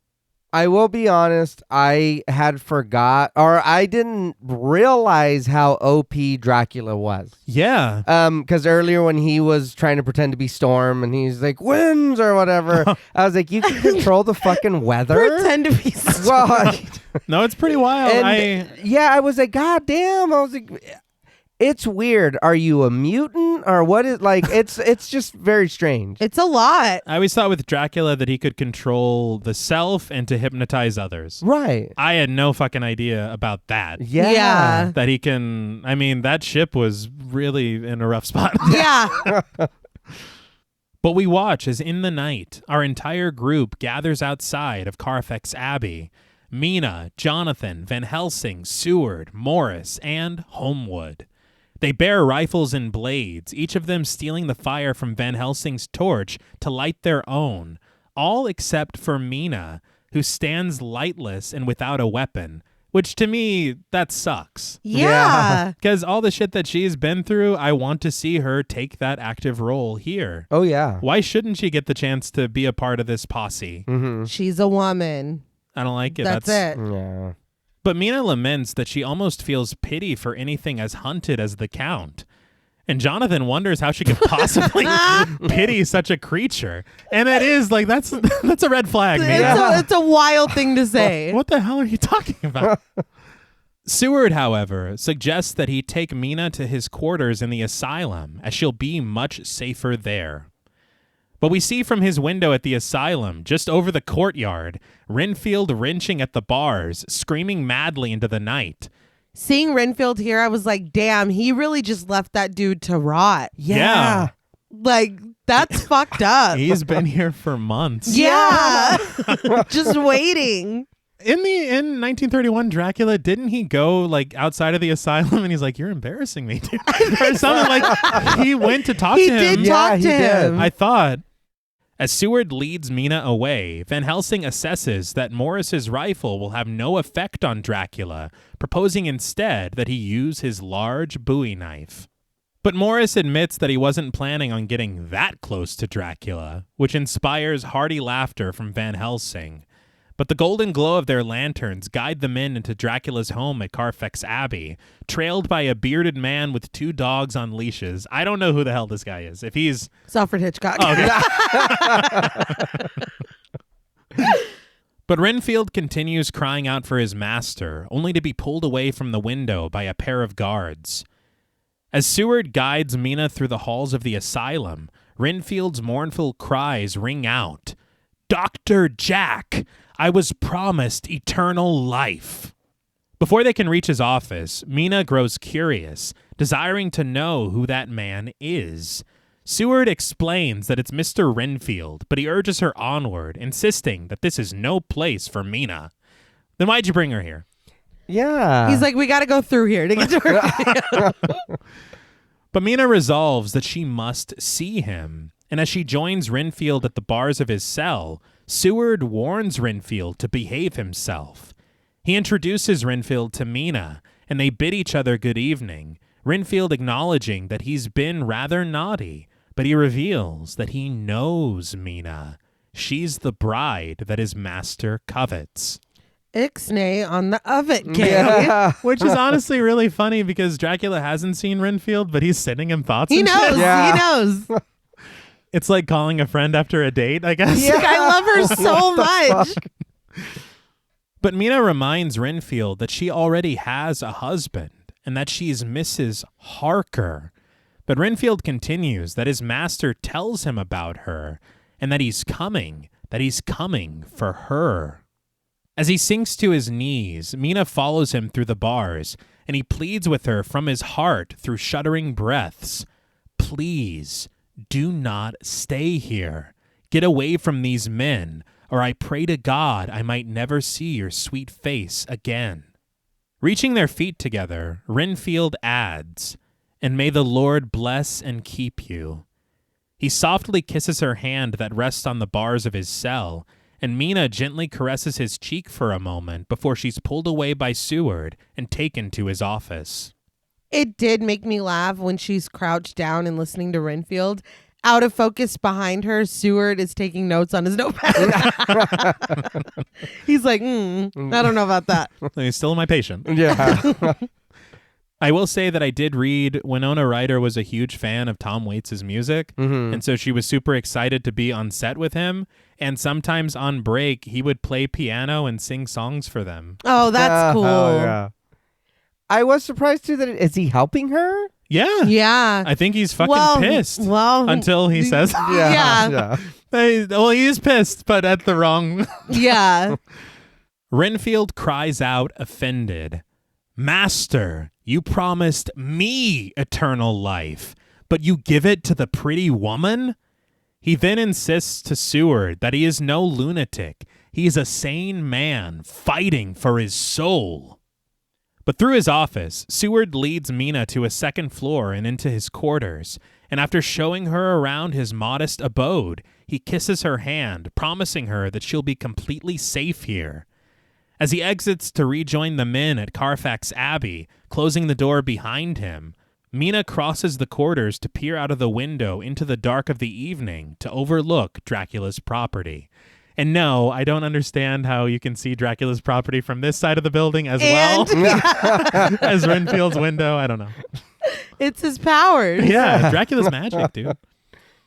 But the men reach Dracula's property, their torchlight leading them through the dilapidated structure of broken columns, dust, and debris, where they find Dracula's sealed crates of dirt under the glow of green light.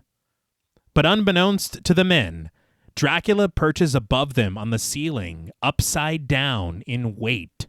He once again appears monstrous, but now his ears are pointed, winged arms are crossed in front of his chest, and his visage resembles that of a bat. So in that interview with Canham, he said that it was Gary Oldman's idea to have this bat version hanging from the ceiling. I guess that it wasn't supposed to look like this initially. So he said that they built a 2-foot miniature bat creature to show to Coppola to try to get him on board. He said that he would say this a lot when they would show him makeups. I have to have it. That's what he would tell them. So the only thing was that, and I'm not sure if it's here or when we see this look very shortly, that set was going to be torn down to make another one. So they only had 4 weeks to build this suit. Oh, wow. He said that they spent 1 week casting Gary Oldman and 3 weeks sculpting the suit. And it was basically the same spandex situation as the Wolfman suit. Okay. But this one was a little more difficult for Gary Oldman because his nose was smashed by the face piece and he couldn't breathe out of his nostrils. He had the teeth in that reshaped his mouth and like big and hard contacts in his eyes. So he really went through it, but they said that he loved the look and that the bat application and the wolf application each took about 2.5 hours to put on. Oh, wow. Damn. I would have thought it would have taken a lot longer. Yeah. That's what he said in that interview. I was impressed. It looks fucking phenomenal. Yeah. I think that this might be my favorite moment of makeup in the film is seeing him like this. I think it's the most successful creature of the ones that we see. Oh, yeah. I agree. It is gross and creepy. Like, it is really fucking cool. And you think Dracula, I don't think wolf, I think bat. Right. Yeah. And so this was a treat. Something that just struck me, I know I'm doubling back quite a bit, but I know that Jonathan's been through a lot, but the whole thing with, I know where the bastard sleeps, Carfax Abbey, I brought him there. Yeah. He did not bring him there. No, he didn't. Like, he has not even been around. He never saw him in Carfax Abbey. He doesn't know anything. That's actually fucking hilarious. Because I was like, yeah, he did sign that deal. Yeah, and Dracula bought 10 things. Yeah. So that's really funny. They put Keanu through that line reading, and then it's not even It's not even true. It's probably that brain fever. Yeah. Which we never discussed He's again. getting a little confused. But with their torches planted in the few remaining columns, Van Helsing gives the order for the men to destroy every box, sterilize the earth inside, and to leave Dracula no refuge. He announces, "Let the exorcism begin." The men begin their destruction of Dracula's crates, and seeing as they are preoccupied, the fiend flies free from his perch and across the courtyard, directly toward the asylum. Oh, God. Mina rises from her chambers within Seward's quarters, wearing a white nightgown. This surprised me. Nobody said go to sleep. No. Like, She's like, it'll all be over in the morning. hey, I get it, but that's wild. That's really funny. But she approaches the window, watching fearfully as a green fog descends down a path leading away from the abbey and right toward the asylum windows. As the green mist pours into Renfield's cell, Dracula's deep voice addresses his subordinate. Renfield, you have betrayed me. I have been singing your praises for months. Now is what you choose to focus on? Yeah. One now thing- you come and see me? Renfield clatters to the floor, cowering in the corner of his padded cell, insisting that he would never, swearing his loyalty to the Count. But as the green glow surrounds him, Renfield is thrown forcefully into the bars of his cell, again and again and again. Not a very refined attack. Not at all. I was actually disappointed in Dracula. I said, hey, it could have been a lot worse. It could have. This was pretty tame. Yeah. To beat his ass Yeah. environmentally. But back at the abbey, the men place lit candles and crucifixes into the ancestral dirt as Van Helsing consults the proper Latin text to conduct the exorcism. The men continue their destruction, smashing through the crates with heavy axes, and Van Helsing crosses the dirt before him with holy water. The evil within the soil sizzles, and a white snake slithers away from the mound. But Dracula's ghastly green fog finds Mina in her bed, pouring in through her opened window, across the floor, and under her blankets. And I guess Renfield's just dead. I guess that's it. Yeah, that's it. That's a picture wrap on Renfield. We never see him again or hear from him. Yeah, I thought he killed him. But we never see him die. We just see him get his ass beat. Yeah. Yeah. It was enough. You're like, he's bleeding eternally. Yeah. I did want to say the green mist, they shot first the room, Okay. and then they shot the mist against a black background. And they followed the camera motion identically and put it together as a composite. It looks cool. It looks great. I would never think that it's not actually interacting with that environment. Yeah. Me too. I was very surprised. But it's like we talked about on Coraline with all that fog. Uh-huh. The shit that they can do, it's amazing. Yeah. It was funny because Coppola, he's like, I thought Roman was going to get nominated for an Oscar for the effects work that he did, but then he started talking shit about the Academy after. He's like, because they would never do something. It's like, all right, man. Sorry. Damn. After you won I was 3 going to say, Oscars. didn't you win 3 out of 4? Yeah, but Okay. all right. But through her sleep, Mina whispers, "Oh yes, my love, you found me." Dracula proclaims Mina to be his most precious life, and Mina admits that she wanted this to happen, breathing that she wants to be with him, always. Dracula expresses disbelief, but Mina assures him that she's aware of what she's saying, and the Count suddenly materializes in her bed, appearing youthful once again as he rests on top of her. He kisses down Mina's body, her breasts to her stomach, as she reveals that she feared she would never see him again, assuming him to have been dead. But Dracula lifts her up to him, pressing her hand to his rhythmless heart and proclaiming that there is no life within his body. Mina pulls her hand back, gasping, puzzled at how he can be alive before her with no life inside of him. She demands to know what he is. Her breaths shuddering, Dracula turns away from her, unable to meet her gaze, as he laments sorrowfully, "I am nothing, lifeless, soulless, hated and feared." He confesses that he is dead to all the world, pleading with Mina to hear him. He continues that he is the monster that breathing men would kill. He is Dracula. The Count clutches the bed frame as Mina, realization dawning, begins to batter him. As Dracula seizes her, she sobs, "You murdered Lucy." As she struggles against him, she suddenly softens, regretfully admitting, "I love you," and pleading the Lord's forgiveness. What is happening? Yeah, he didn't eat the last piece of pizza. He killed your friend. He killed your best friend. Be a little more angry than that. That, and also the fact of, I guess Van Helsing did not spell it out for her at all. Yeah, I guess. Or is it just a matter of she's like, no, that's Vlad. That's a different. Yeah, that's a totally different person. As strings solemnly sing in the score, Van Helsing continues his prayer at Carfax Abbey as the men set fire to the remnants of the destroyed crates. The fire rages higher, but its heat is unmatched by the embrace that Mina shares with Dracula in her bed. She begs to become what he is, to see what he sees, to love what he loves. Dracula caresses her face, warning that to walk with him, she must die to her breathing life and be reborn to his. Her hands tender at his chest, Mina confesses, "You are my love and my life, always."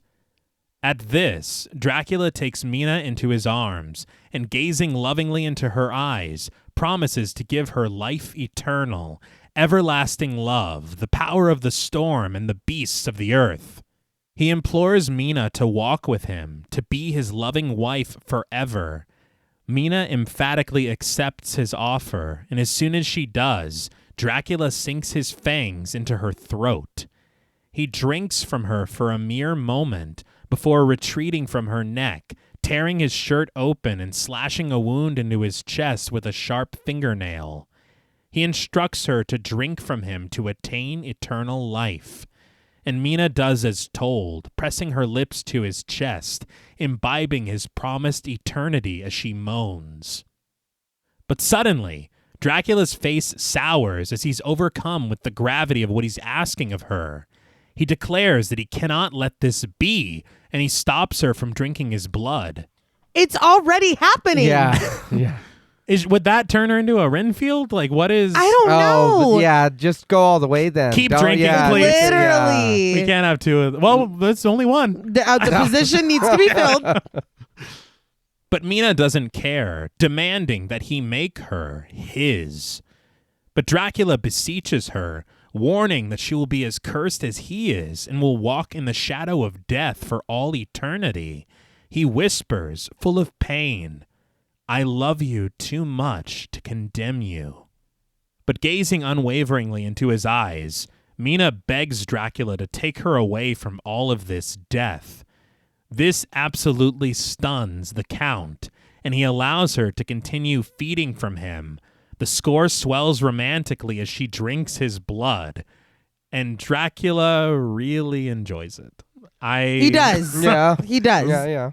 He embraces her after, I'm pretty sure he has an orgasm. Well, they were doing adult stuff. Where did we think this was going? Fair. But their afterglow is interrupted when Dracula senses the arrival of the men.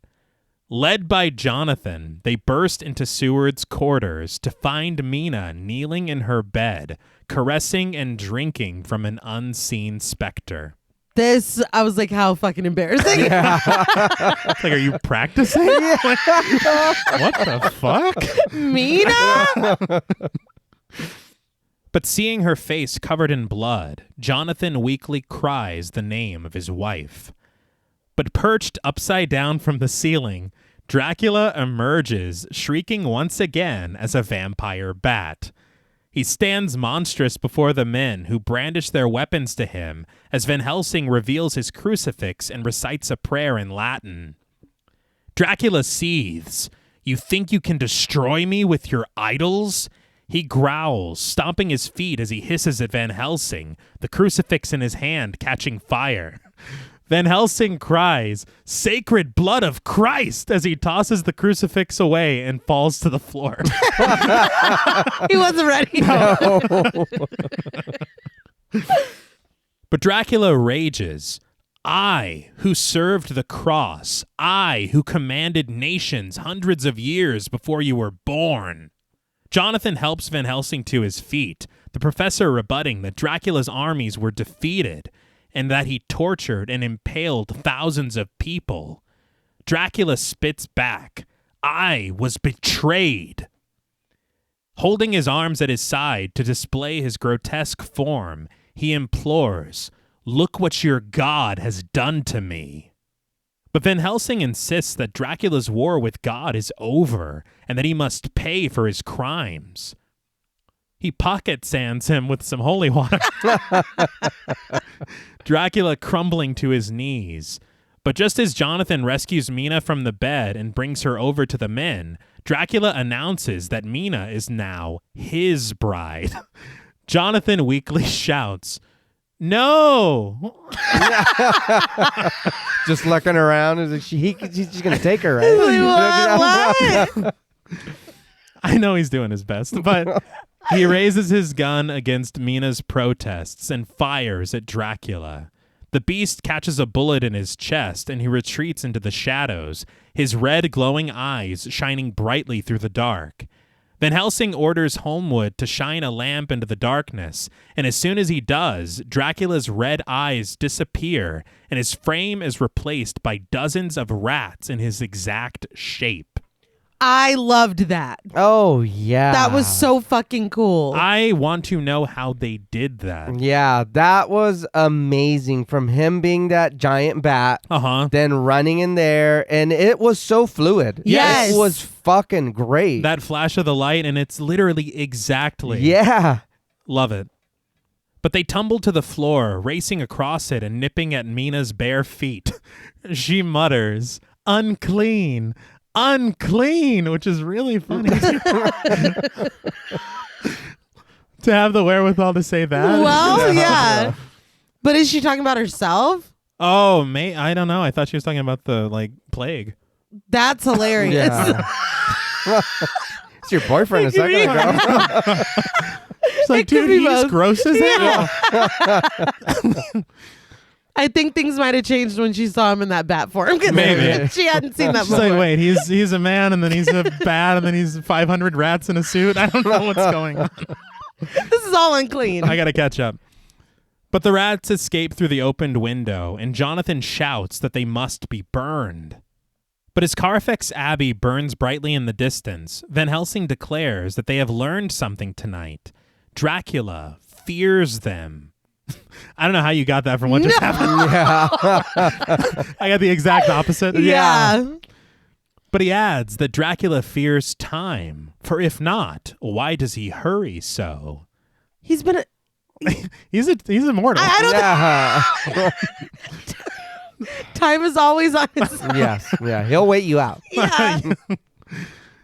Mina's voice laments that Dracula is gone, and we press in through a window of the abbey to discover that resting on the ground, lit by the raging fire, is Jonathan's framed photograph of Mina that he took with him to Transylvania. Dracula fucking stole that and took it with him. That's hilarious. Well, he needed something. He's like, yep, that's her. That's right. But we press in on it, match cutting beautifully to Mina recovering in a bed. We see Dracula cradling her before promptly disappearing, leaving only Mina and Van Helsing in the room, the professor remarking that the Count has a strong mind connection with her. He comments that Dracula's heart was strong enough to survive the grave, and Mina realizes that Van Helsing admires Dracula, and Van Helsing admits that he does, adding that in his life, the Count was a most remarkable man. His mind was great and powerful, but greater is the necessity to stamp him out and destroy him utterly. Yeah, I thought he was a monster. Yeah. Yeah, you said a lot of things that he did. Mm-hmm. And you're like, he was great. It's like, what? Where was that? Jebediah Springfield? Really? He was really great. You know what I'm wondering? I'm wondering if maybe he was great and then he did the whole, stabbing the crucifix thing. Yeah. And then that's when the stuff started. Well, I would love to be shown that. Yeah. But Mina is well aware that she's becoming like Dracula. But Van Helsing assures her that her salvation is his destruction. I think that's a great line. I would have loved for that to be switched. His destruction is your salvation, I think is a better. Yeah. Okay, yeah. Not to nitpick.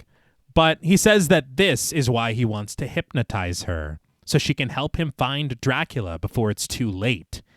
He implores her to look into the flame of a candle he holds in his hand, to feel her eyes growing heavy, and at his direction, Mina slips into sleep. She immediately hears the calls of Dracula, and as Van Helsing raises his hand over her face, he asks to know what she hears. Mina gasps, and she sees waves crashing in the ocean before her mind's eye takes her to the crowded cargo hold of a ship. Mina realizes that Dracula is traveling through icy seas to his beloved home, and there he will grow strong again. We find Dracula resting old and weary inside of a crate as Mina declares that she is coming to partake of his strength.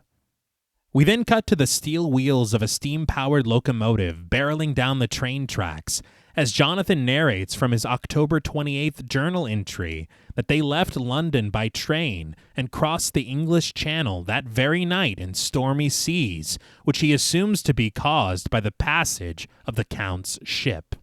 Jonathan notes that though Dracula controls the winds, they still have the advantage, as by train, they can reach the Romanian port in Varna in 3 days, while by ship, it will take Dracula at least a week. We talk about real estate being a part of it being kind of wild. Yeah. Travel times. Yeah. My thought here was I'm still stuck on the rats in the suit. Uh-huh. You have just shown me so much. Now is not the time to pause for a geography lesson. Yeah. And we do see the map, and I'll get to it. Yeah. Really watching it, I was like, I guess what luck. You know where he's going, so you know what to do. It is also funny that he's like, yeah, he can control the winds. It's still going to take him about a week. Yeah. It's like, where are you getting that from? I guess because he doesn't have any more dirt to get his power.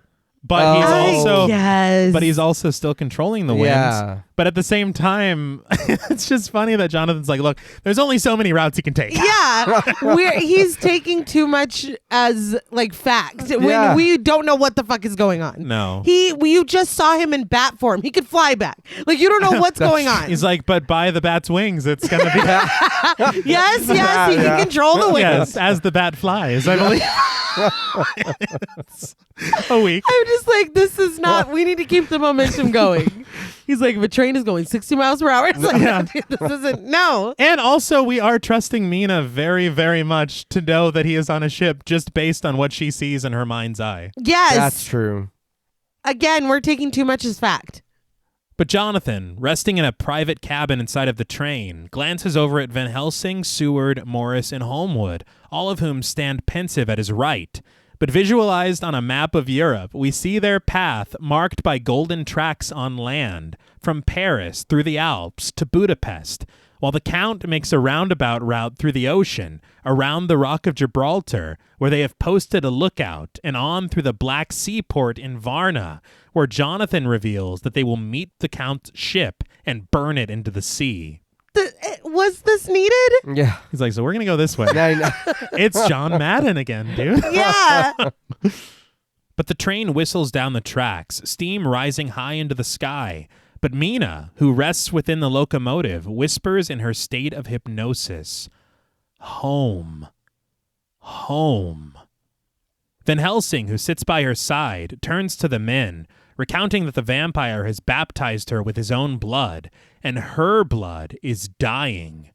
Seward suggests attempting a transfusion and has already gathered the necessary materials, but Van Helsing laments that there's no use.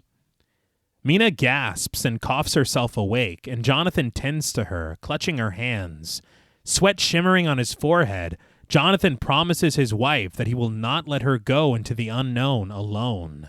Mina reaches for his face, regretfully asking, "Oh, my poor dear Jonathan, what have I done to you?" But Jonathan accepts the blame, admitting that he has done this to both of them. Mina rests woefully, and through heaving breaths, cries that she can hear Dracula calling to her. Jonathan pleads for her to stay with him, and Mina shivers from the cold of Dracula's clutches, reaching for the lapels of her husband's coat. As the piano pounds darkly in the score, we watch as the black ship carrying Dracula sails across the sea, but we are then taken to a train station in Varna, where the train has stopped. Van Helsing narrates that at noon, Holmwood received a wire from his clerk at Lloyd's that the Count's ship sailed past them in the night fog to the northern port of Galatz. What? Van Helsing laments that the Count is reading Mina's mind. I was like, is he piloting the ship? Yeah, no shit. He's like, no, guys, go this way. I feel like you're exactly right that they were taking too much for granted. I don't know why they thought that they would beat him. And at all.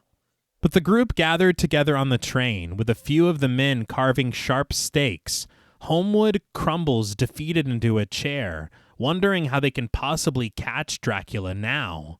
But consulting a map in front of him, Jonathan has a plan. From Varna to Galatz is about 200 miles, and he posits that with their horses they can cut Dracula off and reach him before he reaches the castle. He suggests dispatching Van Helsing straight to Borgo Pass so that if he and his men fail in their task, Van Helsing himself can finish Dracula. We get an exterior shot of the train in the morning light, a mountain range large on the left, as Jonathan explains that at this point, Van Helsing and Mina departed the train for a carriage, while he and the rest of the men stayed on the train toward Galatz, where they still hope to intercept the Count before he arrives on land. But Jonathan expresses his fear for Mina, as she has now become their decoy. But we watch as a black horse carries a small carriage through snowy terrain past Borgo Pass, eventually reaching the precarious mountain path that Jonathan rode many months ago, curving around the bend as Dracula's castle looms massive in the distance through a veil of snowfall. I will say it was very interesting again. Mina, whenever she thought of the castle, she saw snow. Yeah. Okay. But Mina, riding passenger to Van Helsing in the carriage, recognizes this place, which the professor calls the end of the world. Frazzled, Mina insists that they must go on, despite Van Helsing's suggestion that she rest for the evening, and we watch as the pair wrestle over the reins. But Jonathan and his men, now on horseback, ride through a chilly forest, Jonathan narrating that they have passed Bistritza, and regretfully relaying that Dracula has outsmarted them once again. Imagine. I do gotta wonder when this has got to be the third time. How much longer are we gonna do this before we rethink what we're doing? Guys, let's just keep underestimating him. Shame on me. Yeah. The map interlaid over the men's ride, Jonathan reveals that Dracula's men took charge of the vampire's box in Galatz and are now on the Borgo Pass road. I do want to say, I don't know how Jonathan knows this. Because he's not with Mina to have this inside knowledge. Yeah. Maybe she texted him. He's like, damn it. Everyone else is like, what? He's like, dude, he did it again. I don't know how he keeps doing this. But near the castle grounds in the Carpathian Mountains, Van Helsing has set up camp for he and Mina, a campfire and torchlights raging brightly around them through the dark. When Van Helsing attempts to bring Mina a plate of food, imploring her to eat, she knocks it out of his hands, shouting that she isn't hungry. She crawls feral across the ground, but the whispers of Dracula's brides suddenly surround the camp, overwhelming her. Mina screams in agony, tearing at her clothes, and Van Helsing seems to become entranced by their presence. In quick flashes within the flames, the brides appear, whispering to Mina in Romanian as she convulses on the snowy ground. But suddenly, Mina rises to her feet, facing away from Van Helsing, calmness returning to her as she intones, "You've been so good to me, Professor." Van Helsing appears blurry behind her, swaying in a very Mortal Kombat finish him kind of way. Yeah. Mm-hmm. Mina paws at her breasts through her clothes before turning to face Van Helsing and inching her way closer to him. She claims to know that Lucy harbored secret desires for him and reveals that she too knows what men desire. Is that true? Because Lucy was dying by the time she met him, so that's really funny that's what she shared. She's like, a fourth suitor has entered the chat.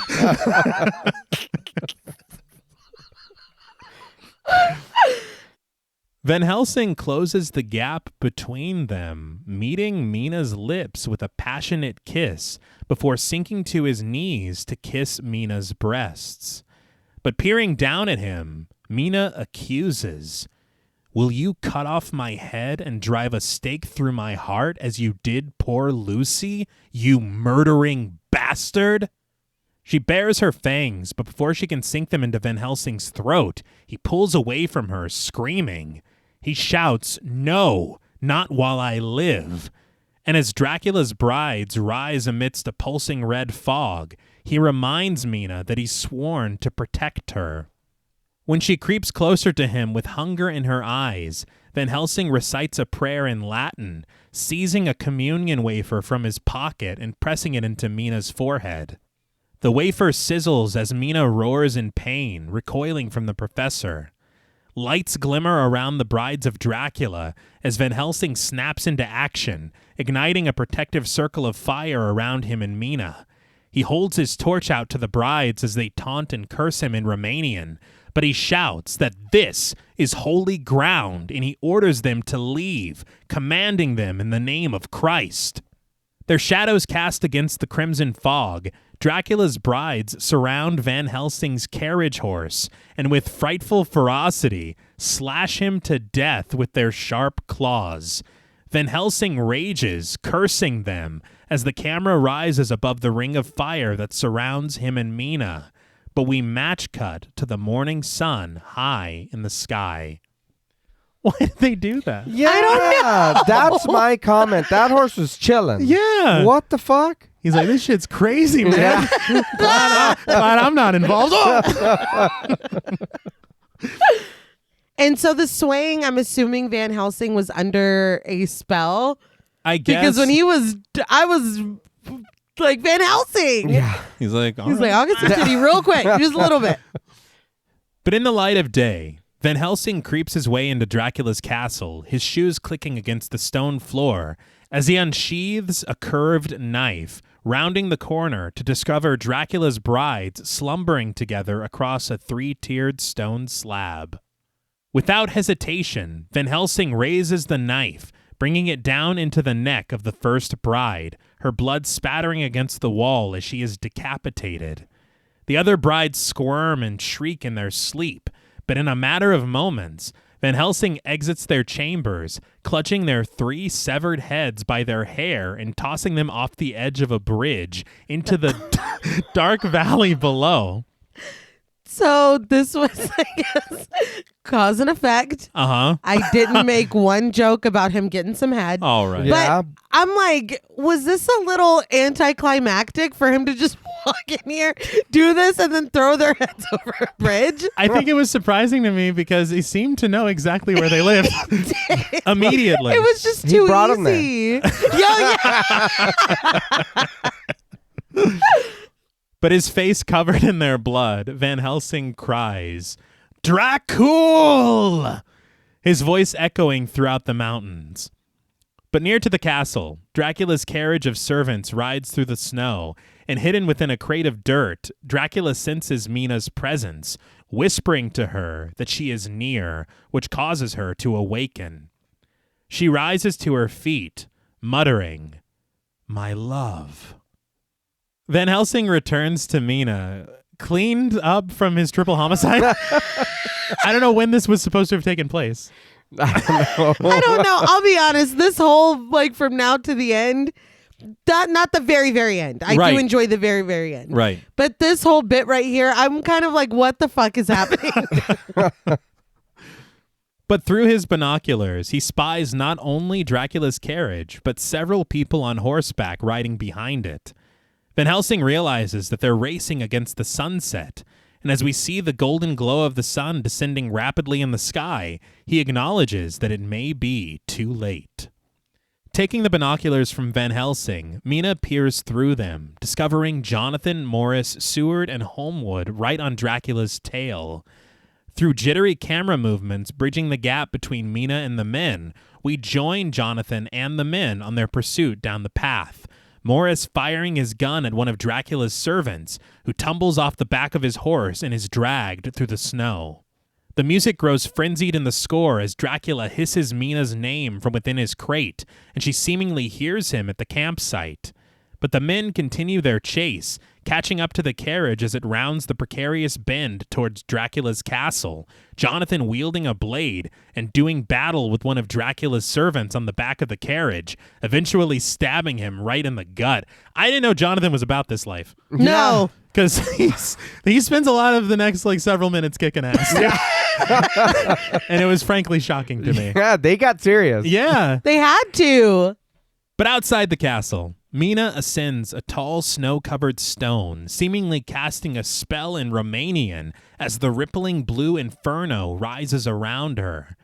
Dracula grins devilishly as Mina's cries echo through the mountains, and the blue flame rises up to the sky, turning the clouds above black and unleashing a snowstorm which sends Jonathan's horse careening into a ditch.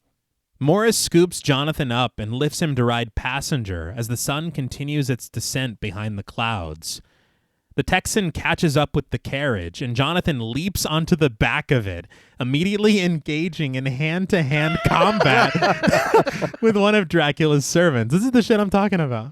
Yeah. As the pair grapple with each other, Morris raises his rifle, firing and nailing Jonathan's foe in the back.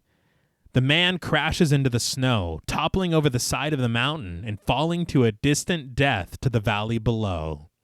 But Dracula's carriage finally reaches the gates of the castle, with Jonathan, Morris, Holmwood, and Seward riding past the threshold right after them. Each of the men battles with one of Dracula's servants, and in the frenzied melee, a servant's sword pierces through Morris's spine. As he wrestles bloody with his attacker in the snow, Jonathan is able to slay his foe, and afterward ascends the carriage to stand before Dracula's crate.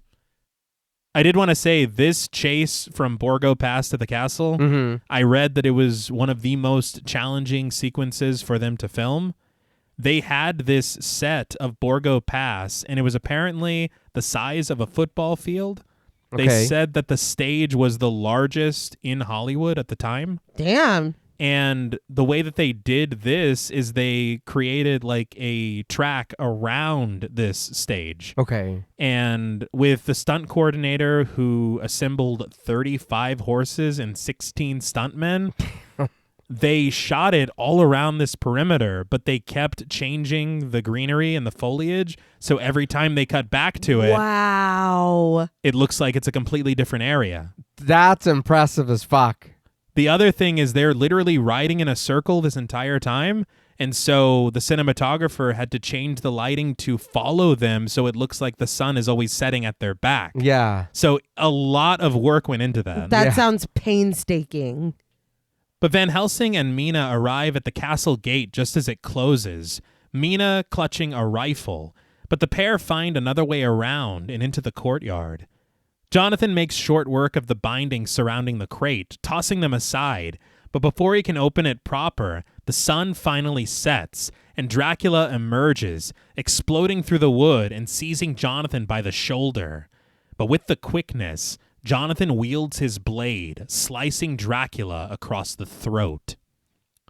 The Count tosses Jonathan to the snow, and as the vampire staggers, a wounded Morris rises to his feet, racing for him with the knife in his hand, piercing the blade through Dracula's heart as Mina screams, "No!" Dracula backhands Morris to the ground before falling back bloody into the snow, the knife sticking out of his chest as he writhes in pain. Jonathan reaches his feet, ready to approach the dying vampire, but Mina stands at the Count's side, aiming her rifle at her husband, and she asks, "When my time comes, will you do the same to me?" I don't know how to answer that. That's crazy as fuck. What's the right answer? No. Because that's what Jonathan does. He's speechless for a moment, and then he's like, no. Of course not. The group at a standstill. Holmwood suddenly reemerges, his blade in his hand as he charges for Mina and Dracula, only to be stopped by Jonathan and Van Helsing. Jonathan reasons that their work is finished here, but Mina's work has just begun.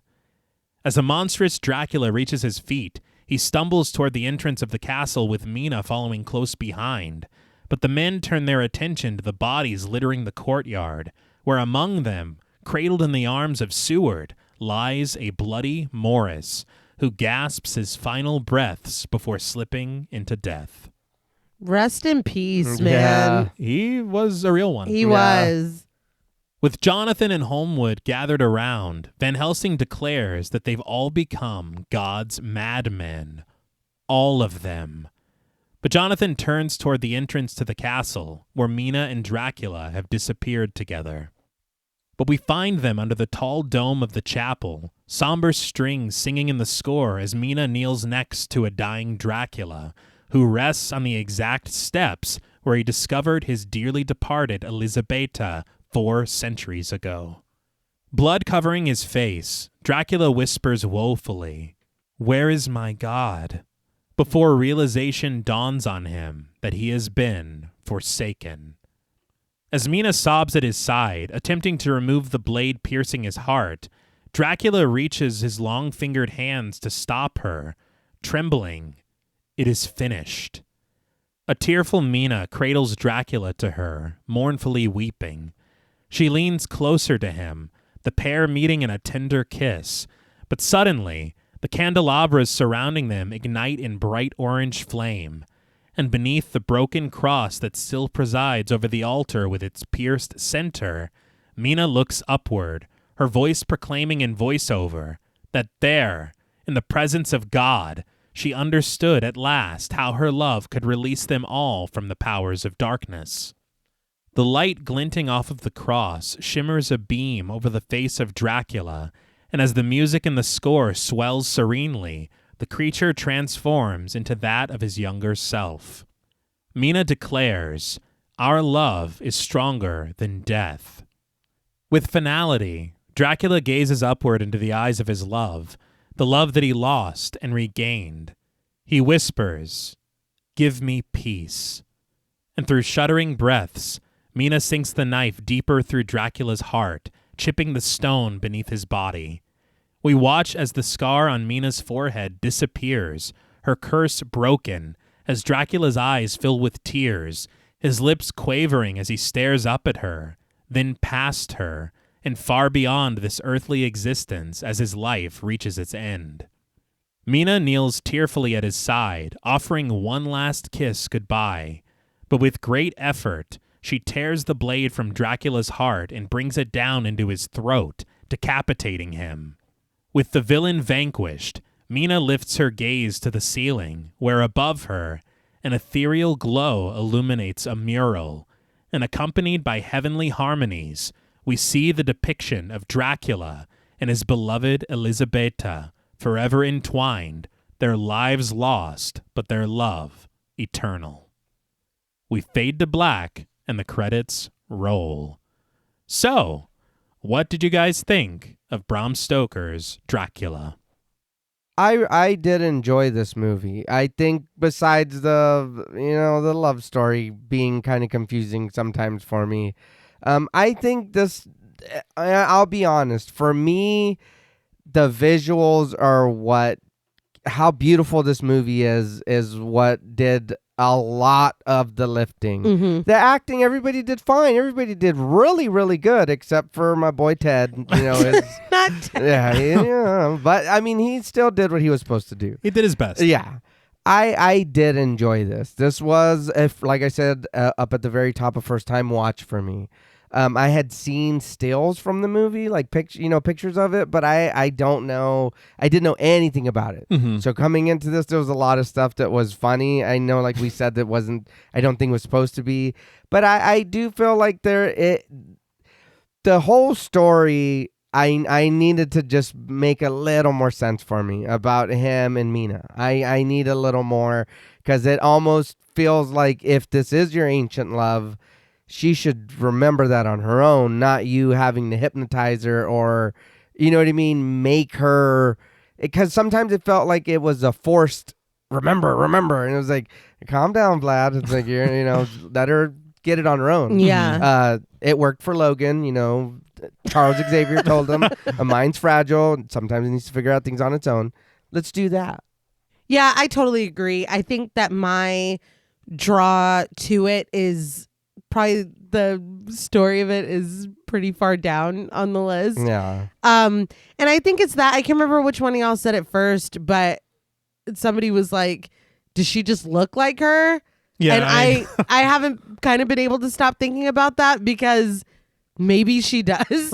Like, I know that that's not the story that we're being told, but I think that as the story unfolds, that could have been a thing that was happening because I don't know. I feel like there's too much hypnotizing going on. I think you subtract the hypnosis and it's like recovering. Exactly. Yeah. But I don't. He's doing too much. Yeah. And I feel like I don't know. It is difficult because I do like the romantic aspect of this, but it's hard to reconcile what he did to her best friend. Mm-hmm. And then their relationship starts blossoming. And then she's like, no, actually, I'm going to go get married to my fiance that I had before I even met you. And then he goes and murders Lucy right after she does that. He did. And then he's like, I don't know. It's just you're doing too much. You're throwing too much at us. It's not even like they get together and he's like, oh my God, like I'm whole again. Like I don't need to do this. But it's not like that. Like there is no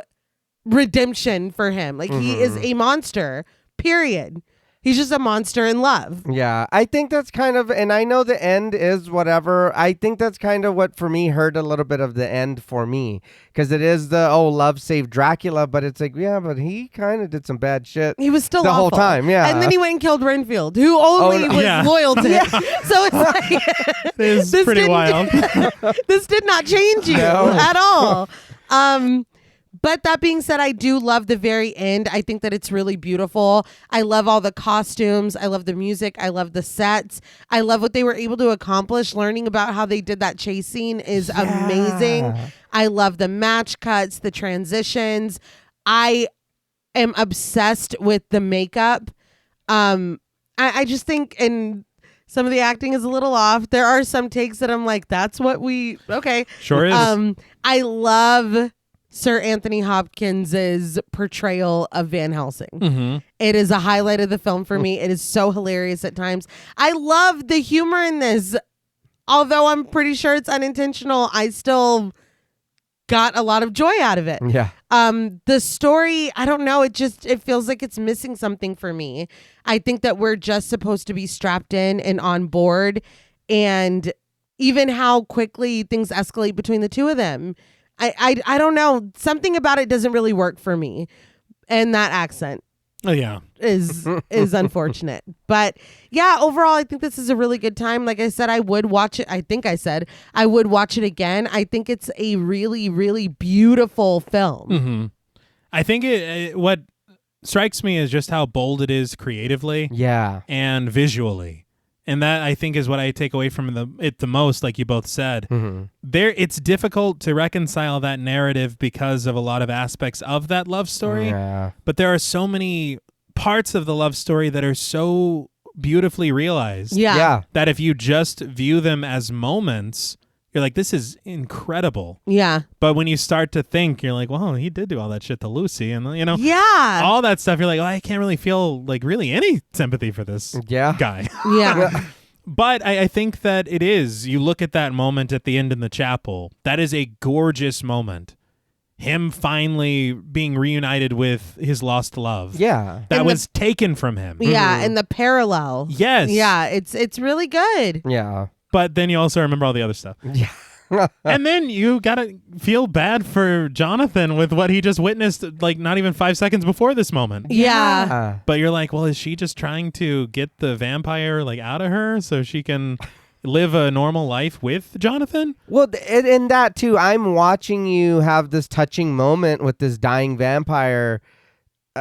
Once he's gone, are you going to love me that way, or are you just going to be sad the whole time? Come on, honey. Let's go. Yeah. And is that Elizabeta within her? Yeah. Yeah. There's a lot of questions still. So it is, again, it's just the narrative that kind of, it doesn't fall apart, but it just needs to tighten. Yes. Yeah. Tighten. Mm-hmm. But I think that as a whole, I mean, I really, really enjoy this film. I guess we can just slide into ratings.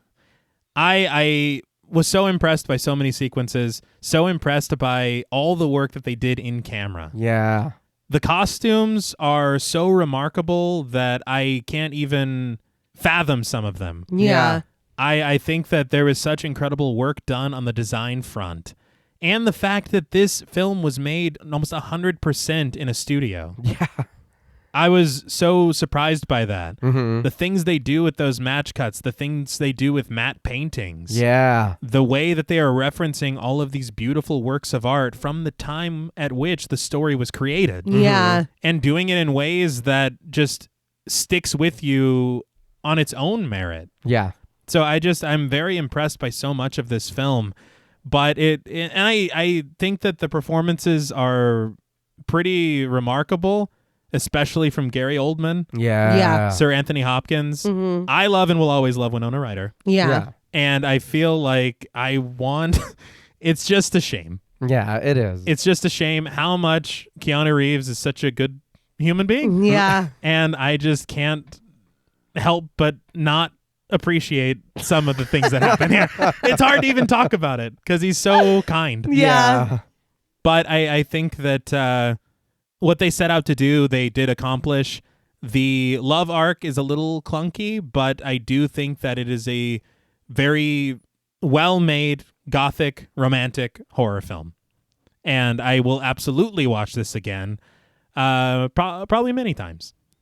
And one more moment of applause for the score. Yes. It is beautiful, it is brilliant, and it is iconic. But for me, out of 10 scenes of sanguineous sensuality, I am going to give Bram Stoker's Dracula 8.5 out of 10 scenes of sanguineous sensuality. I will say I really do appreciate this film on its own merit, but having watched it with Jules, it will always be a very special film to me for that reason. And I was very happy to cover this film in honor of Jules' birthday. Yeah. And just one last time, Znom Rashtenja, my Lubov, but I will now open the floor to you. No, I agree with you on how it looked. Like I said, for me, that was really good. I enjoyed the costumes, everything. It would just be repeating what you just said and what we said a minute ago. I think I will be honest, the ending is really beautiful. I would, and this is just me, I would prefer if he would have stayed a monster and then said, finish it. And then him change after she kills him. Because then he is set free. I can see that. You know what I mean? Now he really is, we just watched you get free. Yeah. Not you turn to human and be like, okay, let me get pretty first. Go ahead, do it. It's like, oh, all right. Well, it makes it harder. Right. You know, something else that did actually bother me a little bit now that you're mentioning it, they sharpened those stakes on the train and they didn't use one. Like, you would think that that's what you need to... Yeah. I'll be honest, they were not ready. They weren't prepared. No, hell no. It was sad. But this is a really fun movie. It's a really good movie. Watching and seeing what was going on, I'll be honest, there were times when I was like, oh, that's a miniature, that's a matte painting or whatever. But it is because that's our job to look for those things. Mm-hmm. That's our job to notice it, whatever. But even still noticing it, and other movies do it as well, they do it really good. And this movie is an example of how good it can be done. And it didn't hurt the movie at all. Everything is striking. Everything is beautiful. The colors, the clothes, all that. But it is just a fucking story for me, man. I'm going to be honest. It's the weird, we have to make Dracula be more human or more lovable or whatever. And it's like, yeah, but he still has to do all this bad stuff too, Jacob. Okay, put it in the script. Let's just keep, and it's like, I don't know who Jacob is. Jacob? Yeah, I was like, I'm just trying to pick a random name. But because so many, you know what I mean? I mean, I understand, there's a lot that goes on, a lot of hands. But you know what I mean? It is just that. I know we need to tell the Dracula story. He's going to be Dracula. He's going to kill people. He brought a baby for his wives to eat. He did. We're just supposed to be like, oh, that's so sad, Drac. You know what I You're mean? like, that's the same dude. Yeah, let's not forget. It's just that. I get it, and if he's going to do bad stuff, have it do it off screen or whatever. Leave it to the imagination. Don't let us see it, because it does like, oh, you are bad. You are evil. What the fuck? But I mean, again, I did enjoy this movie, and I would watch it again. You know what I mean? Mm-hmm. But all that to say, on a scale from 1 to 10, scenes of sanguineous sensuality, I'm going to give Bram Stoker's, right? Because they said Stroker Yes. last time, or Yes. one time. One time. Yeah. His Dracula. Mm-hmm. A 7.5 out of 10. I did enjoy the movie, and it does look cool, and talking about it and learning about it, I had a lot of fun. And learning about it, that's fucking fantastic. It's impressive. Yeah, I totally agree. I think that what would have worked for me narratively is if his grief made him the way that he was. Okay. And once he found her again, he maybe had some sorrow, or he maybe didn't go and kill Lucy the second he got mad. Like, I mean, I don't know. I feel like that's the story that I think that that's what that film wants us to feel, but that's not what happens, and it's not what's shown. Yeah. He's still this monster, literally monster throughout. But at the end, we're still like, damn, that was sad. And it was. It was. And It is. was. But it's just like y'all were saying, it is hard. You can only feel so bad for this dude. Mm-hmm. But Mina being the light, like Van Helsing said, Mm-hmm. it could have been, you know what I mean? Like, I feel like we could have played with that or utilized that a little more than not utilizing it at all. Yeah. I've already said all the aspects that I love about this film, which are many. But that story, again, I just feel like something was missing. It just wasn't quite successful for me. But I did boost up my score a little bit for how much I love the makeup. I really, really do. Visually, this film has everything. And there are moments of visual things that they do, like that fucking shadow. Yeah. Like those rats. Like there are so many moments that are genuinely striking and frightening and memorable. And I don't want to lose sight of that in us being like, the story had some problems. No. Yeah. So on a scale from 1 to 10, scenes of sanguineous sensuality, I gave Bram Stoker's Dracula 8 out of 10 scenes of sanguineous sensuality. It's a really beautiful film. Indeed. Yeah. Well, that's all from us at Pod Mortem. What would you rate Bram Stoker's Dracula, and what should we watch next? Let us know on Instagram at the Pod Mortem. Don't forget to follow us on Twitter and like our Stairhole Productions page on Facebook. Be sure to follow each of us on Instagram and Blue Sky at TravisMWH, at Blood and Smoke, and at Juggalo Daddy 84. Thanks again to Original Cinematic for sponsoring this week's episode. Please consider pledging to our Patreon, where you'll gain access to over 200 hours of bonus content, our monthly schedule, our Discord server, and the opportunity to help us decide which films to cover. And if you're looking for Pod Mortem or Stairhole Productions merch, follow the link in our episode notes. Stay tuned until after the music for a special thank you to our Wendigo Getter patrons. And remember, though you may feel your desires deep within your blood, don't let your blind pursuit of them suck the life out of you. Until next time.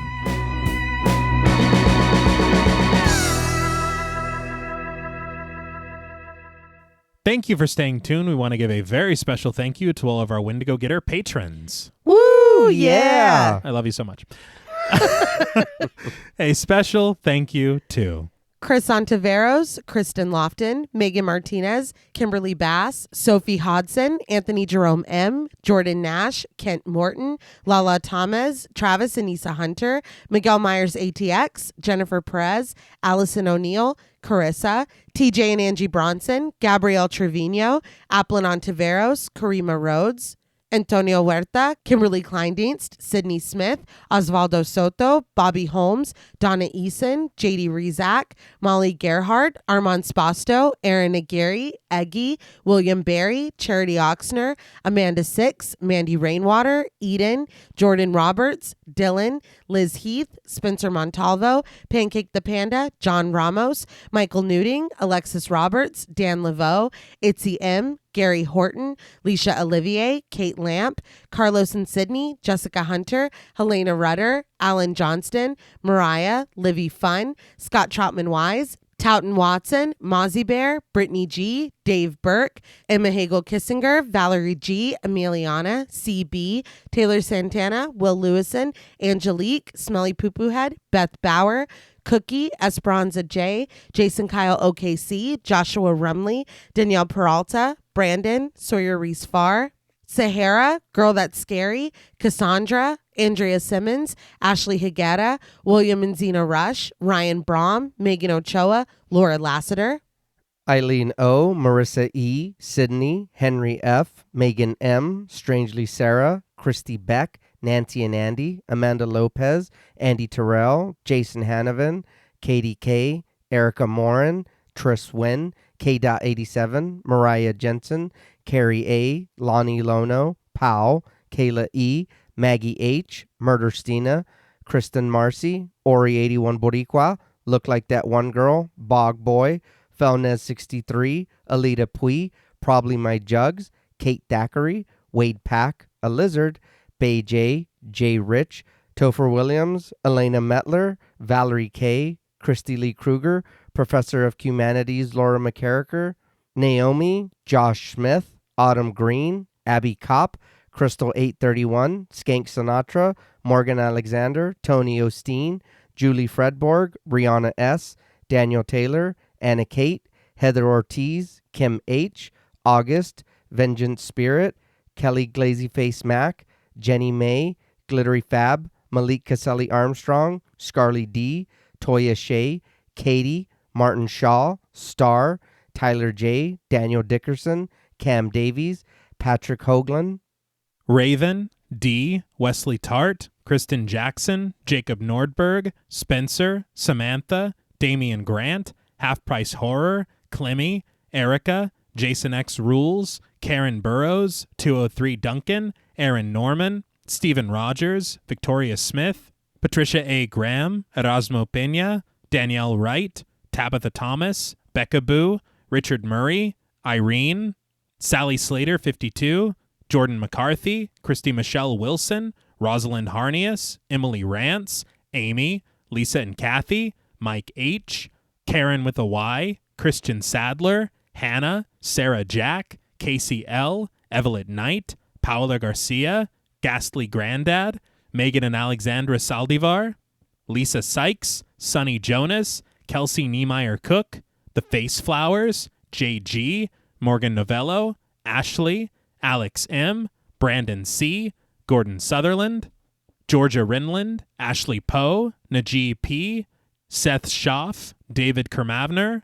Diana Joe, Connor Gormley, Carrie Parker, Katie Face, Yuko Imada, Jane Pillsbury, Caitlin Asher, Mia Franz, Dale Harley, Annabeth Carter, Pooh Bear, Calderis, This is the Zodiac Speaking, Jason the Ghost, Moldy Tic Tac, Brian Ward, and Tanner Rutgers. Thank you all so much. Yes, thank you, thank you, thank you. Yes, thank you. We appreciate each and every one of you, and we hope that you know that you are all fantastic. All right. Until next time.